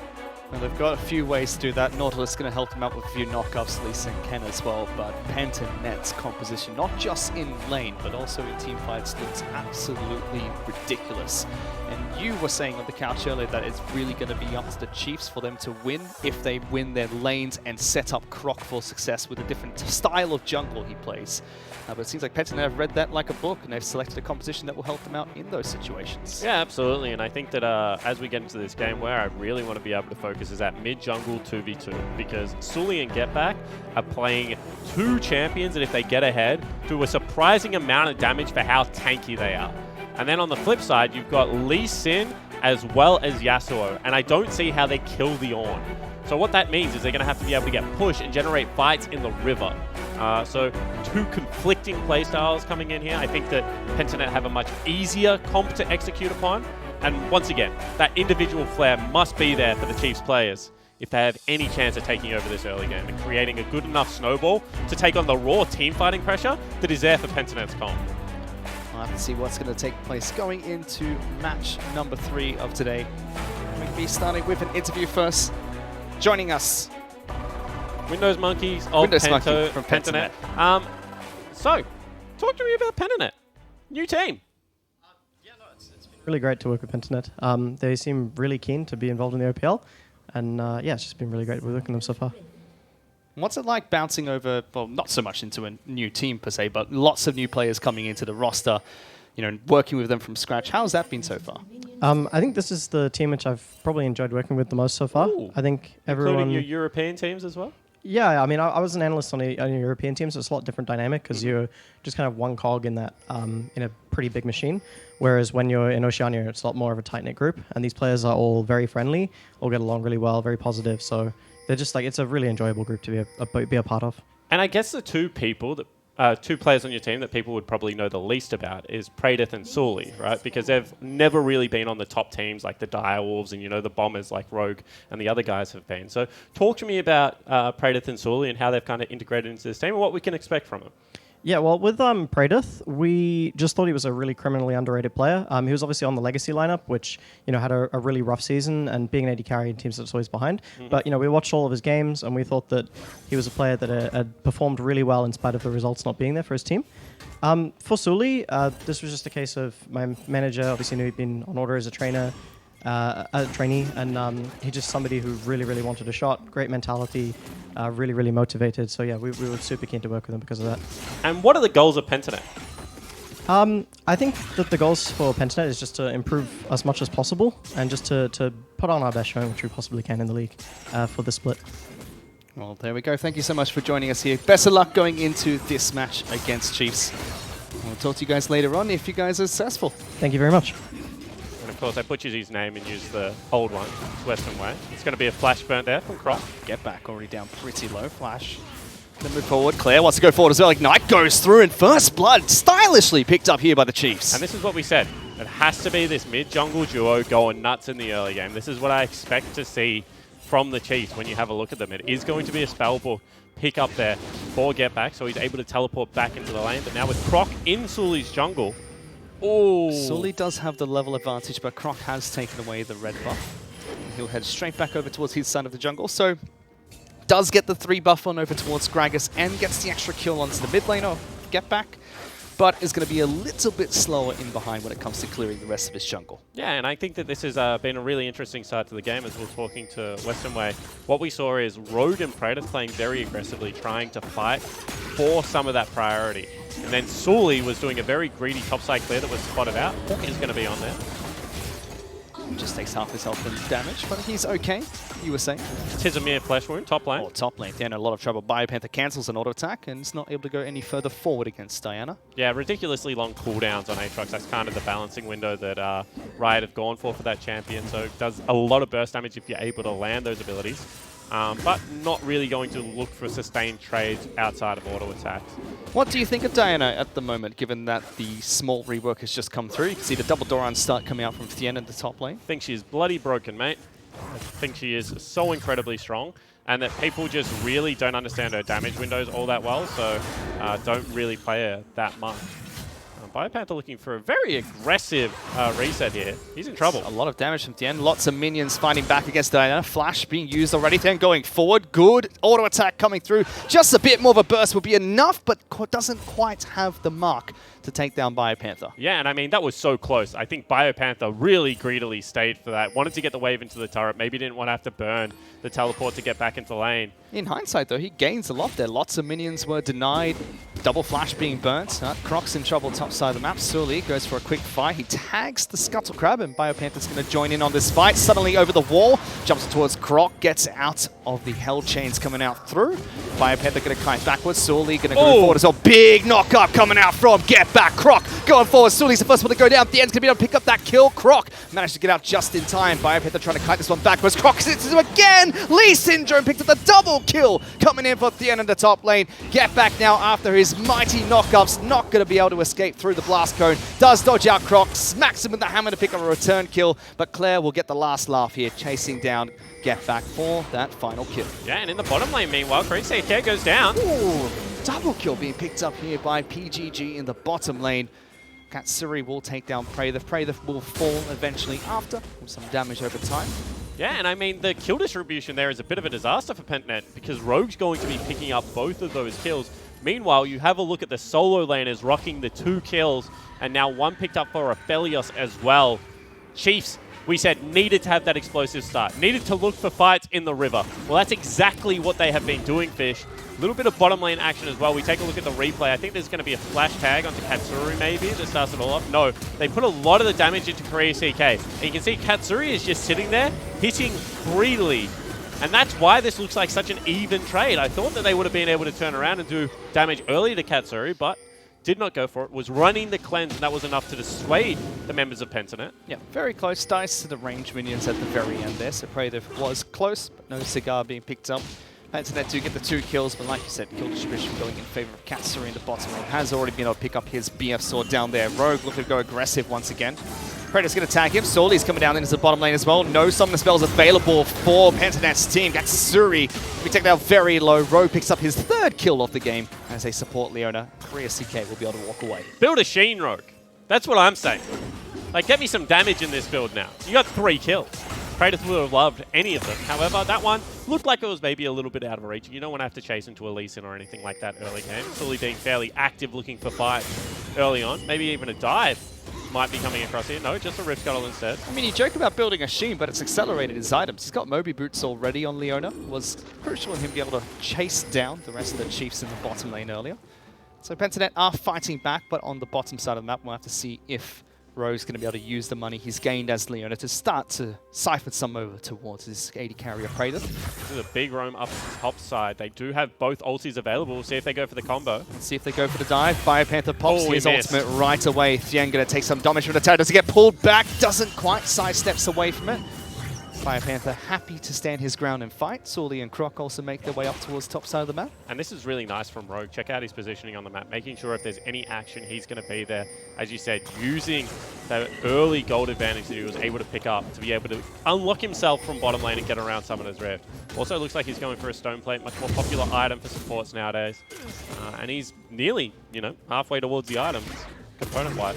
Checking in the game in general, it's 4 to 5 and kills, and it's about 500 gold of a lead to the Chiefs right now. So they have the tempo and the advantage that they really need to control the game, like we were mentioning earlier.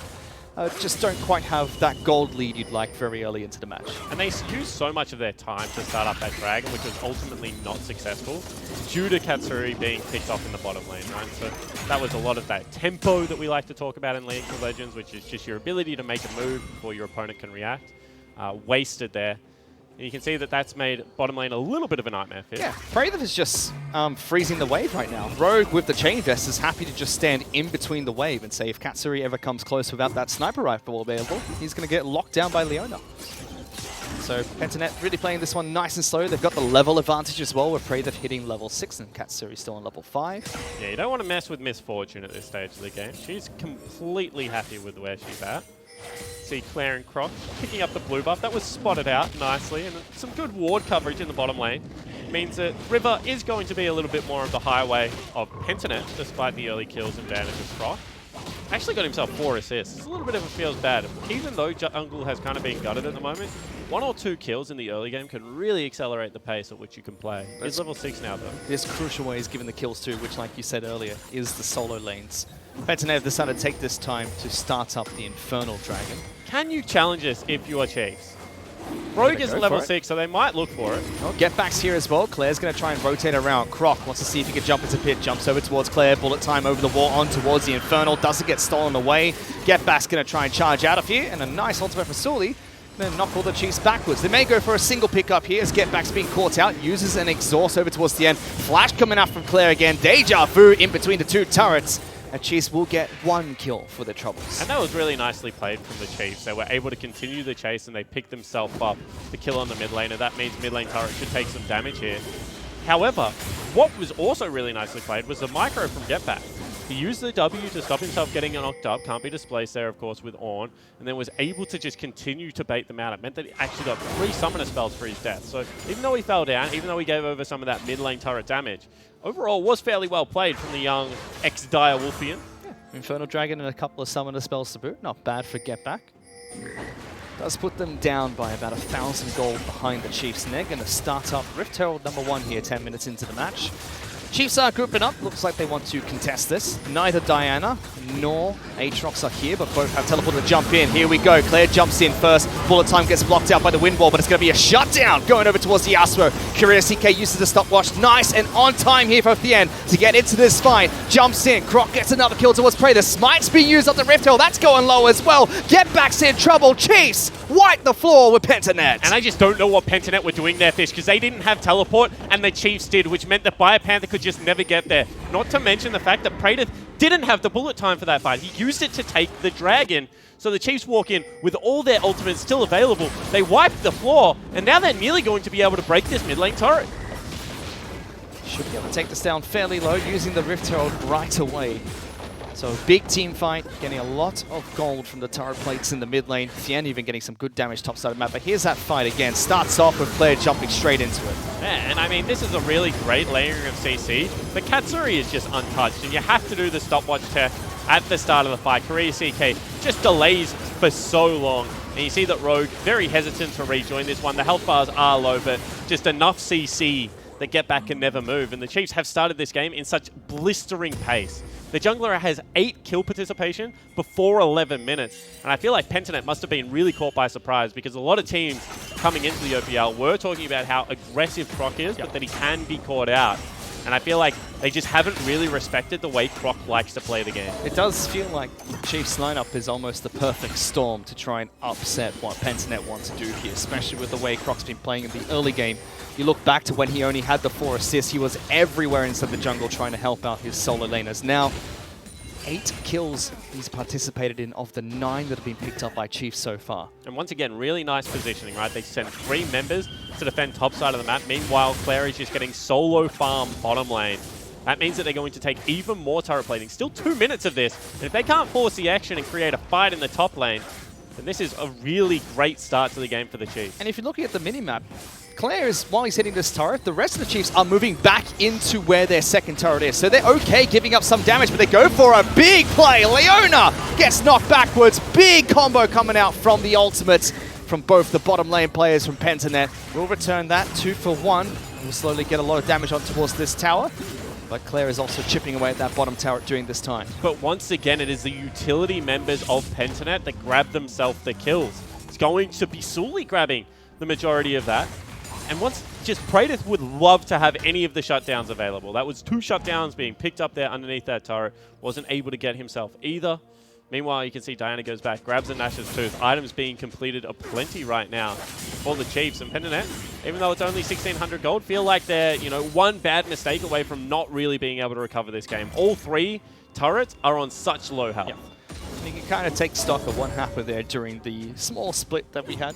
Claire was able to get the bottom lane turret down to 2 turret plates left. Top side, exactly the same from Pentanet. They traded 2 for 1 in kills. But now Chiefs have hit those item spikes. You see a Phantom Dancer already been picked up here by Yasuo. Diana going to be able to pick up her first time as well, and still has the stopwatch available for the next team fight. So Chiefs might be looking to try and pick a fight around either second Rift Herald or the second Dragon to spawn of the match. And this is interesting, right? Because Pentanet deploying away from Dragon means that they don't really want to contest. And when you have a look at their composition, they are very ulti reliant. So I can understand that until ultimates are back up and available, they don't really want to be able to go for this. So instead, they just go top lane. They're trying to farm some gold into Praetor. He hasn't got himself any kills, but that's all 5 plates of that turret now, and first brick being picked up. Turret's going to be taken down top side of the map. Mid lane in a bit of trouble here, but like you mentioned, Chief's going to go straight over towards that Dragon. Pentanet going to continue pushing on the top side of the map. Claire will eventually take down that bottom lane outer turrets. And I feel like this is a bit of a misplay from the Chiefs because they don't have anyone that builds MR or armor outside of Nautilus. So this Mountain Dragon really does dueling squat for them, right? Instead, they've just traded their whole topside jungle, the vision that's available for it, and 2 turrets. If they get this mid lane turret, it is going to be a bit of a better news story, but you can see that they're even maybe looking to challenge a third, if not collapse on Katsuri at the minimum. Are they collapsing on the Katsuri, or are the Chiefs caught out of Get Back? He's in a bit of trouble. Sniper shot doesn't connect. Croc tags him, gets some good damage. Will pick up that kill. Chiefs find a quick counter pick in the mid lane. Strange there from Get Back, not using opening with the ultimate on Katsuri, instead using his face. So yes, you're right. It does end up with the Pentanet Gaming mid laner. Unfortunately, in the respawn chamber. Flash for Thien, trying to catch up Praetor. Quick flash, gets him out of there and uses the ultimate to clear the way.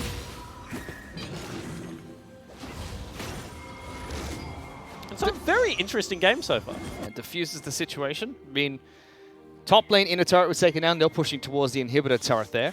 Meanwhile, the Mountain Dragon got taken down, and it's an Ocean Dragon coming up next. So lots of brush has now spawned in the Summoner's Rift map. And Ocean Dragon brushes have been giving teams nightmares so far. Yeah, we've had nothing but Ocean Dragon brushes today. We've had a couple of, you know, sneaky Dragon plays off the back of it. Especially last game from Gravitas, getting the Kiana in the pit, just being able to blow up the Lee Sin. There's a sneaky Aatrox being thrown in there as well. There was. Top Home was a sneaky Aatrox, that's right. Game number 1. So crazy thinking about the amount of movement that happened in the OPL offseason. Especially, as you said, around the Chiefs lineup. It kind of felt like Swiper was going to be the oldest player in the OPL ever that had really not left the team. Then to lose Raze in the same offseason. Of course, Legacy with a great pickup there. But I think the Chiefs lineup so far has done their org pretty proud, you know. They're 2,000 gold up in this game, matched the Dragon. Once again, looking to trade turrets for other objectives. I also feel like they're playing around the playstyle of Croc very well so far. Yeah. And that's kind of one of the tools to success for the Chiefs. And the main question's been answered. They can play to that playstyle. Now, can they use it to close out games? Because that's the part where I still think they've been a little bit sloppy so far. Yeah, definitely. But I mean, Getback's now 2 levels down. Claire's built himself a very nice lead. Top lane Biopanther has got himself a level advantage and is up 40 CS, however, at the end with the 4 kills. And it's pretty interesting how both teams are deciding to play 2 lanes. Primarily around, you know, Claire's lane or Biopanther's lane, depending on whether you're Pentanet or the Chiefs. And then just limiting the farm that can be picked up. We're 17 minutes in the game and no one is anywhere near like 9 CS a minute. This has been a very bloody affair so far. I mean, it's really been the map split apart even before the first turrets went down. Yeah, the 4 people splitting top side of the map for Pentanet. Then we had Chiefs split pushing in the bottom lane with Claire. And it still feels like that. No one's grouping up for fights here, which is strange. I thought Pentanet would want to try and take some 5-on-5 fights, especially after Misfortune got the first item, which is now complete. The Essence Stream is ready to go. I think you definitely want Infinity Edge on Misfortune. For those that don't know, her ult scales really well with crit. So definitely after losing the first skirmish of the game in the top river, they would be very aware of how accelerated their opponents are and just, you know, taking that deep breath, slowing the game down. Ultimates last forever in this game, Fish, so they're not going anywhere. Just difficult to think how Misfortune's going to survive when you've got 3 players from the Chiefs that can easily just beeline into the back line of Pentanet, take out Praetor nice and easy, and start working on the other threats in the squad. Both supports will be able to pick up their Gargoyle Stone Plate already. So that's going to help them out being a little bit more tanky in the fight itself. Rift Herald summoned in the mid lane. Pentanet look like they want to go top. Pentanet going to be able to knock down the bottom lane in a turret here, but this entire time Rift Herald is charging in the mid lane for the Chiefs. An aggressive play that pays off. Bien has teleport available as well if he needs to join the Chiefs in the mid lane. Recalls have not gone out just yet. The Chiefs will be able to get the charge of potentially the first inhibitor turret of the match. Really nicely played from the Chiefs. Bien just respecting side lanes so well. However, now they need to be careful because the whole lineup is here. Rogue looking like he wants to go in, but very nice dodge coming out from Croc to disengage there. And Pentanet will lose their inhibitor in the mid lane. And that's a big deal because they don't really have anyone that deals with super creeps great. I mean, not an attack speed 80 coming across for Praetor, so he's going to have a harder time than usual. It's not like it's a Cogmore or Bane that you can just park in the mid lane. You see, Getback had a little bit of a nightmare game so far. 1 of 5, has very much struggled. So I think the Chiefs just playing very well. Claire's Yasuo has thrown a big spanner in the work because Getback would have loved to be able to ulti that creep wave, buy as much time as possible, but with the Yasuo in the game, you just can't do that. Windwall just completely nullifies Ornn's ultimate. And it stops 3 of the key ultimates that Pentanet have. Gragas, Ornn, as well as Misfortunes. So multiple ways for Claire to use that in this game. And so far has been very successful. If you look back at the first Rift Herald fight, he was able to isolate Praetor just with 1 Windwall, making it so he can't auto-attack throughout majority of the half fight. Yep. Whereas, like you mentioned, Suri is able to just walk around and kite the rest of the players from Pentanet, get free damage there. He's been a very, very strong player, not just in this match so far, but in every single split that I've seen Claire play, he's been phenomenal in the mid lane. Yeah, absolutely. I mean, he's one of those old school players that you feel like he should be nearly 30 now, and he's still so young. He's just been playing professionally since 16. He's a Melbourne boy as well. He had a short stint in Korea, did he not? Not Korea, in Japan. Yeah, LJL. Played over in the LJL and then came back, and he was on the Legacy lineup and the Chiefs lineup. Very good control mage player, but also showing the fact that he can play things like Yasuo on stage as well. Also, fantastic hair, by the way, Claire. Looks amazing. Everyone with the looks today. First day of the OPL, of course everyone's going to show up. Just wait till about week 6 or week 7, then you just start to see people get a little bit sloppy. Like, go for the haircut next week. But day 1, of course everyone's getting ready for it. What happened to you? Like, I don't see any changes there. Just still I'm a same, dad. same grumpy Spawn. I'm a dad, dude. We don't change. We just, as I'm going to take a seat, we just, you know, we show up and unfortunately with me, this is what you get. It's as good as it's going to get? Yeah, absolutely.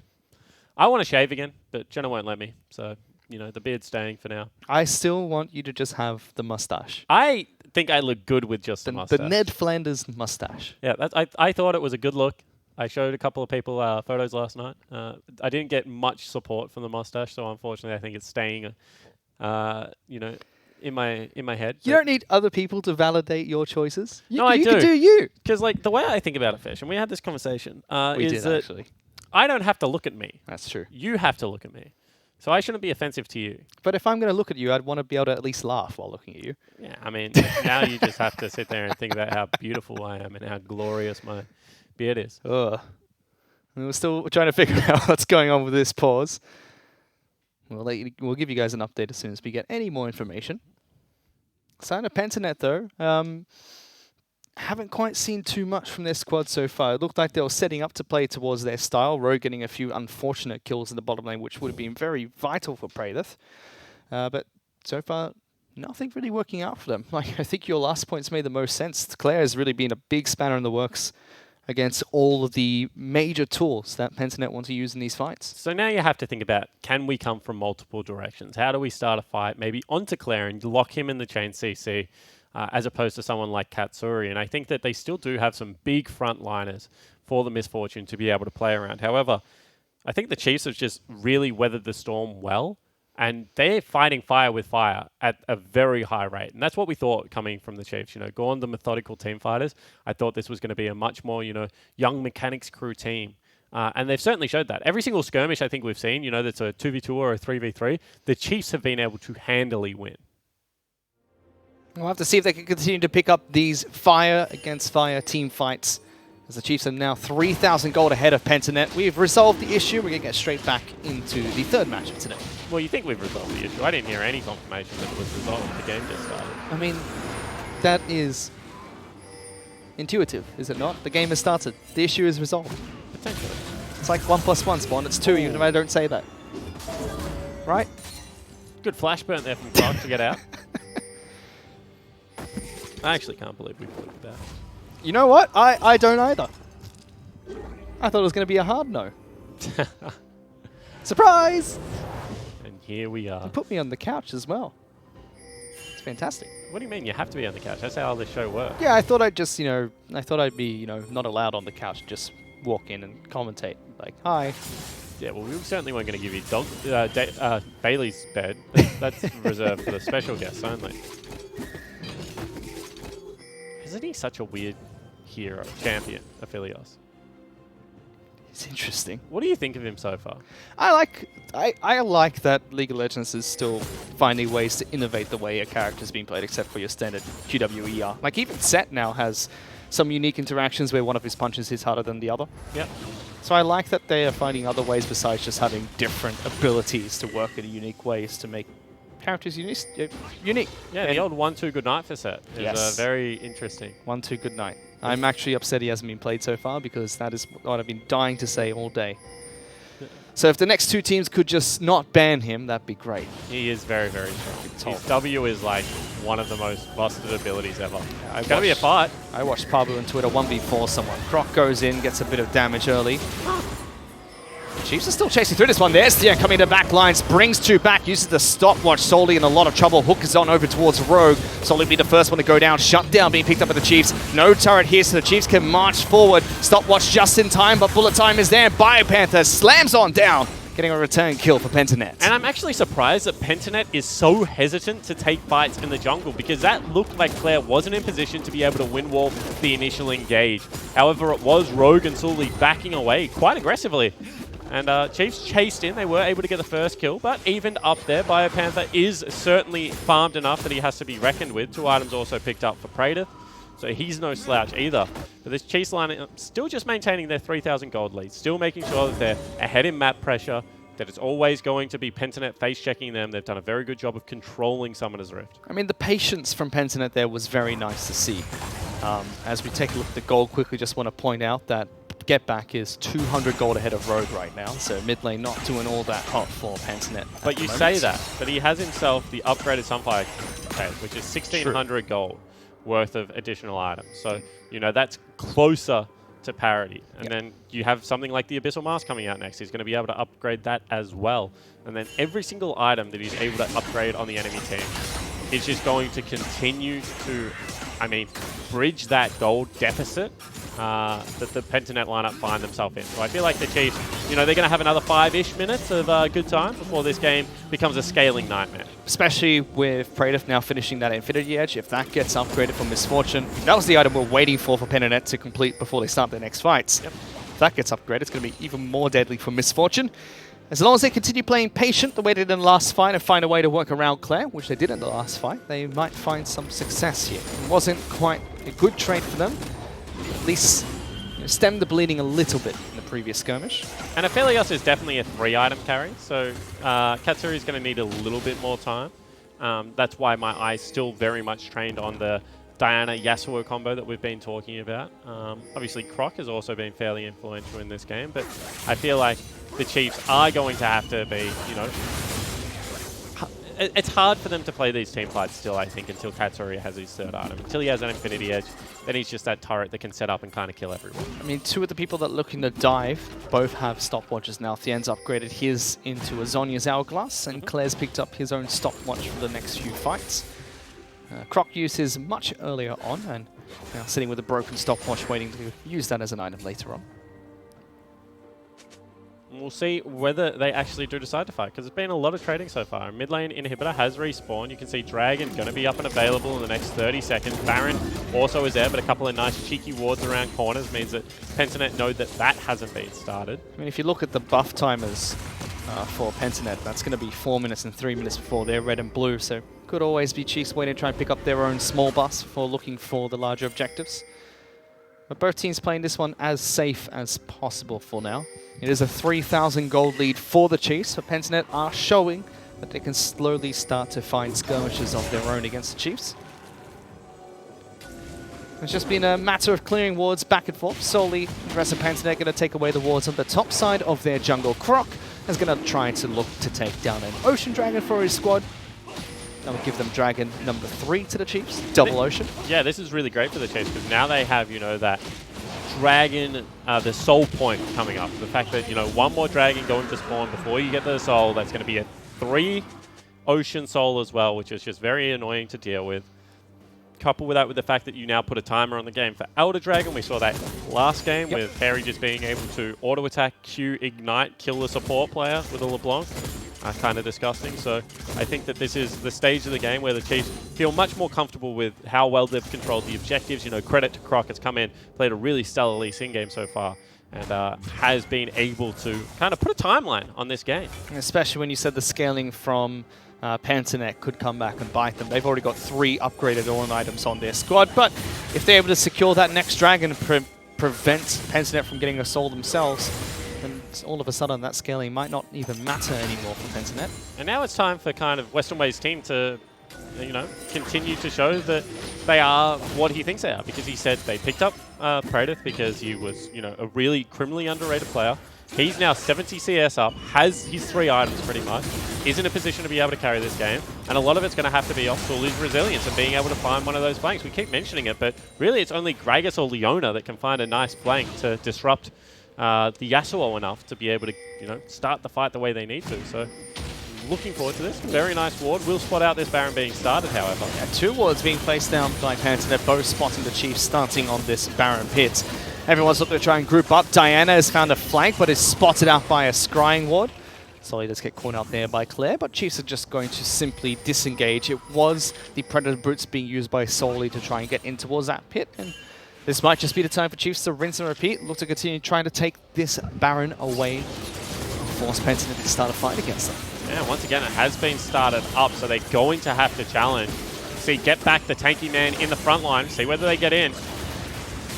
They're only getting a knock up on towards Rogue, but Rogue jumps in, gets a single stun. He's going to be locked down by Korea. CK solely jumping into the fight. Get back, gets a knock up. Big slam coming up from Thien, and that's the wombo combo the Chiefs were looking for. Absolutely demolishing Pentanet. And you can see that Claire is rubbing his hands together. What a feast for the Chiefs mid laner. They're going to be able to push down mid. They're going to be able to end out this game. And in 28 minutes, the Chiefs style on Pentanet. Absolutely styled on them. They don't even need to go back towards the Baron. They march it straight down into the mid lane. What a beautiful fight coming out from the Chiefs. They started it nice and slow and really just waited for the end to get the perfect slam. And my God, how perfect it was. Chiefs will take down Pentanet in day 1 of the OPL. And I'm impressed. That was a clever team comp.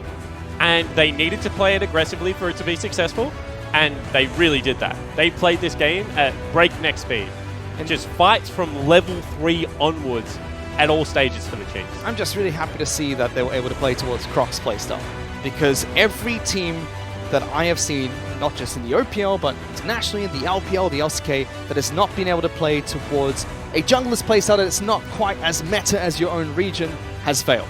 And Chiefs were able to do so quite well in their first match back in the OPL. And I think Thien, stepping into Big Swipster's shoes as the top laner of the Chiefs, also had a very good performance there on the Diana. He was never going to be the tank player. He's going to be in there and wanting to carry with his team. And I think that, you know, that is a big carry performance, especially nailing that last ultimate. 4 members getting Yasuo onto the back line.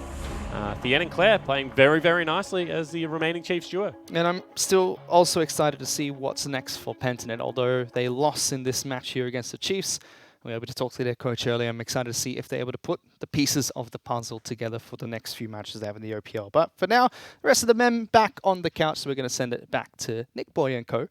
For our next segment. That was disgusting.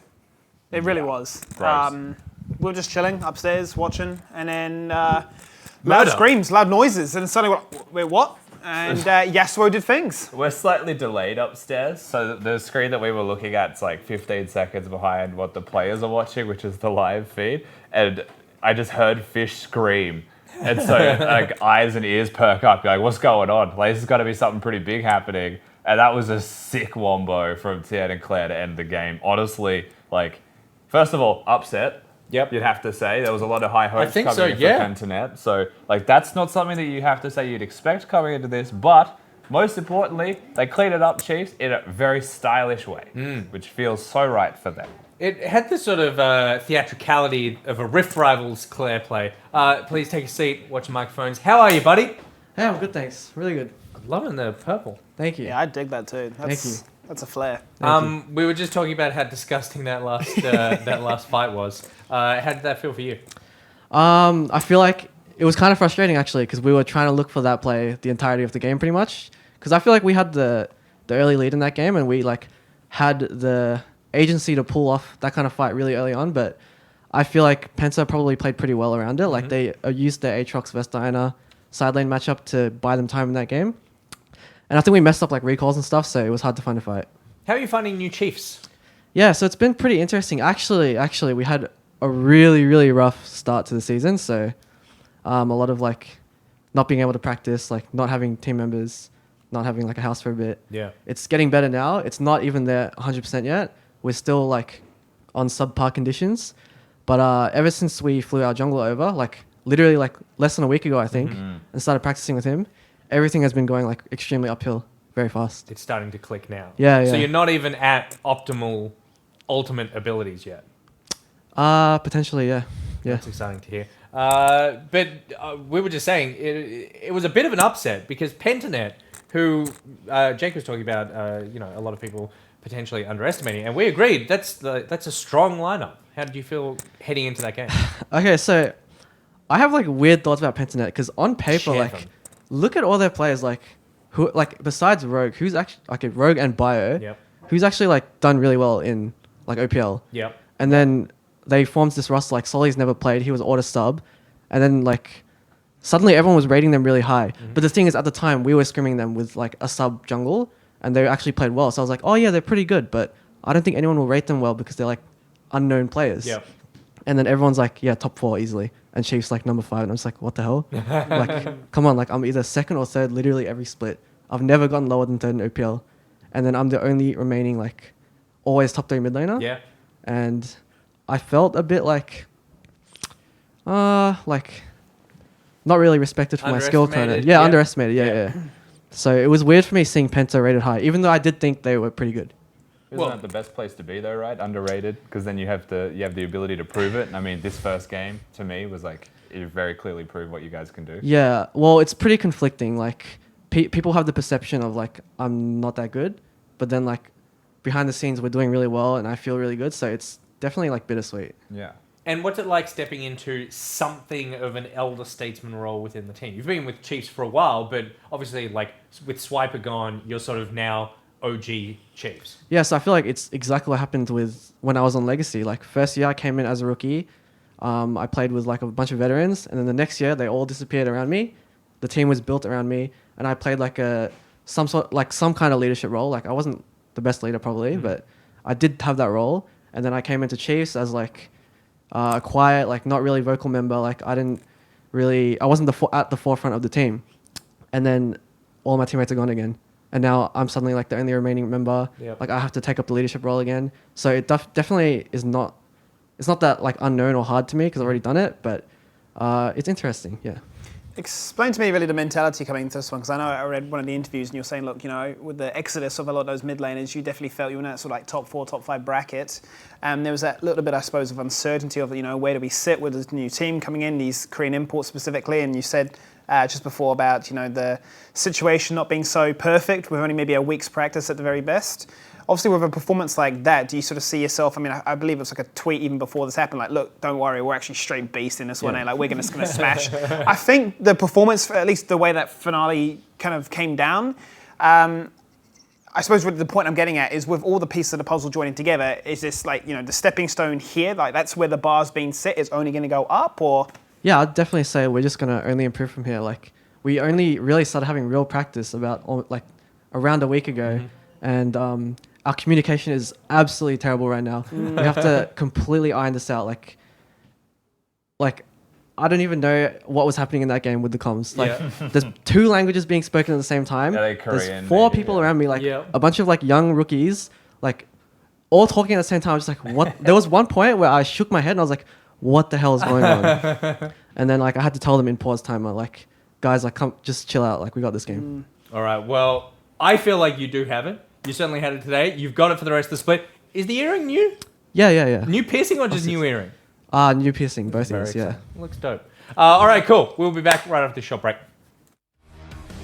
Goes through and first blood stylishly picked up here by the Chiefs. Big knock up coming out from Get Back. Croc going forward. Sully's the first one to go down. The end's going to be able to pick up that kill. Croc managed to get out just in time by everyone trying to cut this one backwards. Croc sits into again. Lee Syndrome picked up the double kill. Claire jumps in first. Bullet time gets blocked out by the wind wall, but it's going to be a shutdown going over towards the Yasuo. Curious CK used to the stopwatch. Nice and on time here for the end to get into this fight. Jumps in. Croc gets another kill towards Prey. The smite's being used up the Rift Hill. That's going low as well. Get Back's in trouble. Chiefs wipe the floor with Pentanet. They go for a big play. Leona gets knocked backwards. Big combo coming out from the ultimates. Rogue jumps in, gets a single stun. He's going to be locked down by Korea CK. Solely jumping into the fight. Get Back gets a knock. A big slam coming out from Dian. And that's the one-more combo the Chiefs were looking for. Absolutely demolishing Pentanet. Chiefs will take down Pentanet in day 1 of the OPL.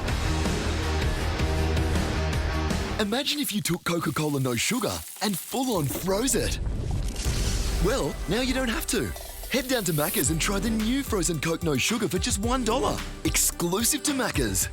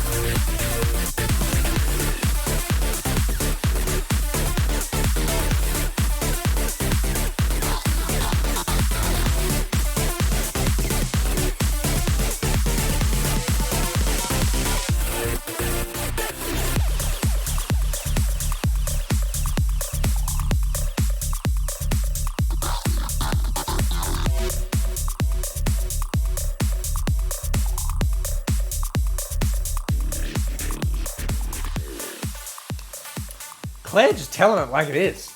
He doesn't hold back. He's an honest man, Claire. He's an honest man. Definitely an honest man. I like Claire. You can't hate it. He's very stylish now as well. Yeah. That new look. His hair. He's taken over. Yeah, he's taken over. I feel like the King role. Remember, like King with the glasses and like just that thing of like he'd always come in with something extra, and that's I feel like that's where we've got. No, I'm just not happy with the constant physical evaluation of our League of Legends professionals Excuse that's been me. happening the entirety of the night. That was not physical. That was clothing call. It's totally different. Yeah, his hair's definitely a piece of clothing. You're right. My bad. That was him. How do you feel about that game? Yeah, I thought it was a good game. Yeah. I thought like the Chiefs had like the slimmest win condition ever, which was like be able to get ahead in the early game. Otherwise, they're not killing any of the tanks, and then they did it. So that's really well done from the Chiefs. Yeah. No, they put on a good show. Pantanet, we'll see what you have tomorrow. But what we've got now, what? It's true. We'll see what they have. Yeah. They've got something cooking. I know it. It's just so funny how dramatic you are. I see Jake laughing, and I'm just like, I love it, eh? Just the segment breaks, they're fantastic. I eject I'm injecting storylines into Pump that like, energy. putting narrative Pump it into in. it from get go. You just look at Rusty and you just immediately like pin him down as the man like who's refuting you for something. I hear noise over here, and you just figure immediately it's go, Rusty. It's this dissension angle, from like him. the neck doesn't tilt this way. We spent a whole year looking just this way, so this is so weird to me.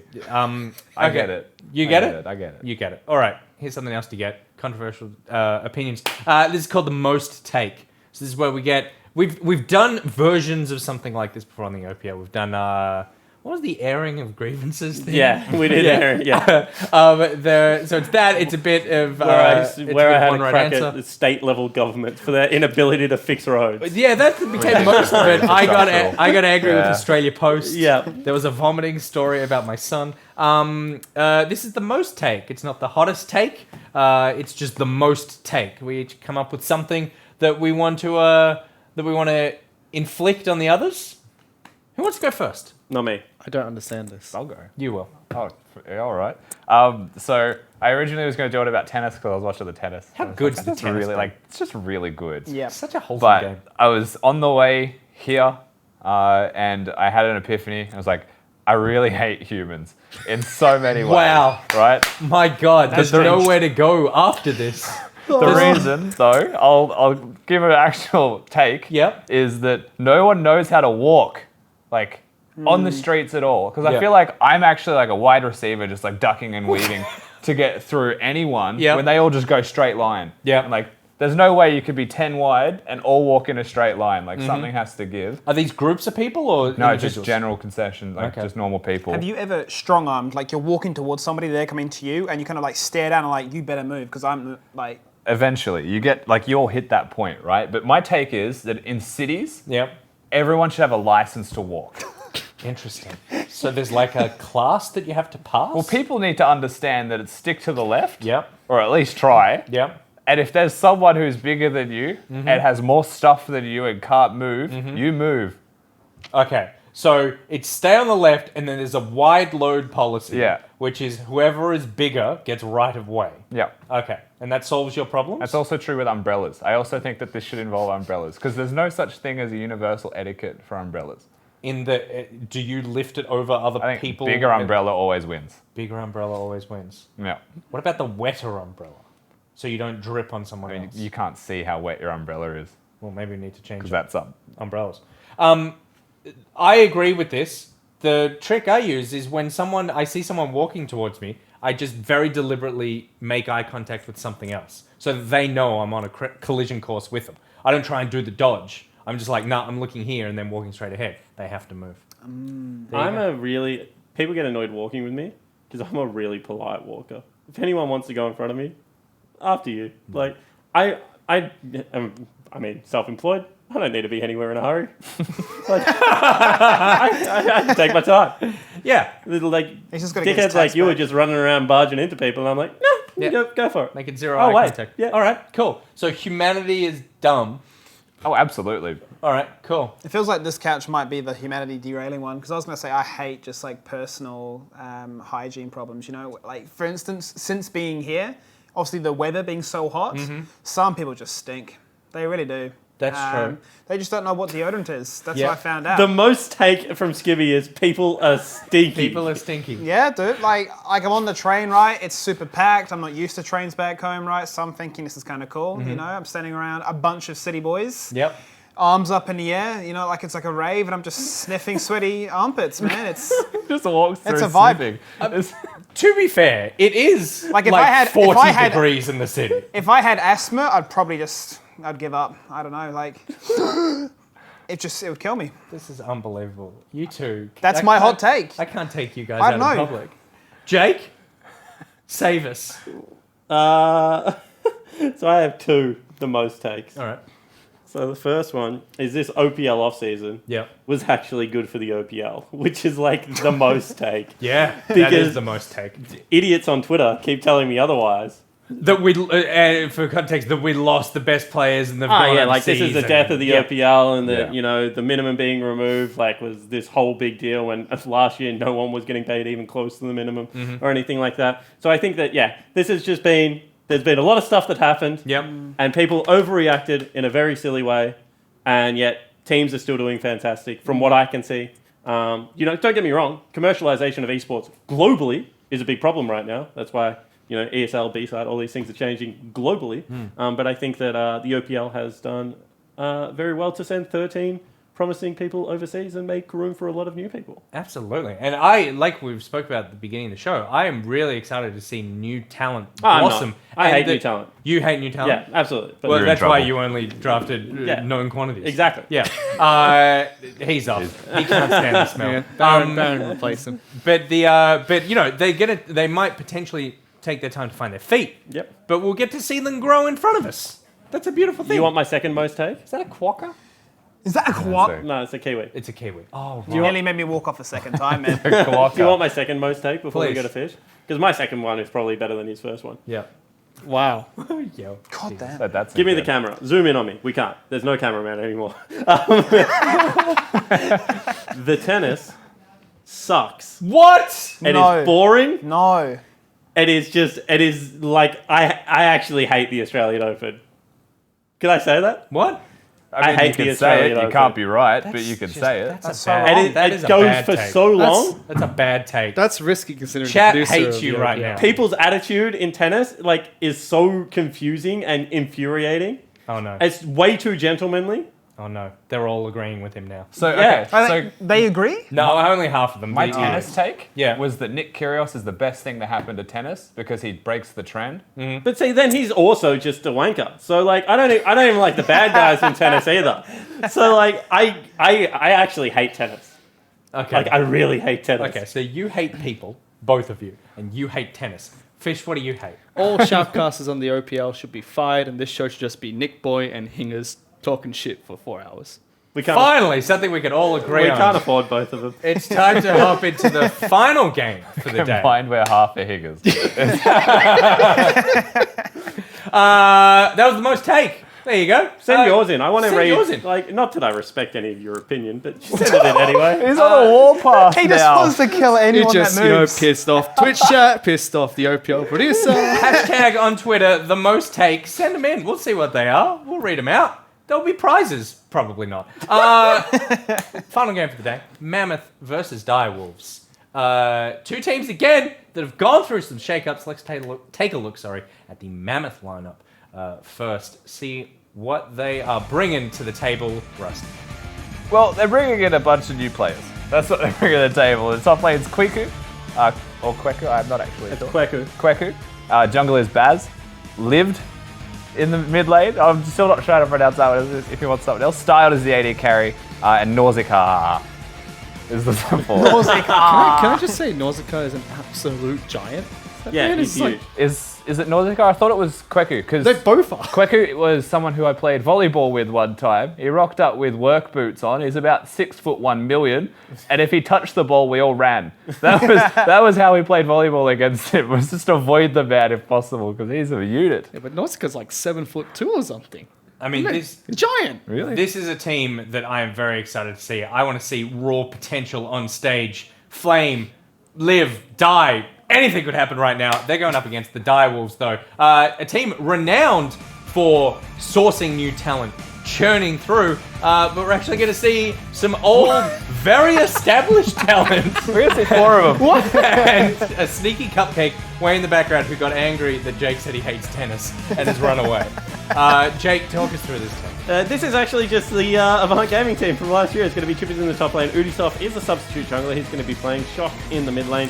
Decoy, Smoke and Danny, is going to be playing AD carry today and not support. And Cupcake is going to be playing support, not coach. 4 Kiwis now with this substitute roster. Is that Why right? am I not on this team? That's the big question. That should be a hot take. That should be a hot take.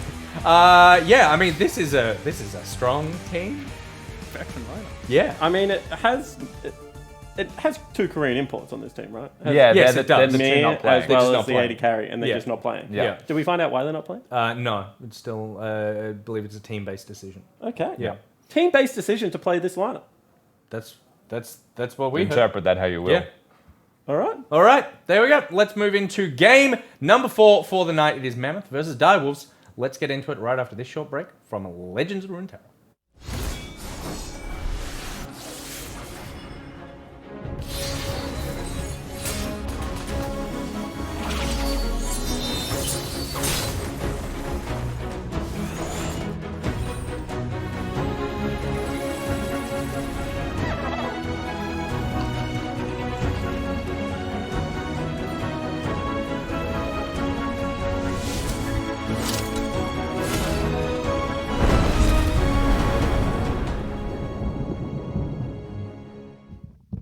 All right, and we're into Macca's Champions Select for the final match of the day before we go into the real OPL, which is MPL. But we're into the banning phase, and already Set and Aphelios have been taken out, so no 1-2 good night for me today.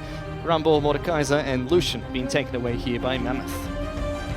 So pretty standard ban so far. Akali also going to hit the bench. Hasn't been seen. I think Akali is the champion in League of Legends that has 99% presence, has 1 pick, a win, and everything else is a ban.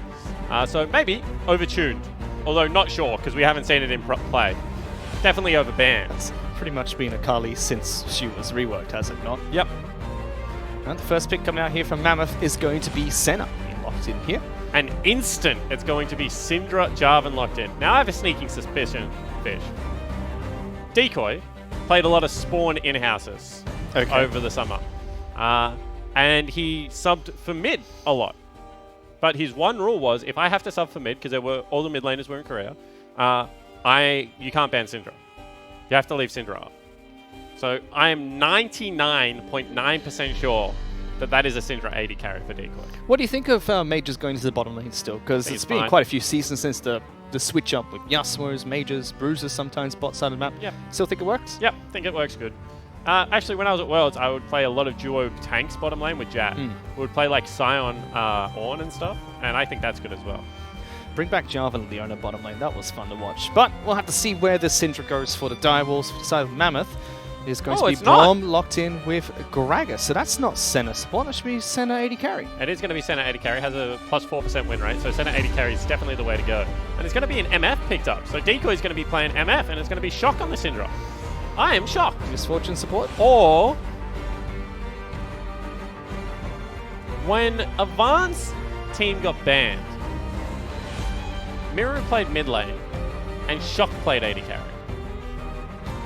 So maybe Decoy is going to play mid lane Syndra. I mean, it's happened before. And Shock is going to play AD carry Misfortune. I mean, Udisoft for Direwolves way long ago could have potentially just queued up as a top laner and played jungle anyway. So there is always that chance that they're not playing according to the positions that they've locked in here. That's what I'm trying to say. Irelia as well as Yasuo being banned out here by Direwolves, taking away a couple of strong solo laners, whereas Gangplank, the first ban from Mammoth, some scaling potential being taken off the table here for Chippies. Yeah, if they're going to continue to hit Chippies, you would expect something like the Camille to go, but they're not going to. Instead, they get rid of the last ingredient of the hot pot. Is that what you called it, the hot pot? Jarvan, Leona, as well as Misfortune? No, I did not. Who's called it the hot pot? That's what the LPL calls it, the hot pot. The Malashangwo. Malashangwo, yes. Spicy hot pot. It's going to be a Bard instead. Yeah, Rusty's going to be pretty excited about that one. Cupcake should be picking that up in the bottom lane, so that pretty much signals that Syndra will be heading into the mid lane. Shock should be picking that up. Decoy picking up Misfortune in the bottom side, it says. So Chippies does get last pick here for Direwolves. It's a very interesting team comp. Bard as well as Jarvan Syndra. Whereas Mammoth here have gone for as many ways possible to disrupt the Direwolves lineup. Poppy's now got the hammer, Gragas going to knock him aside, and a big shield available for Braum. I actually really like the Mammoth lineup. I think that Poppy is one of the few tanks that has a really good laning phase, so if you are worried that Kweku is going to get a little bit abused by chippies up there, taking something like a Poppy makes a lot of sense. I used to play Poppy into things like Jace and stuff because of that exact fact. So really looking forward to seeing how they're able to bring this together, but it's going to be a Fiora. Fiora going to top lane here for chippies to try and take down Poppy in that 1-on-1. You don't think Mammoth don't have enough sustained damage over time here? Because it's only really LeBlanc and Senna here that has pretty good DPS. Yeah, absolutely. I think that when it comes to the DPS, not really all that much of a worry because there's no real tank threat, right, coming across from the Direwolves lineup. So Senna's going to be able to nearly two-shot anyone at 3 items. Also has that infinite scaling. So, yeah, I think that they've got enough damage there. I wouldn't be all that worried about that. I'm worried about the split put threat now coming out of chippies, however. Someone's going to have to be able to deal with that in the side lane. And no shenanigans at all. They're just going to play a standard AD carry for Decoy. Standard pickups here, lots of swaps coming in with Cupcake stepping back into his previous position of a support player. Decoy subbed into the bottom lane as the AD carry here. Mammoth taking on Direwolves, the final match of today before we head into Nick Plays League. My favourite segment of the OPL, by the way. Is that really your favourite segment of the OPL? I think it is the best thing the OPL has added, ever. Interesting. Since the OPL show, that was still #1. Still the best. Very interesting. King Dynasty for life. Sorry, Nick. That's why I didn't get invited to the wedding. You're more of a fan of Michael Hing than Nick Boy Richardson. Yeah, he's invited to the wedding. Hingers. Michael Hingers? Oh my goodness. That is just betrayal at the highest level. But before we get into this match, joining us here is Coach Kai. How are you doing today? Good. How are you? Good. You're doing pretty good. What do you think about the champion select so far for this match? Do you think your team got the upper hand going into this? Yeah, we just went for, picking standard, what we're comfortable on, start the split out, just on what everyone's kind of famous for in a way, besides Decoy, who's obviously off-rolling. So, very interesting. Now, talk to me about the transition from Avant to Direwolves, but with 90% of the Avant team. How did that go for you in the off-season? Yeah, so it's pretty good. Like, overall, it's something like I'm familiar working with them. As you do as a coach, when you leave a team and whatnot, you can view them from the outside. You see what they're doing wrong. You can see what you did wrong while you were there as well. So, I was able to correct a lot of those things and have a talk to them and be like, guys, this is why we were unsuccessful last year, in my opinion. This is what I want to change for us to be successful. And now also being in a position myself of I can actually do a little bit of what I want instead of having to answer 3 or 4 other people. Well, without giving too much away, what do you think success is for the Direwolves right now? Or what do you think your keys to success would be? So, obviously the goal would be MSI, and the keys to success are understanding how our new, this bot lane works, using our entire 7-man roster together, and then when the Koreans can come in as well, the same difference. We'll be keeping to changing them. They're on a trial at the moment because seeing as we have different positions now, we have the ability to do this, and it's a very long split. We wanted to trial them and make sure they're okay on stage, that language barrier is not too much, so that I can make the right decision and go, hey, maybe it's not worth, or maybe it is worth. Well, it's already off to a very interesting start. Best of luck with your match here against Mammoth, and we'll talk to you guys later on. All right, thank you very much. That's really interesting because Direwolves right now, as I mentioned, are playing Decoy off-roll. Obviously, Cupcake, from what I have heard, is a little bit more of support staff. He still lives in New Zealand, doesn't live in a gaming house, but he studies. Can come over for, longer periods of time. He is at university, but it's going to be interesting to see whether this is a good change for the organisation. Obviously, organisation, I think, parted ways with Rippy and Shop. Rippy and Curtis, which have been a part of the org since they were founded. They were 2 of the founding members. So it's certainly a new look for this Direwolves lineup. And Rippy was the player I was thinking of. He played on the Direwolves as a sub a long, long time ago. Subbed as a support, but actually played in the jungle instead. As surprise, surprise. Yep, because he only plays he only plays with the jungle. What do you think of 7-man rosters? A lot of different teams have experimented with this. I mean, look at the LPL back when they were allowed to have 10 players on the roster. A lot of different teams experimented with it. I hate 7-man rosters. Why so? So I think that so many of the players in the OPL are actually quite young, and having like a person standing behind them is very detrimental because of how practice goes. So in traditional sport, hold the thought. Shock's fine. It's just going to be able to waddle his way out of that. So in traditional sport, when you're doing drills and stuff like that, it's very easy to compare players. But when you're playing something like League of Legends and you scrim against other teams, it's very, very difficult to judge like actually what one piece is being successful and what's being unsuccessful and how they're integrating with a team and things like that. And I've never heard someone be able to justify like why you need to be able to substitute in League of Legends as opposed to another game. This could be an all-in. Style taking a bit of damage. He's going to block out the last remaining bit going on towards Style there, but nicely done by Direwolves. I know Styles pretty well. He was actually the order substitute for 2 years before we picked up Suli. However, Deco now in trouble. Lots of trouble. Ignite comes down just after the heal, so Deco will have enough hit points to survive through that, but Styled goes forward, picks up first blood. Now Ubisoft looking to try and fight back against this. Styled wants to get the stun down towards Cupcake.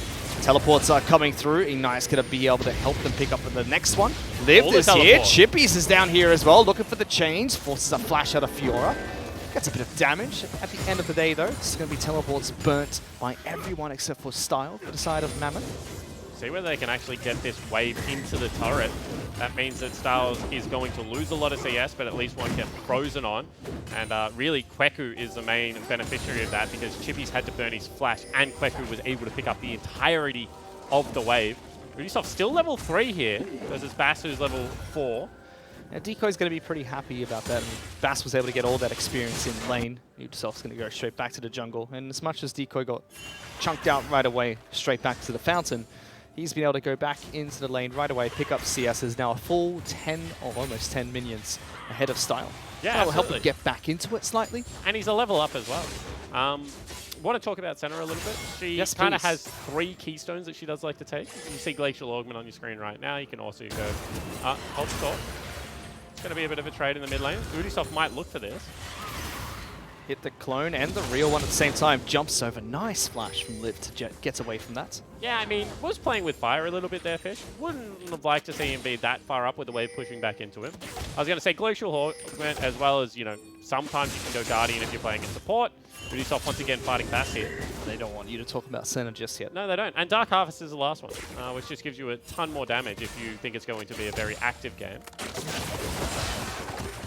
Good damage from Style there. Not a little bit too far away. What do you think of Senna as an AD carry? Why are people playing that more towards that role when, you know, traditionally designed to be a support? Yeah, I mean, she always was kind of designed to be both, right? But with Duskblade, she just does ridiculous amounts of damage, has good sustainance to the life. Obviously, you have to build tier as an AD carry, which is a little bit out of the way. She does stack it fairly slowly, but as it's a rush item and you get, you know, stacks for auto-attacking, it is okay.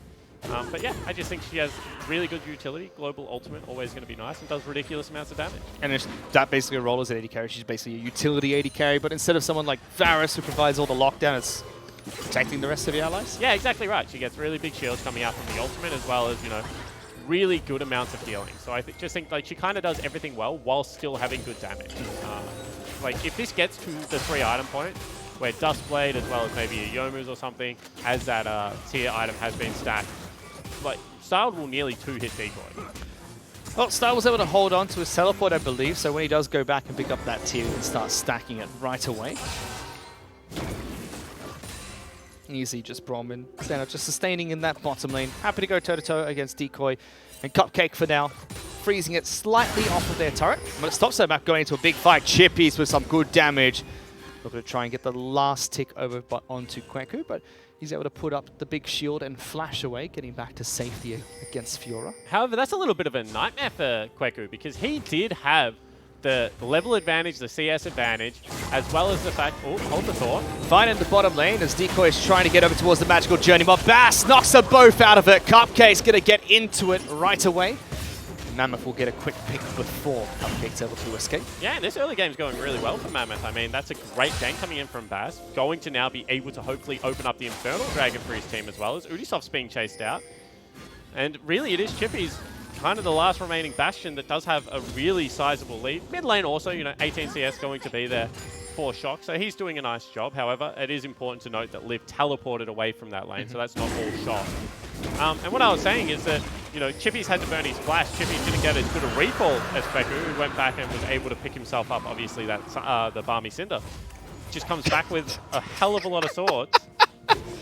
He's got 5 of them. Yep. 5 swords. Goes back, gets himself a hell of a lot of swords, but certainly had a worse shot. And now, having sent back Kweku, should be in a good position to be able to take over this lane. Let's see how that lane pans out, because yes, Chippy's still playing a good trade there, but he's not in the lead just yet. Still 20 CS behind Kweku. He's got Ninja Tabbies for himself. You see both of them spent all their gold at this point in time. Decoy and Cupcake are going to slowly chip away at this bottom lane outer turret, getting the first plating for themselves. And Shock is still pushing in against Lift here. So Direwolves do look like, as you mentioned, Chippy's starting to swing top lane back in his favor. Looking like they're about to hit 3 lanes that are winning. Yeah, absolutely. However, at the same time, you have to take into account the jungle has got a kill, so that's a winning lane, as well as the fact that Star was able to pick up a kill himself. So even though down in CS is doing quite a nice job, they've also gone for a lane swap. See whether this is going to be matched by the Direwolves, because if not, Rift Herald, which we've seen a hell of a lot of priority put on today so far, Fish, is going to be up and available. And you can see convergence now on this top lane. However, without Misfortune there with the ultimate, it could be quite a difficult fight. Haven't started it just yet. Lots of pings going over towards Fiora, as the swap did come through from Mammoth. No teleport available for Kweku just yet, none for Chippy. So Mammoth, like you mentioned, do have the numbers advantage in this top side of the map. This swap might net them a free Rift Herald for themselves. No one else is trying to make their way up here just yet. Poppy is still just playing as safe as possible. Mammoth will get the objective advantage. The question now is how they're going to be able to use this Rift Herald for themselves. And there's no one top lane just yet, so as long as Liv doesn't die here, that name's going to tilt me, they should be able to grab some plates for themselves top as well. So this has been a hugely winning trade for Mammoth. Gold is dead even so far, but they should be able to pick up a couple of plates here if they drop the Rift Herald straight away. They actually decide not to, Fish, which is really interesting to me, because they knew as soon as Fiora showed and Bard was on mid lane that they had so much, you know, time and tempo to be able to go for that play, but instead they just take the safe recalls, get back on Summoner's Rift. Very passive game in comparison to the rest of the matches we've watched today. 10 minutes in, only 3 kills have been picked up so far, and gold is dead even. Direwolves are still trying to push their advantage on their lanes, and Mammoth swapping top and bottom side could just be a reaction to the fact that Direwolves now have 3 lanes that are winning. Looking to try and break up that advantage slightly. As soon as Chippy comes to the bottom lane, Noska as well as Style have both moved straight back down to the bottom lane, trying to deal with that solo split push threat. Oh, Lived almost died. And that means now 3 members topside. They might look to race here. Kweku is very tanky, however. A lot of damage also that will come across from the Direwolves lineup, but they don't have themselves the Rift Herald. So this is going to ultimately be a winning race, you would have to think, for Mammoth. We'll see if they can push maybe even 2 turrets here. Rift Herald does get dropped down. Recalls are coming out from Jarvan to try and get it into the bottom lane to stop this push. First turret does fall over towards Mammoth. Star's going to continue to try and I don't even think they should get the top lane turret right now. So this is going to be another charge. Chippies has to be careful here because members still available. They're going to get another creep wave.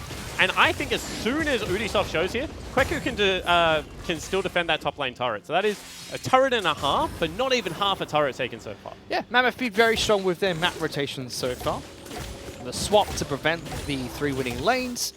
Chipping away at Rift Herald when they were starting and initiating a swap, and now winning the turret trade. Not just getting first brick, but also denying the first turret topside map for some time, and getting some good damage onto the bottom lane inner turret. Ubisoft in trouble. It's going to get locked down. Flag drags away. High priority skill does get knocked further backward by Gragas. One more attack would be enough. Noska going to get that kill. That is so many summoner spells used to just take down the jungler. However, Dragon does look like it is going to be the priority. So not a bad move there from the Mammoth lineup. I like the fact that once they committed, they all just did get in there. Of course, they also got Toby's flash as well. And you can see that they really have control of this map. Apart from the mid lane, which is going heavily in Shock's favor, Lived having a little bit of a nightmare game so far. You know, 30-ish CS advantage for the Poppy in the top lane. And obviously the turret's taken for Styled. He's down in a bit of experience and a little bit of CS, but should certainly be up in gold. Star gets locked down in the mid lane. That's just easy coming out from Shock. You don't really want to step up against a Syndra as an AD carry 12 minutes into the match. It never ends well. Yep, I think that's a very first statement to make, Fish, and that means that Dragon should be going across to this Direwolves lineup. Really well played from Shock. Saw his opportunity to be able to pick up a kill. We mentioned he is the player with a big advantage right now in this game. Needs to make sure he's able to translate it, and that is certainly the first step in being able to do so. Getting rid of Styled's Flash, as well as taking him off Summoner's Rift. Also spawned our first Soul Dragon that is not an ocean. It's a Cloud Dragon. It's going to come up. Cloudy boy. Cloud Rift sucks. I love all the other rifts, and then you just get these weird speed shrines for Cloud Rift. Gotta go quick. Compared to the other ones are so interesting to me. It's going to be a bit of a fight. Oh, Hudasoff again gets caught out. Now get a free kill against him. Chains land. Ooh. Gets away in time. Deepo just walks as far back as possible. How about Udasoft down? Mammoth can continue pushing for this turret. I don't think they can. There is just so much wave clear here. Bard's a really good wave clear champion, as well as the fact that Syndra is still really fed. So even though Udasoft falls, ultimately it doesn't cost them all that much. It's going to be a Rift Scuttler picked up on the top side of the map. You know, another wave of farm denied. But you can see that the Direwolves really sticking to the game plan. I expect Chippies to just not move from that side lane whatsoever. And they even to just continue to try and persist with a 4-1. You know, maybe look for some team fight. Chippy's looking for the fight against Kweku. He's one level behind the Poppy. Gets very good damage over towards Fiora. Yeah, that Bramble Vest Gonna stop all the healing. Was just so good because once again, yeah, just stops all the healing. Chippies is going to have to be very wary of the damage that comes out of Kweku right now. You can see the sustain of that Corrupting Potion also being available is big. Ooh. Even stops him getting that last minion. Threatens him at the same time. Kweku's having a good game so far. Was able to weather that storm where Chippy started to look a bit stronger. And it's a full 1,000 gold ahead of the Fiora at the moment. He's going to be able to pick up this turret by himself. That's going to be a big Demolish proc coming across, and this is going to continue to extend the gold lead. This is going to be nearly a 3,000 gold lead for Mammoth. They're only 15 minutes into the game, and they still have another one of those Rift Heralds to be able to pick up. With the side lanes down, they should be able to push them out nice and far and set up for a nice Rift Herald. They're pinging for exactly that. Brom is pinged on the way over towards the Rift Herald. Just under 30 seconds before it's going to spawn again. Team's going to set up for that. All the outer turrets except for mid lane have been taken down. Good chunks of damage onto the bottom lane inner turret as well. Cupcake might be caught in rotation here. No, that's beating everyone invisible for a second, locking him outside of the magical journey. Welcome back to the OPL, Cupcake. Mammoth missed you. Yeah, and I mean, that's going to be Decoy having to use the ult, but he's in trouble. Yeah, force a flash away as well. Stopped there to throw down the bullet time, just to clear out a wave, and surprise, surprise, Lift was close by. And this Mammoth lineup is a complete rebuild. Like, when you have a look at who is on this Mammoth team, it is none of the names that we saw last year. You know, Fudge is gone, Harpoon's gone, Babip, as well as Triple, King, and Destiny. They did win the last OPL title, but the new team looking to take it to one of the teams that I know a lot of people were really hyped about in the OPL. This Direwolves lineup is 3/5 of Mammoth when they have, Avant when they have Miru playing. Obviously, one of the most explosive teams from the OPL last year. You know, Cupcake has won his fair share of championships, and addition of Decoy once again, and one of those promising Gravitas members. But it's really a rough game so far. Liv is going to be able to get out of this for now. Good damage and the fade away. Kobe shot from Shock. Going to be able to take him down. Yeah, that was really well played from Shock again. You know, Udasoft able to burn both the distortions nice and early on, and then just being able to make sure that he gets maximum damage out of that ultimate. Get as many spears down as possible with it. And you can see he's 40 CS up. He's got 2 solo kills now. Has himself the completed items, whereas just components going to be there for Lived. And this game really, I feel like, is in Shock's hand. Like, he has to be able to take over. Definitely, because it feels like Mammoth has been very patient. The entire match, Lived has been in a lot of trouble. Quaker just takes half his health damage and doesn't really want to go toe-to-toe against Shock anymore. But Lived has been struggling in the mid lane, 50 CS behind, but hasn't been dying. That was his first death in this entire match, despite how much dominance Shock has. Mammoth really been patient, happy to play around their disadvantages and try and group up to find where they're strong. Meanwhile, Shock's just getting stronger and stronger alongside Decoy. Oh, nice use of the Bard ultimate there to deny the charge. That was an interesting lane deploy for me, because they've sent the LeBlanc to deal with Fiora, when at this stage of the game, that is 100% armor items being picked up for Kweku. So he cannot deal with Syndra at all, Finn. maybe will not outright die to one combo the same way that Lived currently is, but I feel like Kweku was really starting to bully Chippies around in that 1v1 matchup. So having to swap out of that is certainly detrimental to how well Mammoth have been playing so far. But like you said, very nice Tempered Fate play coming out from Bard there. Able to lock down. The turret takes no damage from the charge, and that turret is still above half its hit points, its health. That's going to keep the mid lane safe for Direwolves for a little bit longer. They've already lost their top and bottom turrets. And it's going to be Edge of Night picked up for center here. So very concerned about how strong Shock is. I think it is a fair statement to make.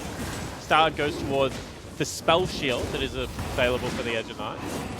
It's going to be another Dragon picked up as well right now for Mammoth. And they still maintain about 1,000 gold lead.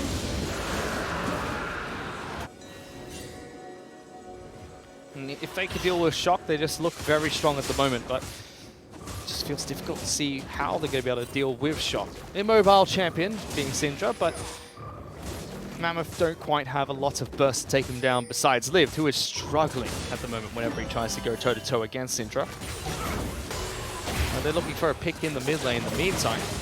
Shock tries to throw a couple of shots over the walls. Mammoth fails to rotate around, clear out some of their wards here. And I think they should be fine dealing with Shock. I mean, when I have a look at the team composition, you've got yourself a Gragas that can get into the back line, as well as that Poppy. And there is good burst damage. AP Gragas does like a ton of damage. You're going to have Styles ultimate to help clean up a kill as well. So I don't think that's the issue. I think that as long as you're in a side lane like this, there's no one that can really match it 1v1 at this stage of the game.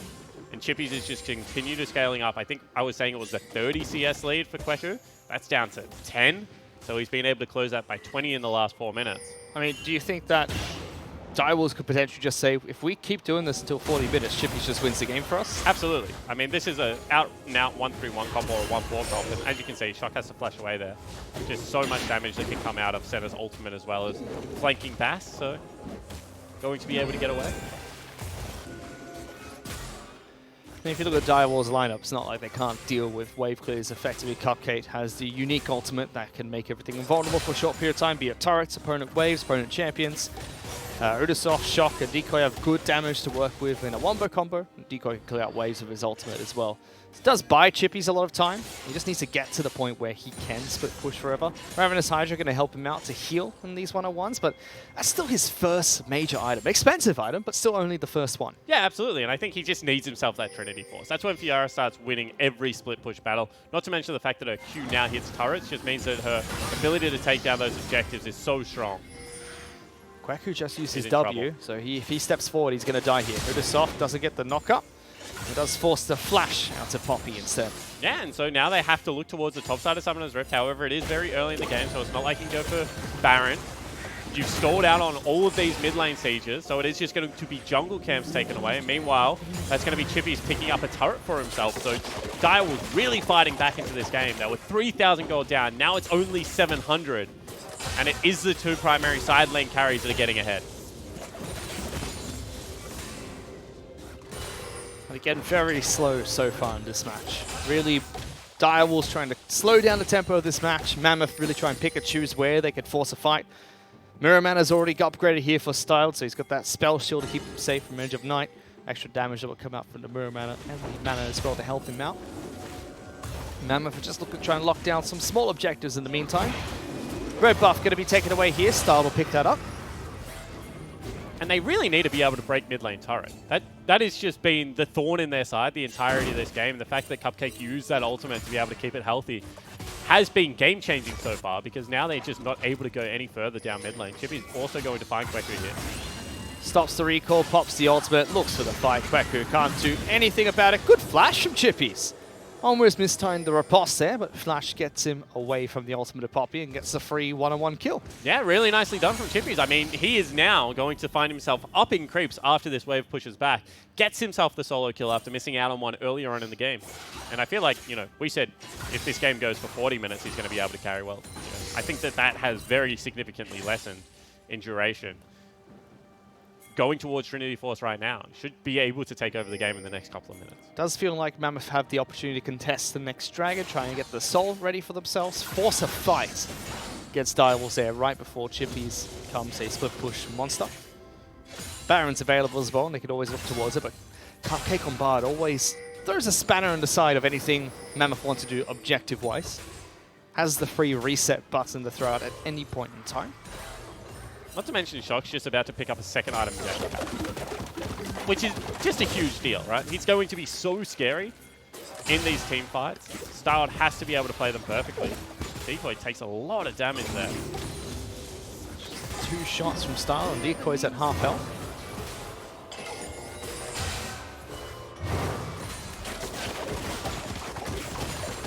They've split the map. Dragon is going to be the objective right now that they're focusing on. Lived, however, continuing to go long on Chippy. Chippy decides to turn around and go for the fight instead. Breaks the chain. Quacker's going to join in as well. Lived down to half health. And now it's 2 people trying to chase out Chippies. He's gone.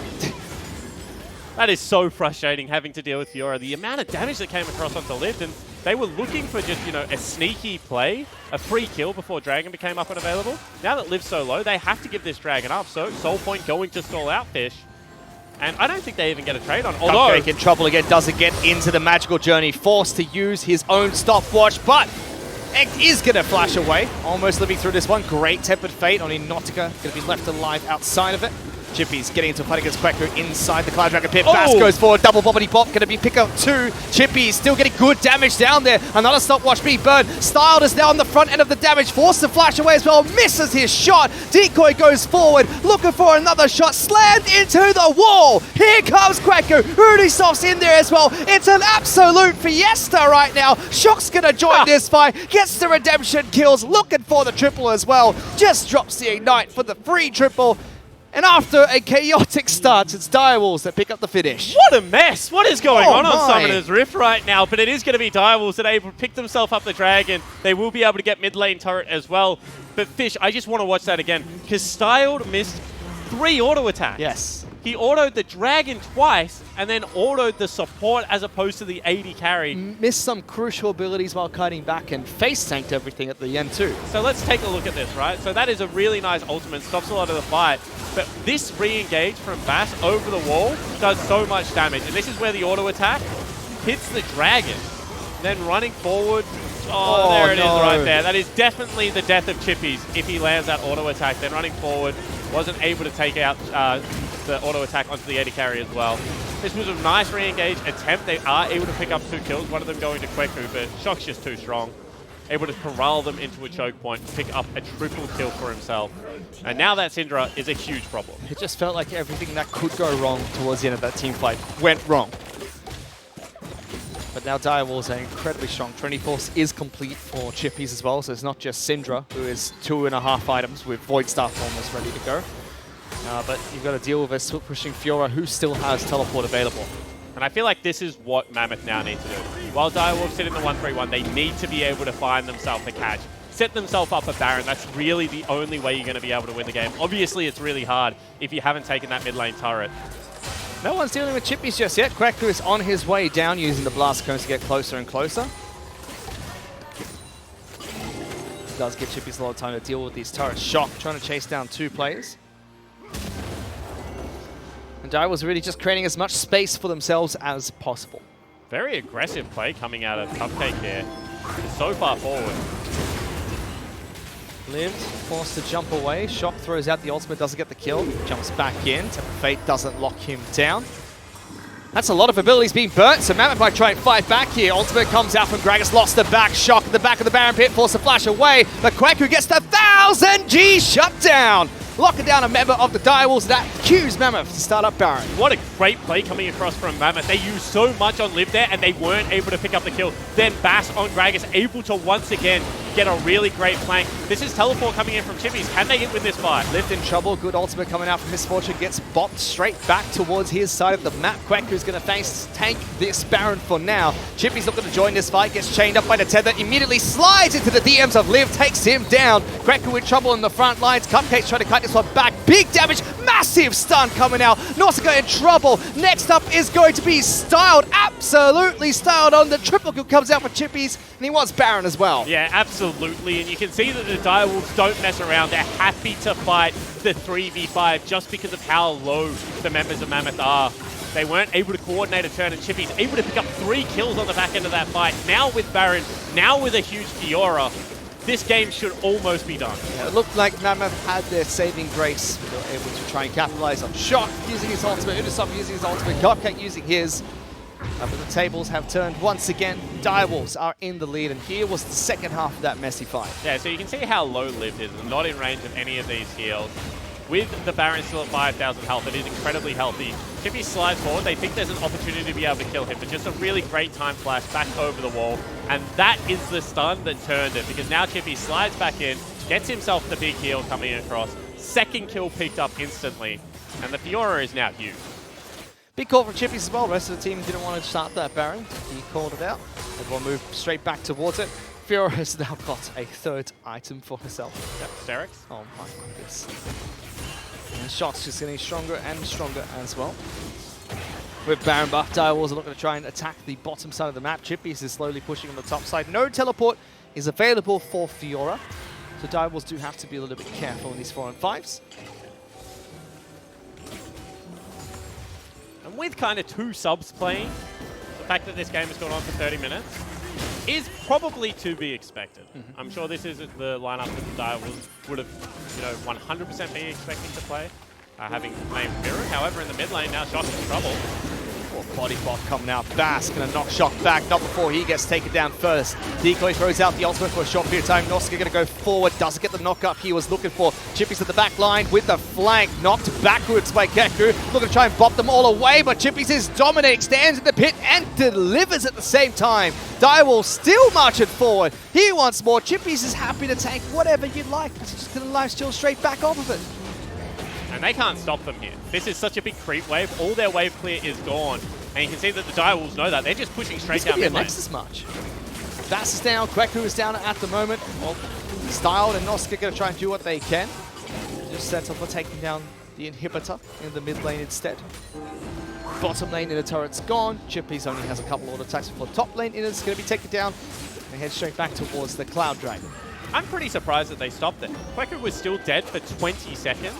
And you saw how little damage, how little trouble that Chippies had taking down those turrets. As soon as he gets into melee range of them, they just fall.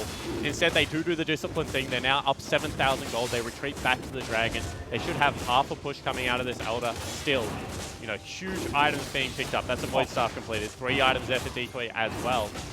Chippies nearly is going to be towards the death stance. That's insane. Direwolves are well and truly online now. Dead Man's plate being picked up by Cupcake as well. Moves fast, slaps him once. Here's the big slap. Oh, that's Liv. Takes a magical journey straight out of there. And Direwolves are now just setting up. No more Baron buff available, but they've got 2 stopwatches to boot to. Jarvan and Syndra can now both use 1 each. The Void Staff's going to help Shock out so much. This next team fight has to be looking like it's tilted in Direwolves' favor. Yeah, I absolutely agree. And I think that Mammoth are doing the right thing, right? They're trying to create picks before Direwolves get into their setup, but now Liv. Oh my goodness! A single tap and Liv gets knocked down to half his hit points. Cupcake throws out an ultimate but can't quite find the follow-up. Does give Direwolves the room to take down the top lane in the turret. Now all that's left for Mammoth is their base. No neutrals available, so Direwolves are going to slowly try to siege up in this lane. Reku tries to get the knock back on towards Chippies. Chippies just slides forward, gets some more damage for himself. Chippies doesn't have many cares right now, Fish. It's going to be another inhibitor turret, most likely going down. Inhibitor gets knocked down to half his hit point. Hit the turret, Cupcake, come on. Liv is almost dead as well. Chippies just kills the clone in the meantime.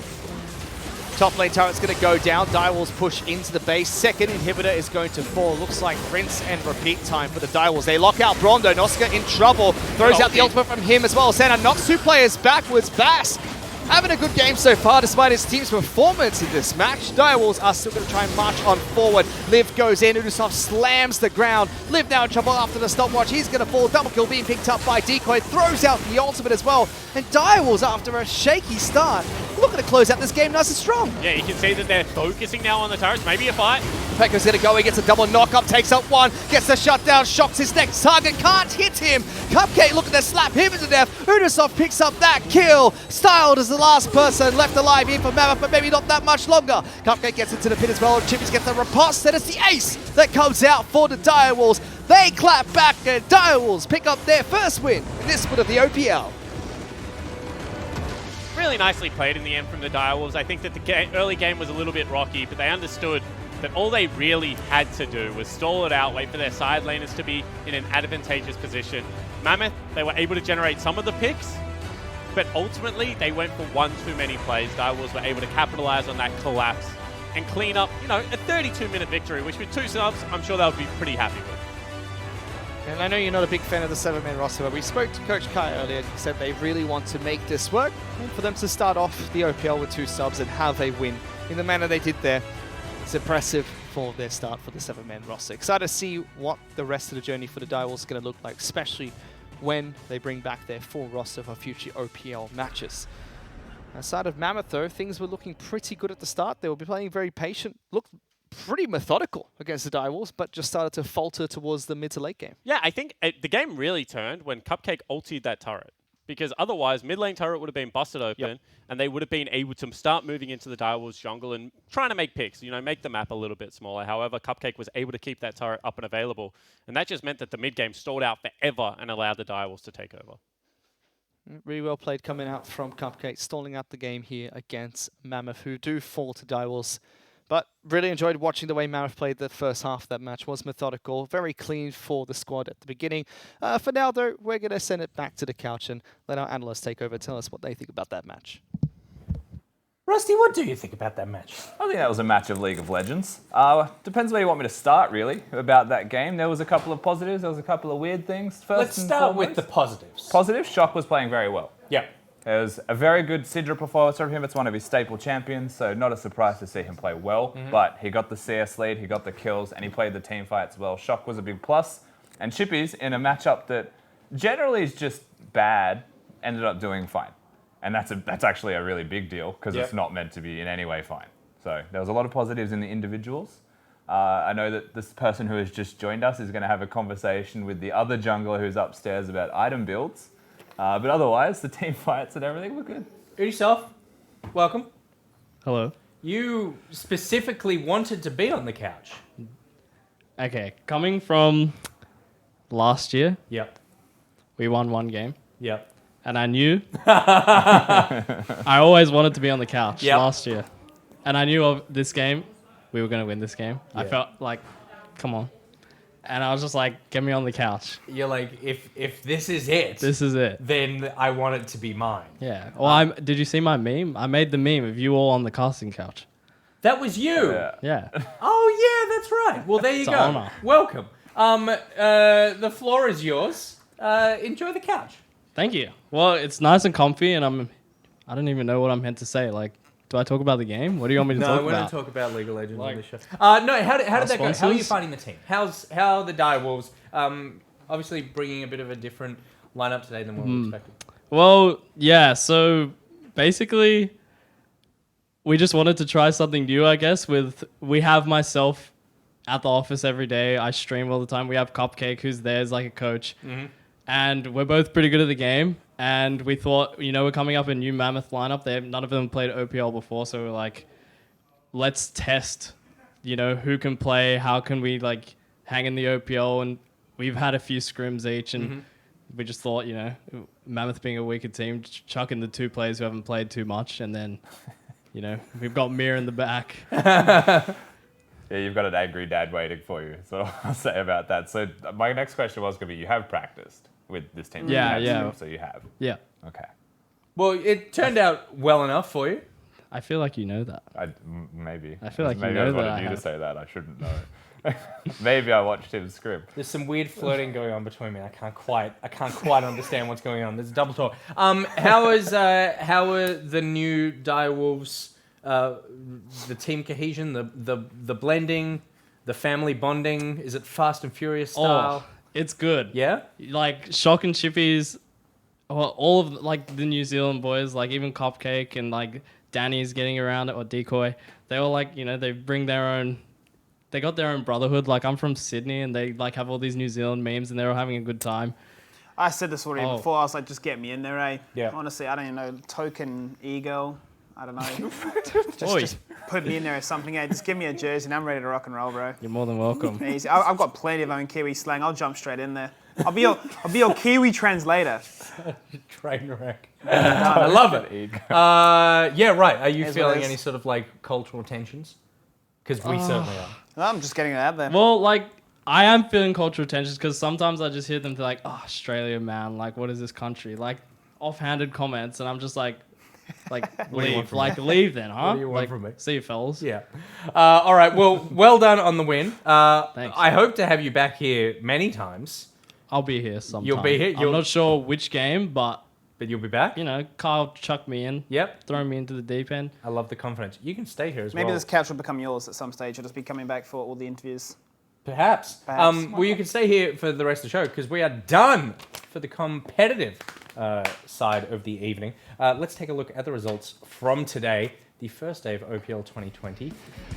Game number 1, Legacy took that one out, as we were kind of expecting, but not as strongly as we potentially were expecting. Game 2, Order take the W there. Chiefs take down Pentanet in Pentanet's debut game, and then finally Dire Wolves taking down Mammoth.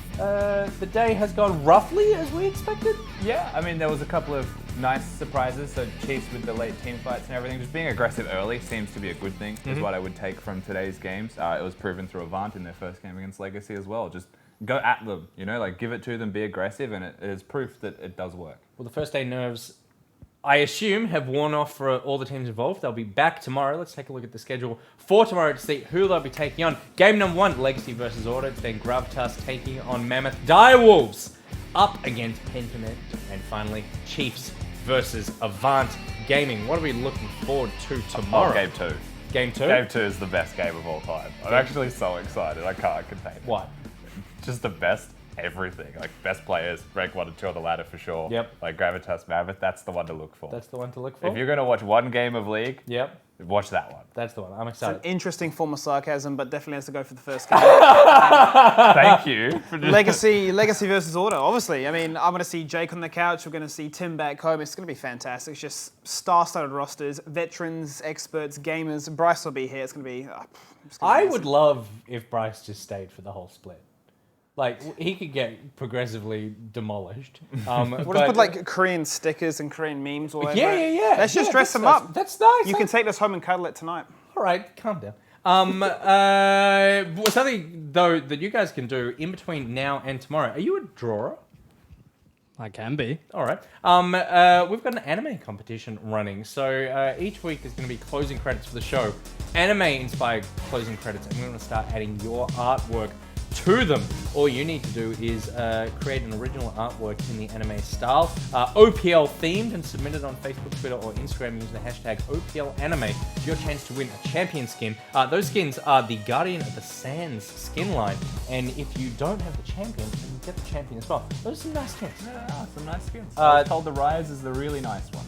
Is the good one? Yeah. Why? I don't know. I was just told that. All right. I can't answer that. We'll have to verify that Sport. independently. The prizes will be changing throughout the course of the split, so get in now if you want those ones. We already have one submission. I believe we have it. Yes, we do, from Pow Pow Panda. Gravitas, that's Trashly. I mean, that's fantastic. Awesome. It's not bad at all. I don't want to say the bar has been set, because I don't think... there's no way I would ever even reach that bar. You stuff? It's pretty freaking dope, man. It's amazing, isn't it? So let's just say the high end of the bar has been set, but we'd like to see all your submissions. Please send them in. We'll pick 3 winners every week. And then I said on Twitter that I'm going to pick my favorite one each week and stick it to my ceiling in my bedroom. So your art can watch me sleep. There you go. That's a nice prize for you. A massive thanks to our sponsor, McDonald's. Thanks for hanging out with us today, McDonald's. And we are going to just take a very short break and then head into the MPL. Skimmy, you've done one of these with us. The most iconic play of the MPL with Bryce through the portal. It was. I mean, it was just the cupcake finale, the showdown, the Bard Bonanza. I'm just trying to think of alliteration, but it's just not really coming to mind right now. But it's going to be cool. Maybe I can try and bring some good luck into this one too. All right, we will see you guys in a second for MPL. We'll see you tomorrow, and we'll see you back on the couch, yourself, very soon. Be right back.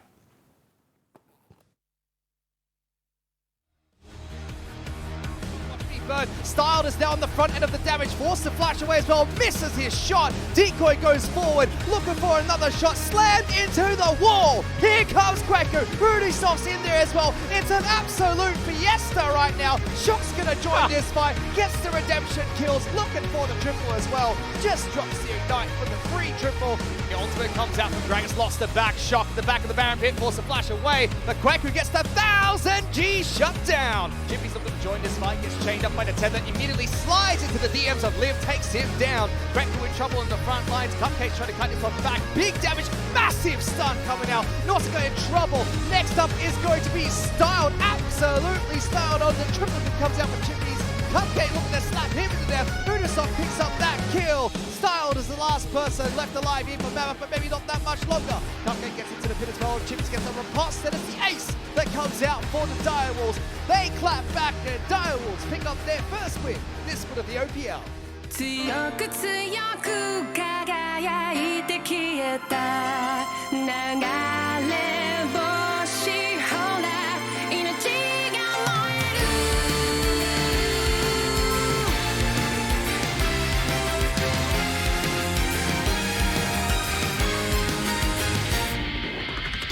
何かに怯え走り続けたその虚しさのしじなに何を見て何を探してきた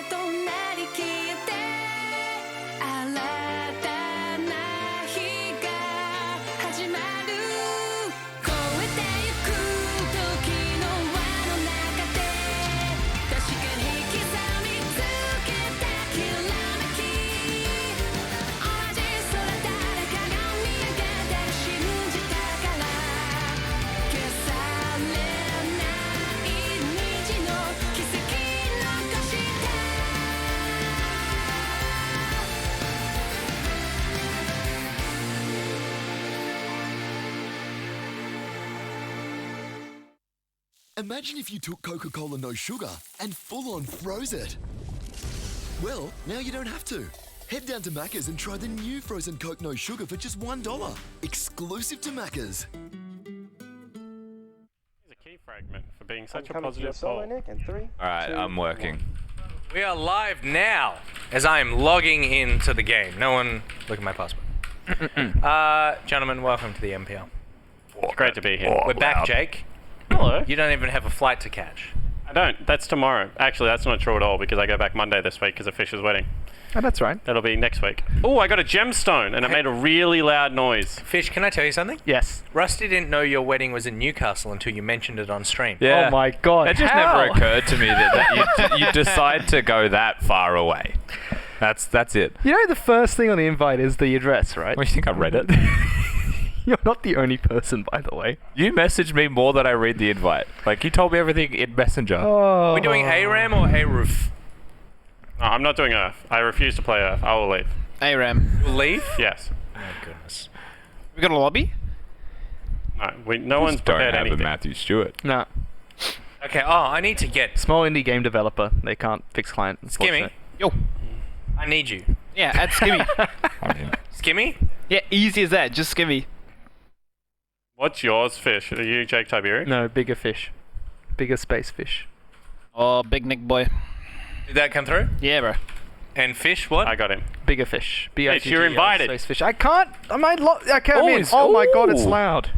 Yeah, Why change is it it. so loud? Skimmy! Chuck me an invite, bro! To change your sound settings. It's so loud. Nice, I've literally invited Fish a million times. Oh. Ren. Can I change my name? Oh, Rusty the Smurf. My account looks awesome Says because I please tipped exit FPX to lobby. win world, so it's like FPX but golden. Yeah. It looks badass. Yeah. Oh god, I've got to restart my client. See you guys. We'll just wait. How much League have we been playing in the off-season? I've been playing every day. You haven't, though. Shut up! I have not played League of Legends since the final You day guy. of the L10 anniversary. All right. That's how long I haven't Can we played. watch my screen or can we not watch my screen? Was that the whole thing? Negative. Because I'm about to re-roll skin shards. Oh, this is exciting. Oh, How about I just commentate? Jake's hovering over Freylord Ash. He's combining that with Firecracker Sejuani. All right, Divine Soraka. Oh, that's a good skin. Oh, that's Algo Misfortune. That's a good You skin. don't want to unroll those, re-roll those. Those are good Yeah, skins. no, I want to get rid of the one I own. I own the Cargo Misfortune. Reroll. Here we go. Death Sworn Victor. Terrible skin. That's alright. Arcade Sona, definitely get rid works of. Is there a good Victor skin? Oh, I'm getting rid of Shyvana. Reroll skin permanent. What's this one? Challenge in Italy. I own you. Oh, we're in. Atlantean Let's Syndrome. go, baby. I own you. Roll quick. Corporate Mondo. That's a you not my legendary friend? skin. That's a good skin. That is a great skin. Why are you I not thought my I friend? already owned that skin. Are we in queue? What are we playing? Let's go. Why would I accept your friend request? What are Why we not my playing? friend? We're playing Howling Hey, Ren. Abyss. Good. Oh, that's a quick queue, Popu. Why is it so loud? Why do you complain so much? This hurts. Oh, free win. Oh my god! Zillion straight up! GG. Come on! Do you want my Mundo for your skin? Keeping that. What do I want to play? I think I want to play the Yorick. Conqueror.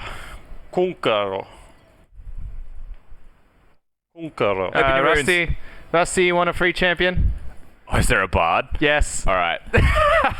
Just give me a second. So, can you open your runes, please? Wait. I just want to give you a rune. yeah, Can you what do I want? accept? Thank you. Oh, no! What happened? They knew. Dodge. I got Bard. Yes, please. I got Tristana. Fine. Oh, I can't believe I got Zillion and I lost it. So anyone want Zyra? That's so sad. Nah, G. Oh, cheer. Someone ruined me. What is a rune? Yeah. So the trick with ARAMs is open your runes.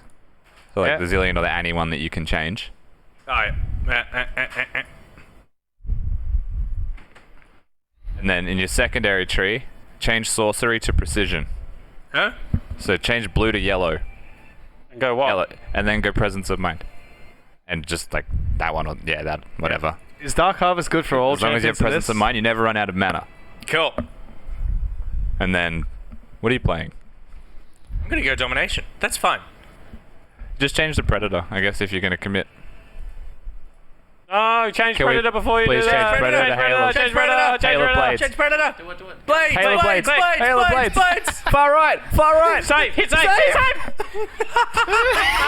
His whole chair came up. Ah, that's how we do it. Already more action than half the games of the OPL. Oh no. Oh, baby. Woo. What is going on? We got there. God, that sound is so loud. Just make sure not to play this rune set if you pick Annie again. Yeah. We have to change it back. Yeah. All right. Oh, that was tense. This is where the real show Oh, I'm starts. sweating. I'm really hungry. I'm starving. I've been locked in You know this what I would building love? for 9 hours. Some McDonald's. 9 hours? Is it really? It is. It's not. It's like, what's the time? 7.5. 7.5 hours. Damn. Shut up, fish. I had some McDonald's earlier. It was great. You did. Korean you had chicken. 3 layers of meat. My Yes. Oh, it was a lot. God. Let's turn this right down. This is insane. Alright, let's go fight. What's good on kale? What's a good item? Sorry, I cannot hear you over Gabe's sound. I need Give me a second. I've turned it off, item for kale. Nash's Tooth. Okay. Gunblade. Gunblade, Nash's Tooth. There you go. Okay, that's recommended items. Great. What? I don't know what my abilities do anymore. I'm out here with Chad Spawn. Leading the charge.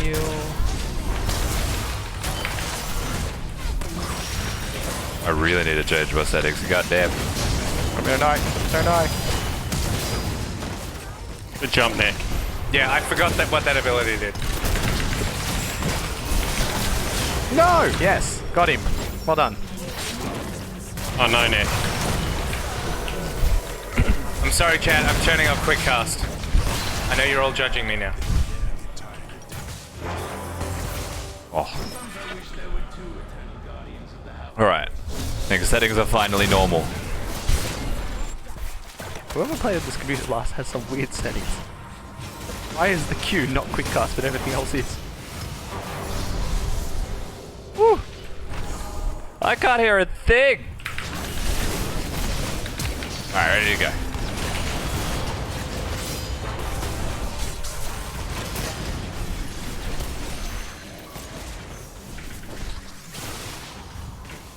Go. Yeah, nice, nice. Nice, nice, nice! Good aggression, good aggression!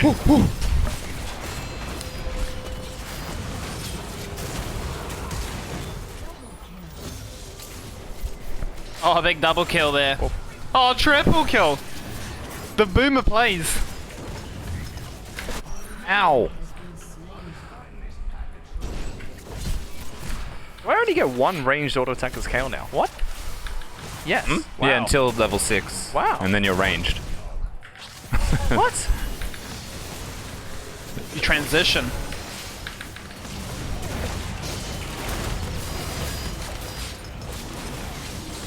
Ah! Right. That's fine. We're just settling in. Going in! Spawn's doing great. Go fish!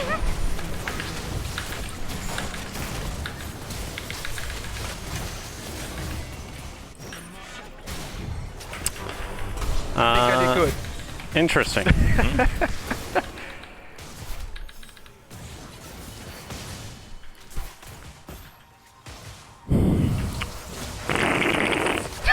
Oh yeah. What was that? Oh yeah. That was disgusting. That's what the viewers tune in for. ASMR.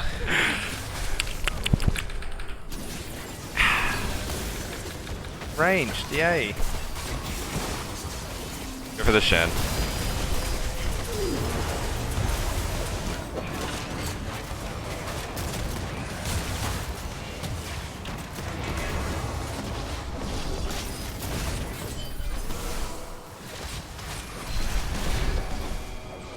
Oh, I'm dead.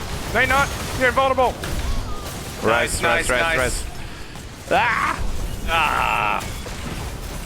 Oh, my mouse! We're a team. Oh! What? No! He got you killed, Zach. Oh!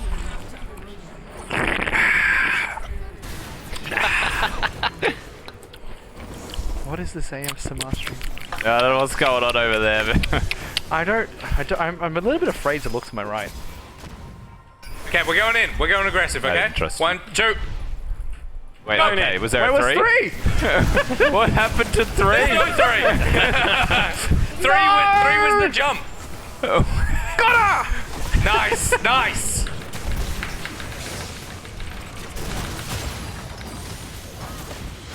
Oh, she got me.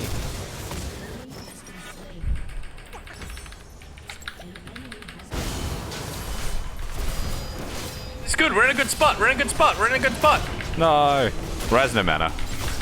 Good. Oh, come on. This is disgusting.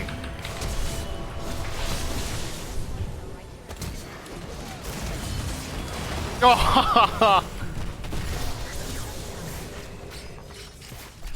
Nice.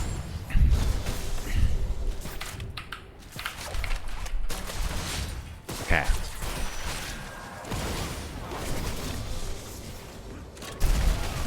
I missed my chain.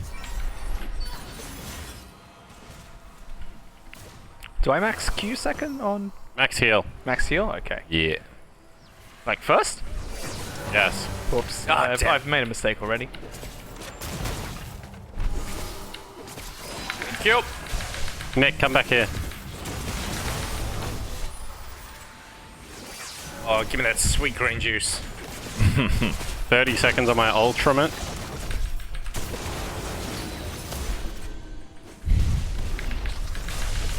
Alright, we going? Who's going? My ulti's in 15 seconds. Okay. My ult's in 20. Well, I guess we just wait for those.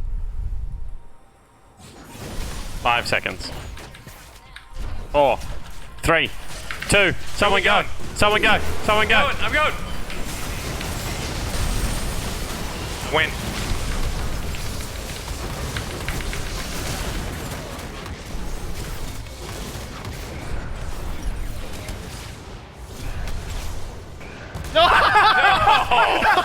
I got trumped!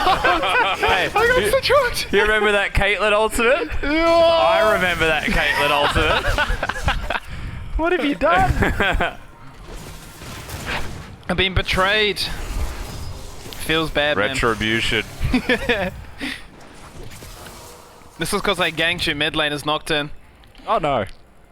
Alright, what's the game plan? Because I'm getting bored.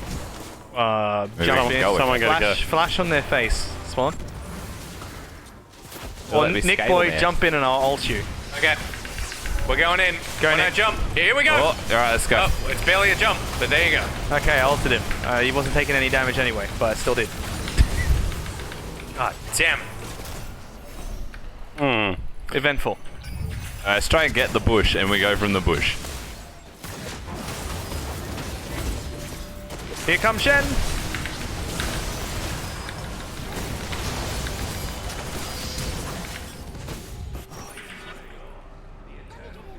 Oh, hello. Hello. I had too much gold. Love your work. Nice excuse. Oh my god. It's Can we like just mute their someone's microphones? ripping a really wet one, is it?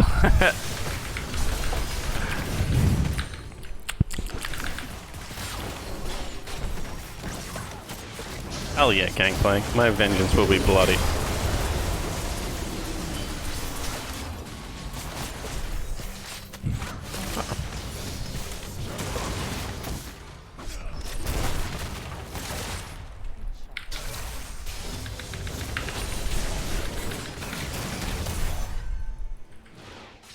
Oh, it hurts so much. What's the game plan, Nick?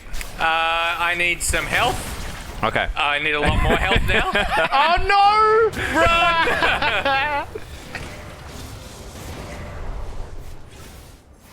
Alright, I'm back.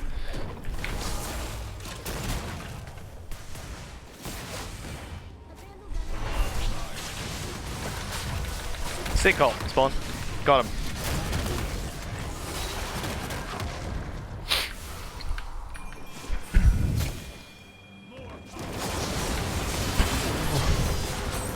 Nice.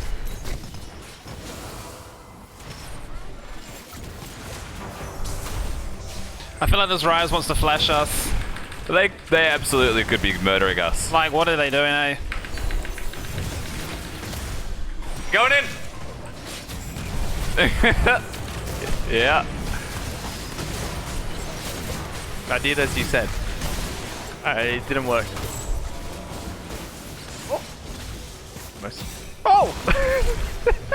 He's getting it done. Take a Jenny. I don't know. Okay, new game plan. Start winning. Okay. Okay, I like that plan. Okay, good. I was prepared to lose until this moment. How do we do this winning thing? I'm level 11. That's how. Okay. It's so loud. Ah, I wasn't watching.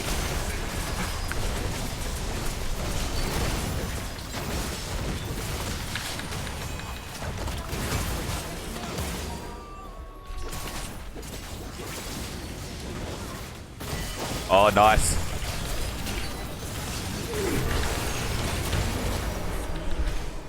There it is. Good work. That's it. See, we just needed to start winning. I'm not stopping. I'm not stopping. No! Don't you laugh at me. Laugh at you. Yeah, no, Nick was right. His Korean advice is really doing it. Feel inspired.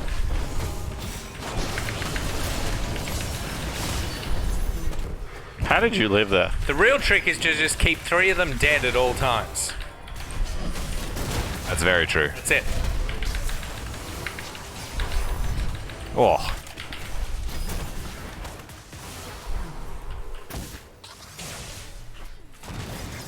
Oh, Nick! Yeah, that's right. I'm aggressive.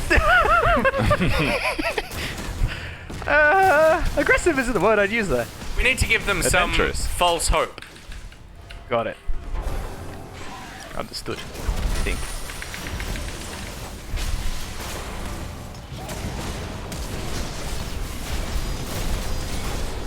Ow. Come and spawn. I will heal you. I healed you.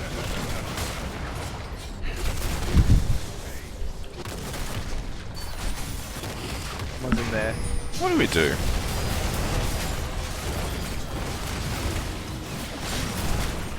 Okay, that was just a bad mistake on my behalf. I don't think it was. I think it was an optimistic idea. When did you turn in such an optimist? This is I hate everything. Ow. I died.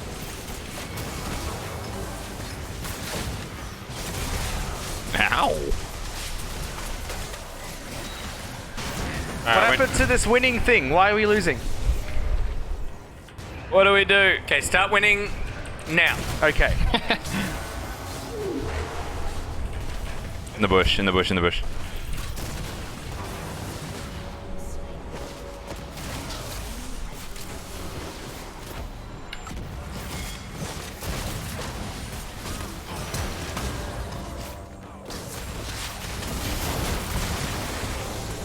I try to get T-fished.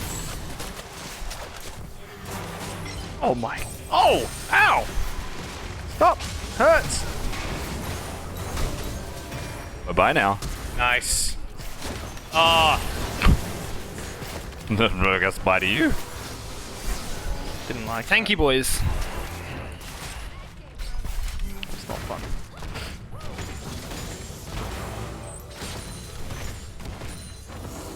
That was good defense. Hey, hey!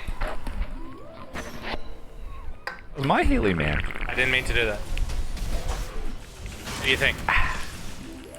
I need 50. Go, Nick. Go. Alright, yeah.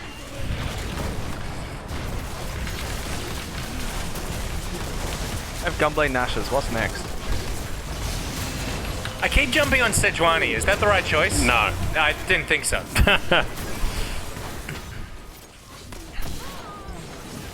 Although we did kill her. Zach got a big shutdown. Oh, I didn't ult in time. We all died. It's okay. Nice. Woo! I don't know what to build. Woo! We're in it. We're in it. Nah, I'm 40% cooldown reduction now. This is GG. I actually don't know how they win. Spawn, what's next on Kale? Decap. Big cap. Jump.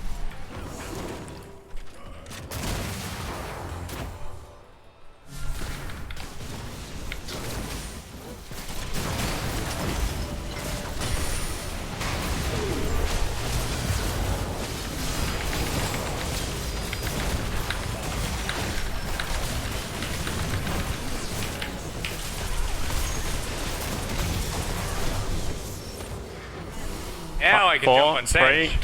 3, 2. Oh no. Damn it!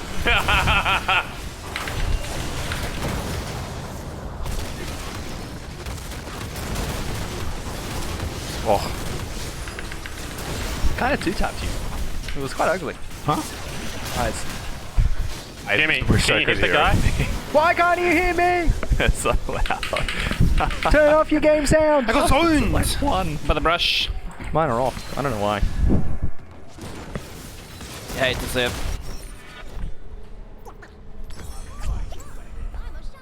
Okay.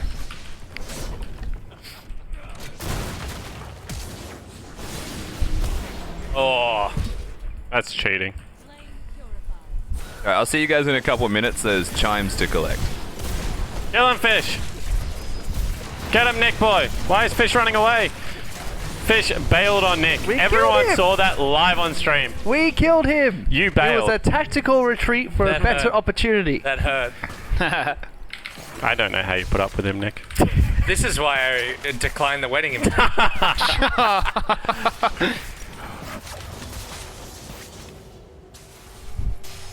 Alright, what's the next game plan? I feel like we've had significantly less game plans this game than we normally have. We have. That's very Okay, true. what is the game plan? I don't know how we win. Who do we jump? Misfortune? I actually don't know. Jin, Rise, and Caitlyn. They're the only No, you damage. don't jump on Rise. Rise will kill you. Okay, Jin and Caitlyn. They hurt. Kill them. This Caitlyn is just try-harding my barrels. Caitlyn, not Misfortune. Hit him. That's good. To use barrier.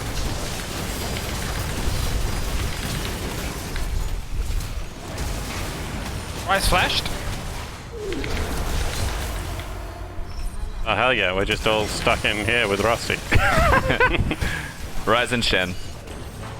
They're behind you guys. Kill them. Caress. Snowball. Nice, nice. Get Rise. Go, go, go! Rise is dead. Nice work. Jin is just so hard to kill for me. Yeah.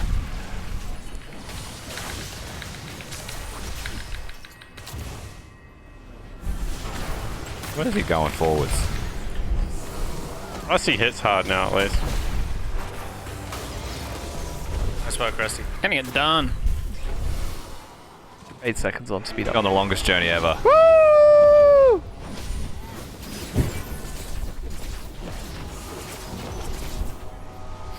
That looks like fun. You want another one? Yeah. This one. Yes.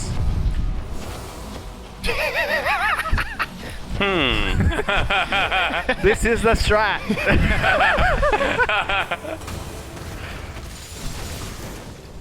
Alright. So what we need to do is we need to kill them before they kill us. The problem is we don't have Pulse, who always just quietly try-harded. Fish, I found a new one. Oh, look at that. Holy shit.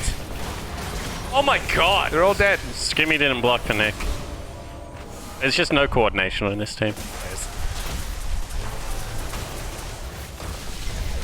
Alright. Oh no. I'm up soon. Fish, tactically retreat. So Johnny, no flash? I'm up in 10. Skimmy's dead. No, he's not. He's alive. Johnny's dead. I'm dead. Ooh, not yet. 5, 4, 3, 2, 1. I'm up. Do we want to fight? I'm up. Not that does anything.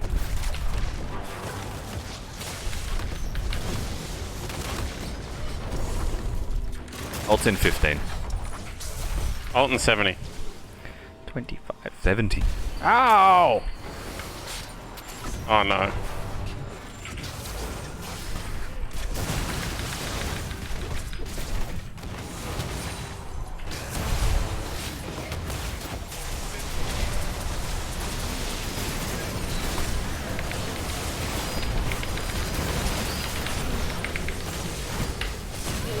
Good work. Kin! Good work! Good work! Let's go, boys! We're doing it. We're doing the thing. I really need to die. I knew we would won that fight as soon as Fish died. Yes. I was the bait.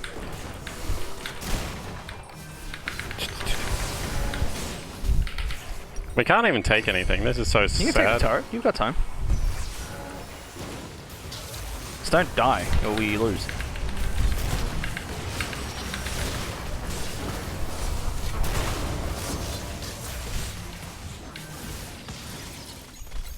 Oh, that hurts not to get the inhib. Rusty's getting it. Oh, no! Yes! I feel so abandoned. Right, teleport. Watch out. Kill Rise, kill Rise, kill Rise, kill Rise, kill Rise. Kill them both. Yeah! You're invulnerable. Go, kill them all. Nick is popping off. Oh, Go, Nick. yeah. Go, Nick. Fish. Woo! Killing them as Fish well. hit him. Oh, I hate Fish so much. Got him. There you go, boys. Oh, if Twitch chat wasn't just full of bots spamming the chat right now, they would be popping. What has happened to Twitch chat? It's just, yeah. Twitch chat's broken. It's just broken.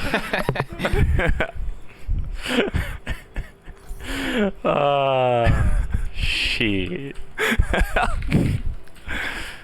Alright, next fight wins. Fish is a big boy now.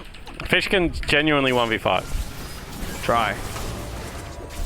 You're on literally the most disgusting scaling champion in the whole game. I've never played Kale since rework. She just auto attacks.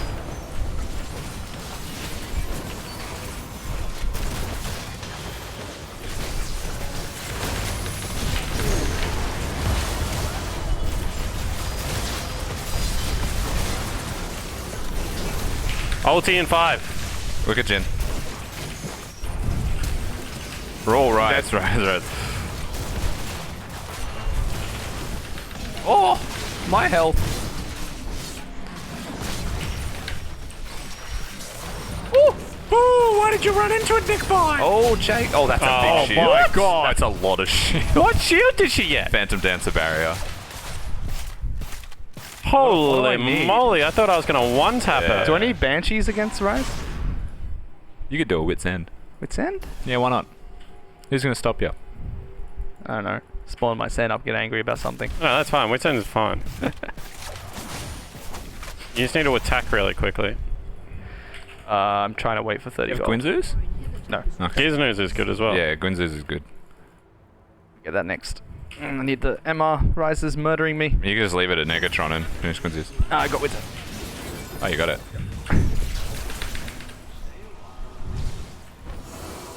Oh, we got our inhibitor back. Yay.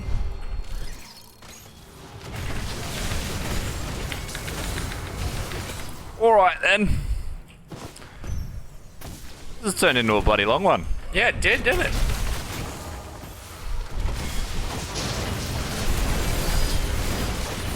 Oh, god damn it. I just get locked down so hard. Yeah, likewise. Oh,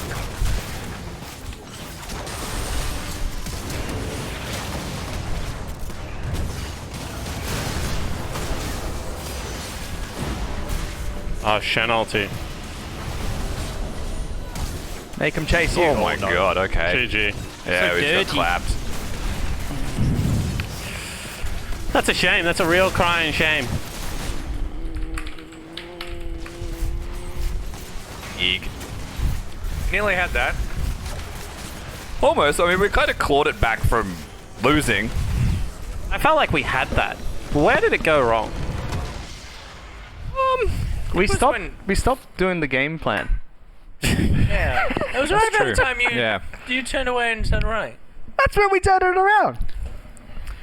Tactical retreats. I'm going to say Fish was tilt-proof. If I played that bad, I would be mad. But like, he sounded pretty happy. Skimmy stayed cool. Oh, thank you. I appreciate it. Who did the most damage? Oh, Skimmy did. Gotcha. And then me. By doing 250. Big dogs.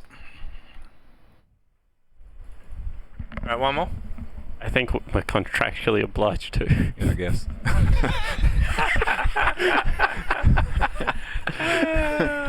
Feed me. I really am hungry.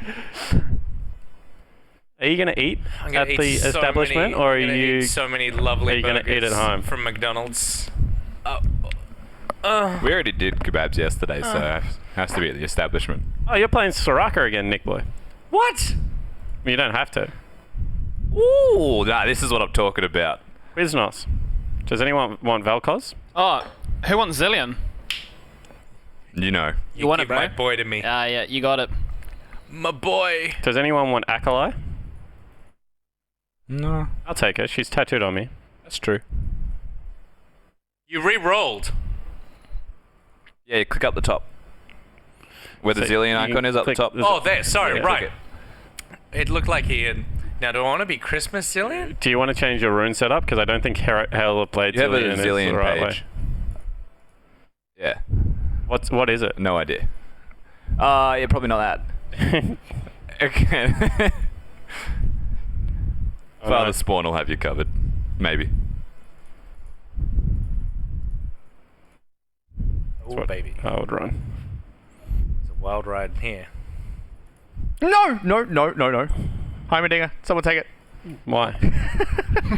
I hit reroll by accident at the very end. Wasn't great. Alright, now that can of Red Bull's gone, so I can stop drinking it like a filthy degenerate.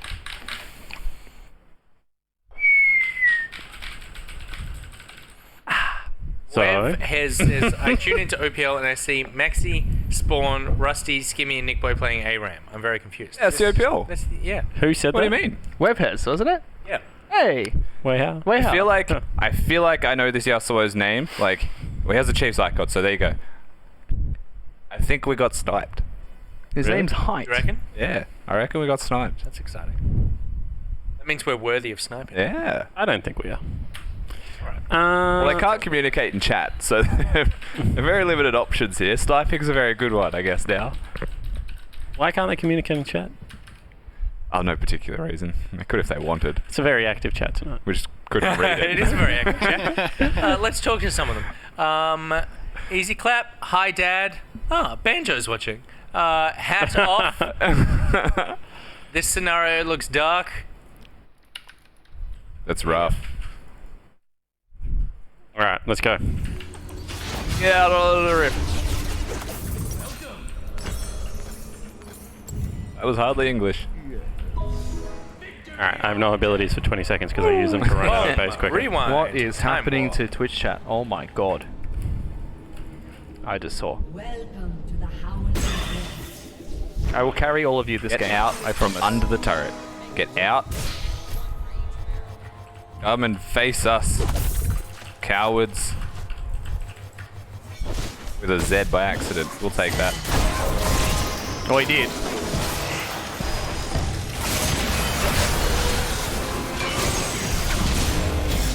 Thank you.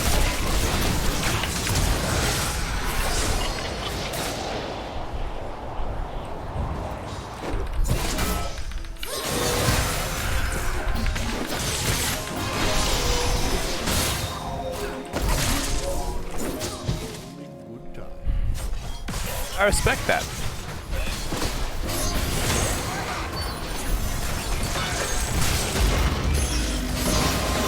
Double bomb.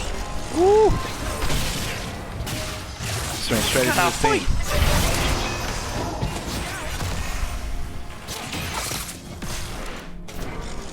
Zero bomb. Rusty bomb. I'll deliver the package.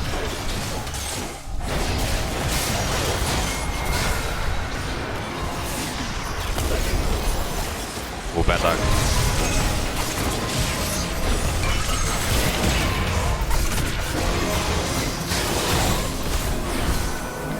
Getting it on. Patriots. You'd be very good at slam poetry, Skibby. What's that, mate? I just reckon you'd have a thing for slam poetry. I don't even know what slam poetry is. Everyone crowd on. What the? Spawn. Oh, wow. Thanks. So only Spawn crowded on. Yep. Good work. I told you all what I was doing. Yeah, after you did it. You said it before you hit the thing. You know what? I don't like your attitude. I'm going.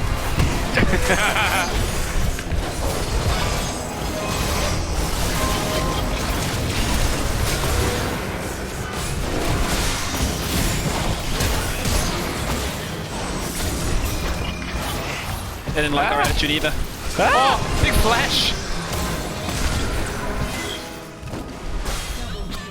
Nick is cleaning up. Nick's a god. Can't believe that you just stole Nick's triple kill.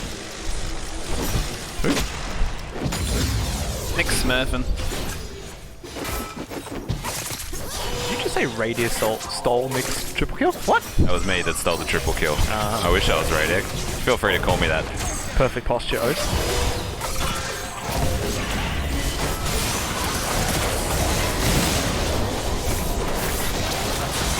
Oh, he's back in.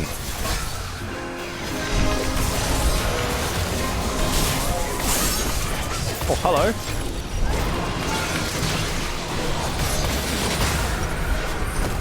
Damn, son.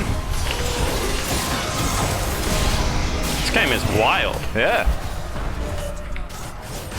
Okay. Feeling it.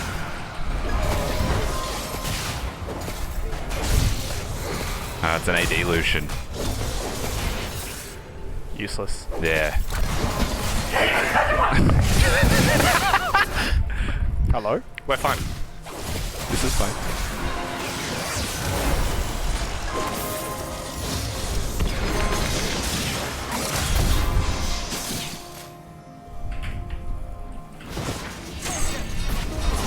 Ow, that hurt.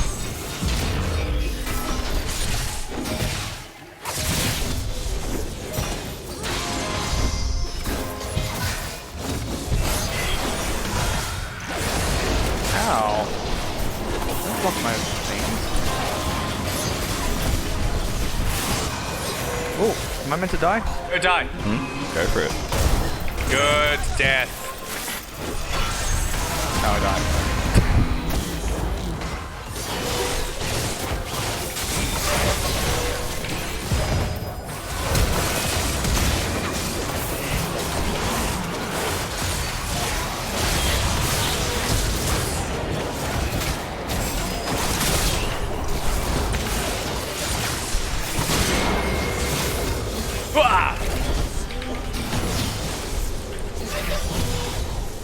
Take those.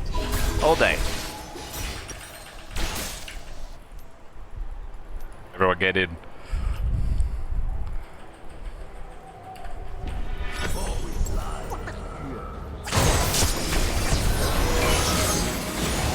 Oh! Get him!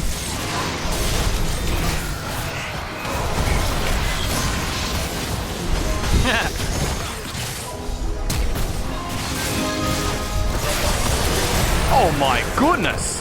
That burst. Dirty.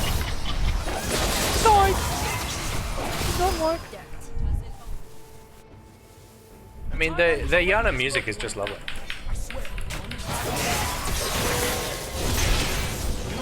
What music? What music? Oh wait, it's Skimmy. Who are you playing? No, not Skimmy. Who's playing Echo? Oh, it's Echo. You DJ Sona? No. No. Oh, it's Sona. Sona. That's what I'm trying to say. Thank you. I have all with my ya. sounds off. I No, can't hear you know anything. Valvoline.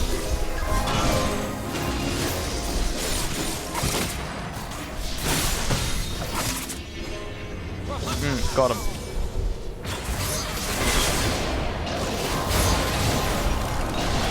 Doing well. Why are they so hesitant to fight it? I'm scary.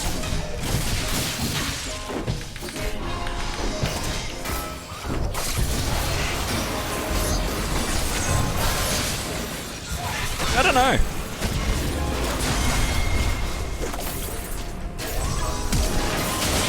Oh my.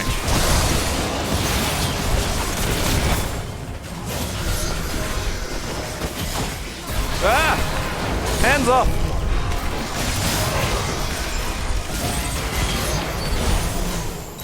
Oh, I didn't die. Tragedy.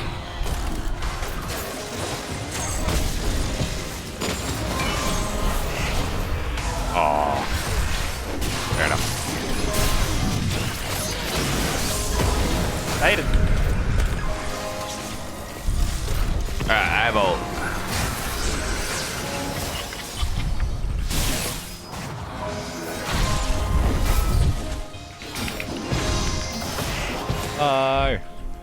Damage portion of Senna's ult's only the center, is it? Yeah, shield's the outer.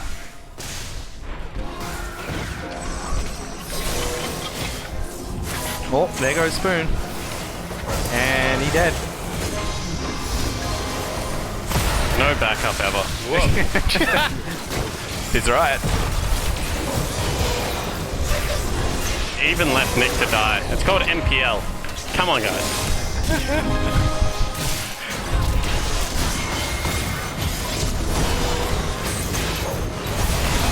Ow. I died. Ow! So many shutdowns. Big spin. These tactical players.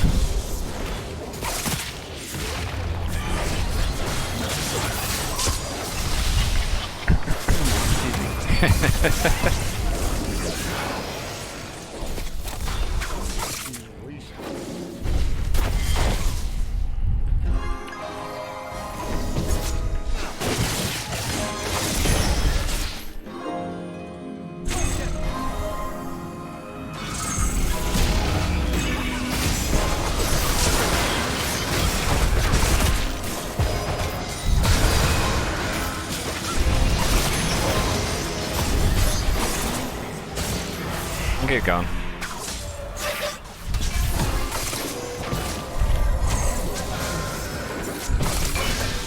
No, I leveled up my E instead of my ult. Why, thank you, sir.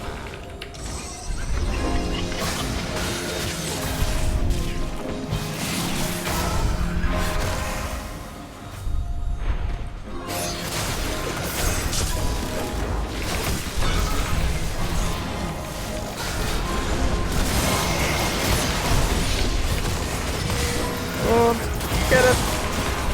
Nice. Nicely done. Good though. Push. Jax loves a good leap forward, so He does, like. he fancies himself a bit.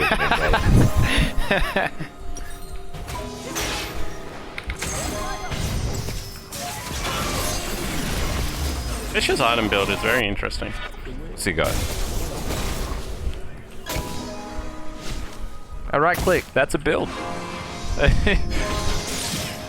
A right click. Do damage half the time. That's what that build's designed to do.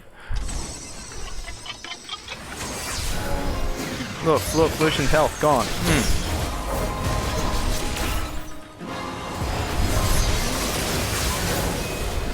Come on, guys.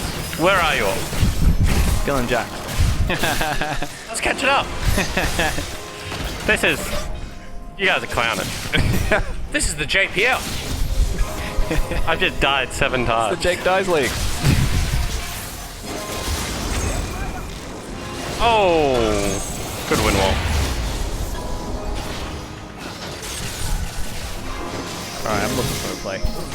Oh, that would be the first play of the whole game. I want to flash Zoner ult with it. Go. Alright, going. Oh no! Was that the play? It was a play. I'm dead.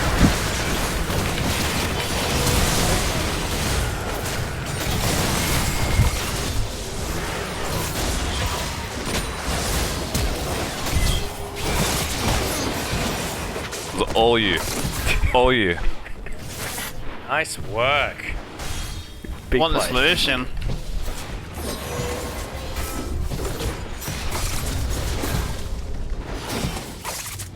Nice work. The easiest game of my life. Thank you.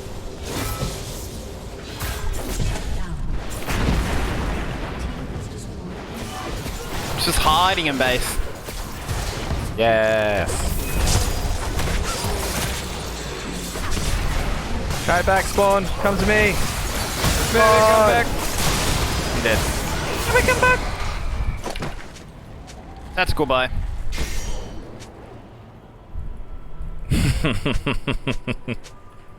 Oh, they can't see chat. Oh, no. I have to hide There's chat. just some funky business going on between these two. I'm just glad we have 2 degrees of separation between them. I mean, love and hate are so close to each other on the emotional spectrum. Yeah. Is that right? Yeah. Aren't they the complete effing opposite? What?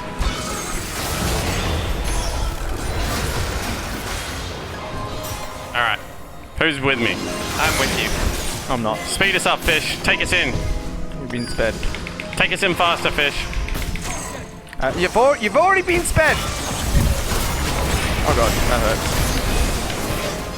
What about this? Ah.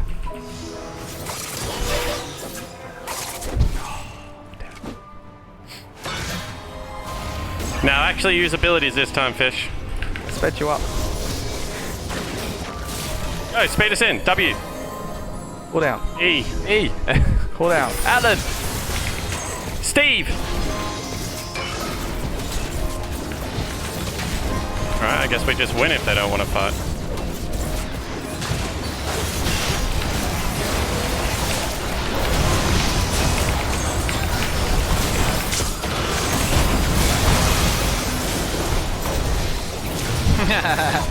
Nice.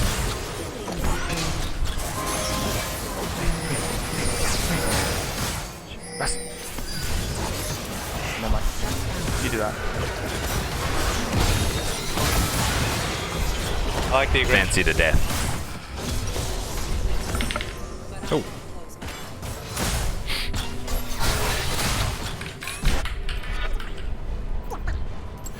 Alright, I reckon one more push and we just win. Yeah, totally. The I reckon Fish one hit someone here. Dunsky. Ah, he did his deliberate ult backwards move again, I see. That's a well-acquainted move. Hey, you got your little legend with you. Yeah, buddy. Why haven't you got a little legend with you? I do. A little Nick. cat. Oh, you. Play the game, mate.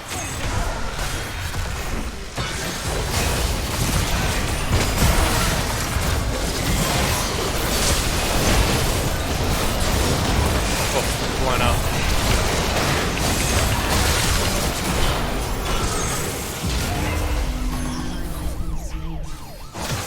Trolling.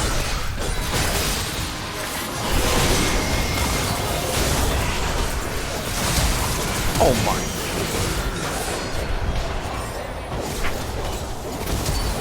Oh. I forgot she has 700 range. Oh, there it is. Poor Nice. Gale. Oh. She has no flash, so. That did not hit me. That is some bullshit hitbox. Good job, Nick. Good job. Yes, I really wanted to die, I think. He just walked onto the bomb. Ha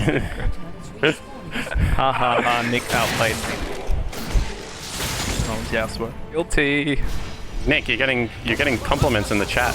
Am I? Yeah. What did they say? They said you outplayed them. Oh, that's true.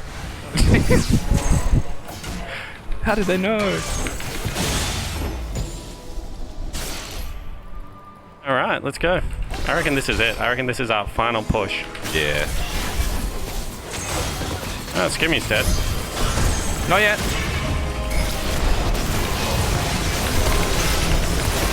Oh, Instinct. Big end.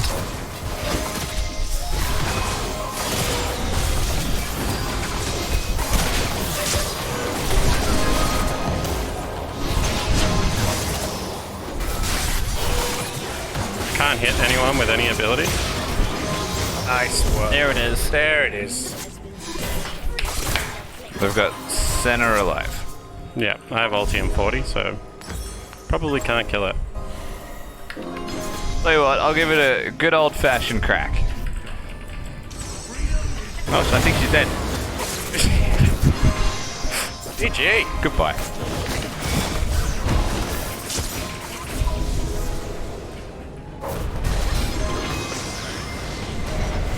Hell yeah! Got him. There's the win, boys. 1-1. Big dub. We take those week 1-1. Yeah, we do. It's a building season for us. It is. We had to bring in a lot of new talent. Yeah, Bryce just really wasn't doing it for us. This was great. Did it. S plus Kiana.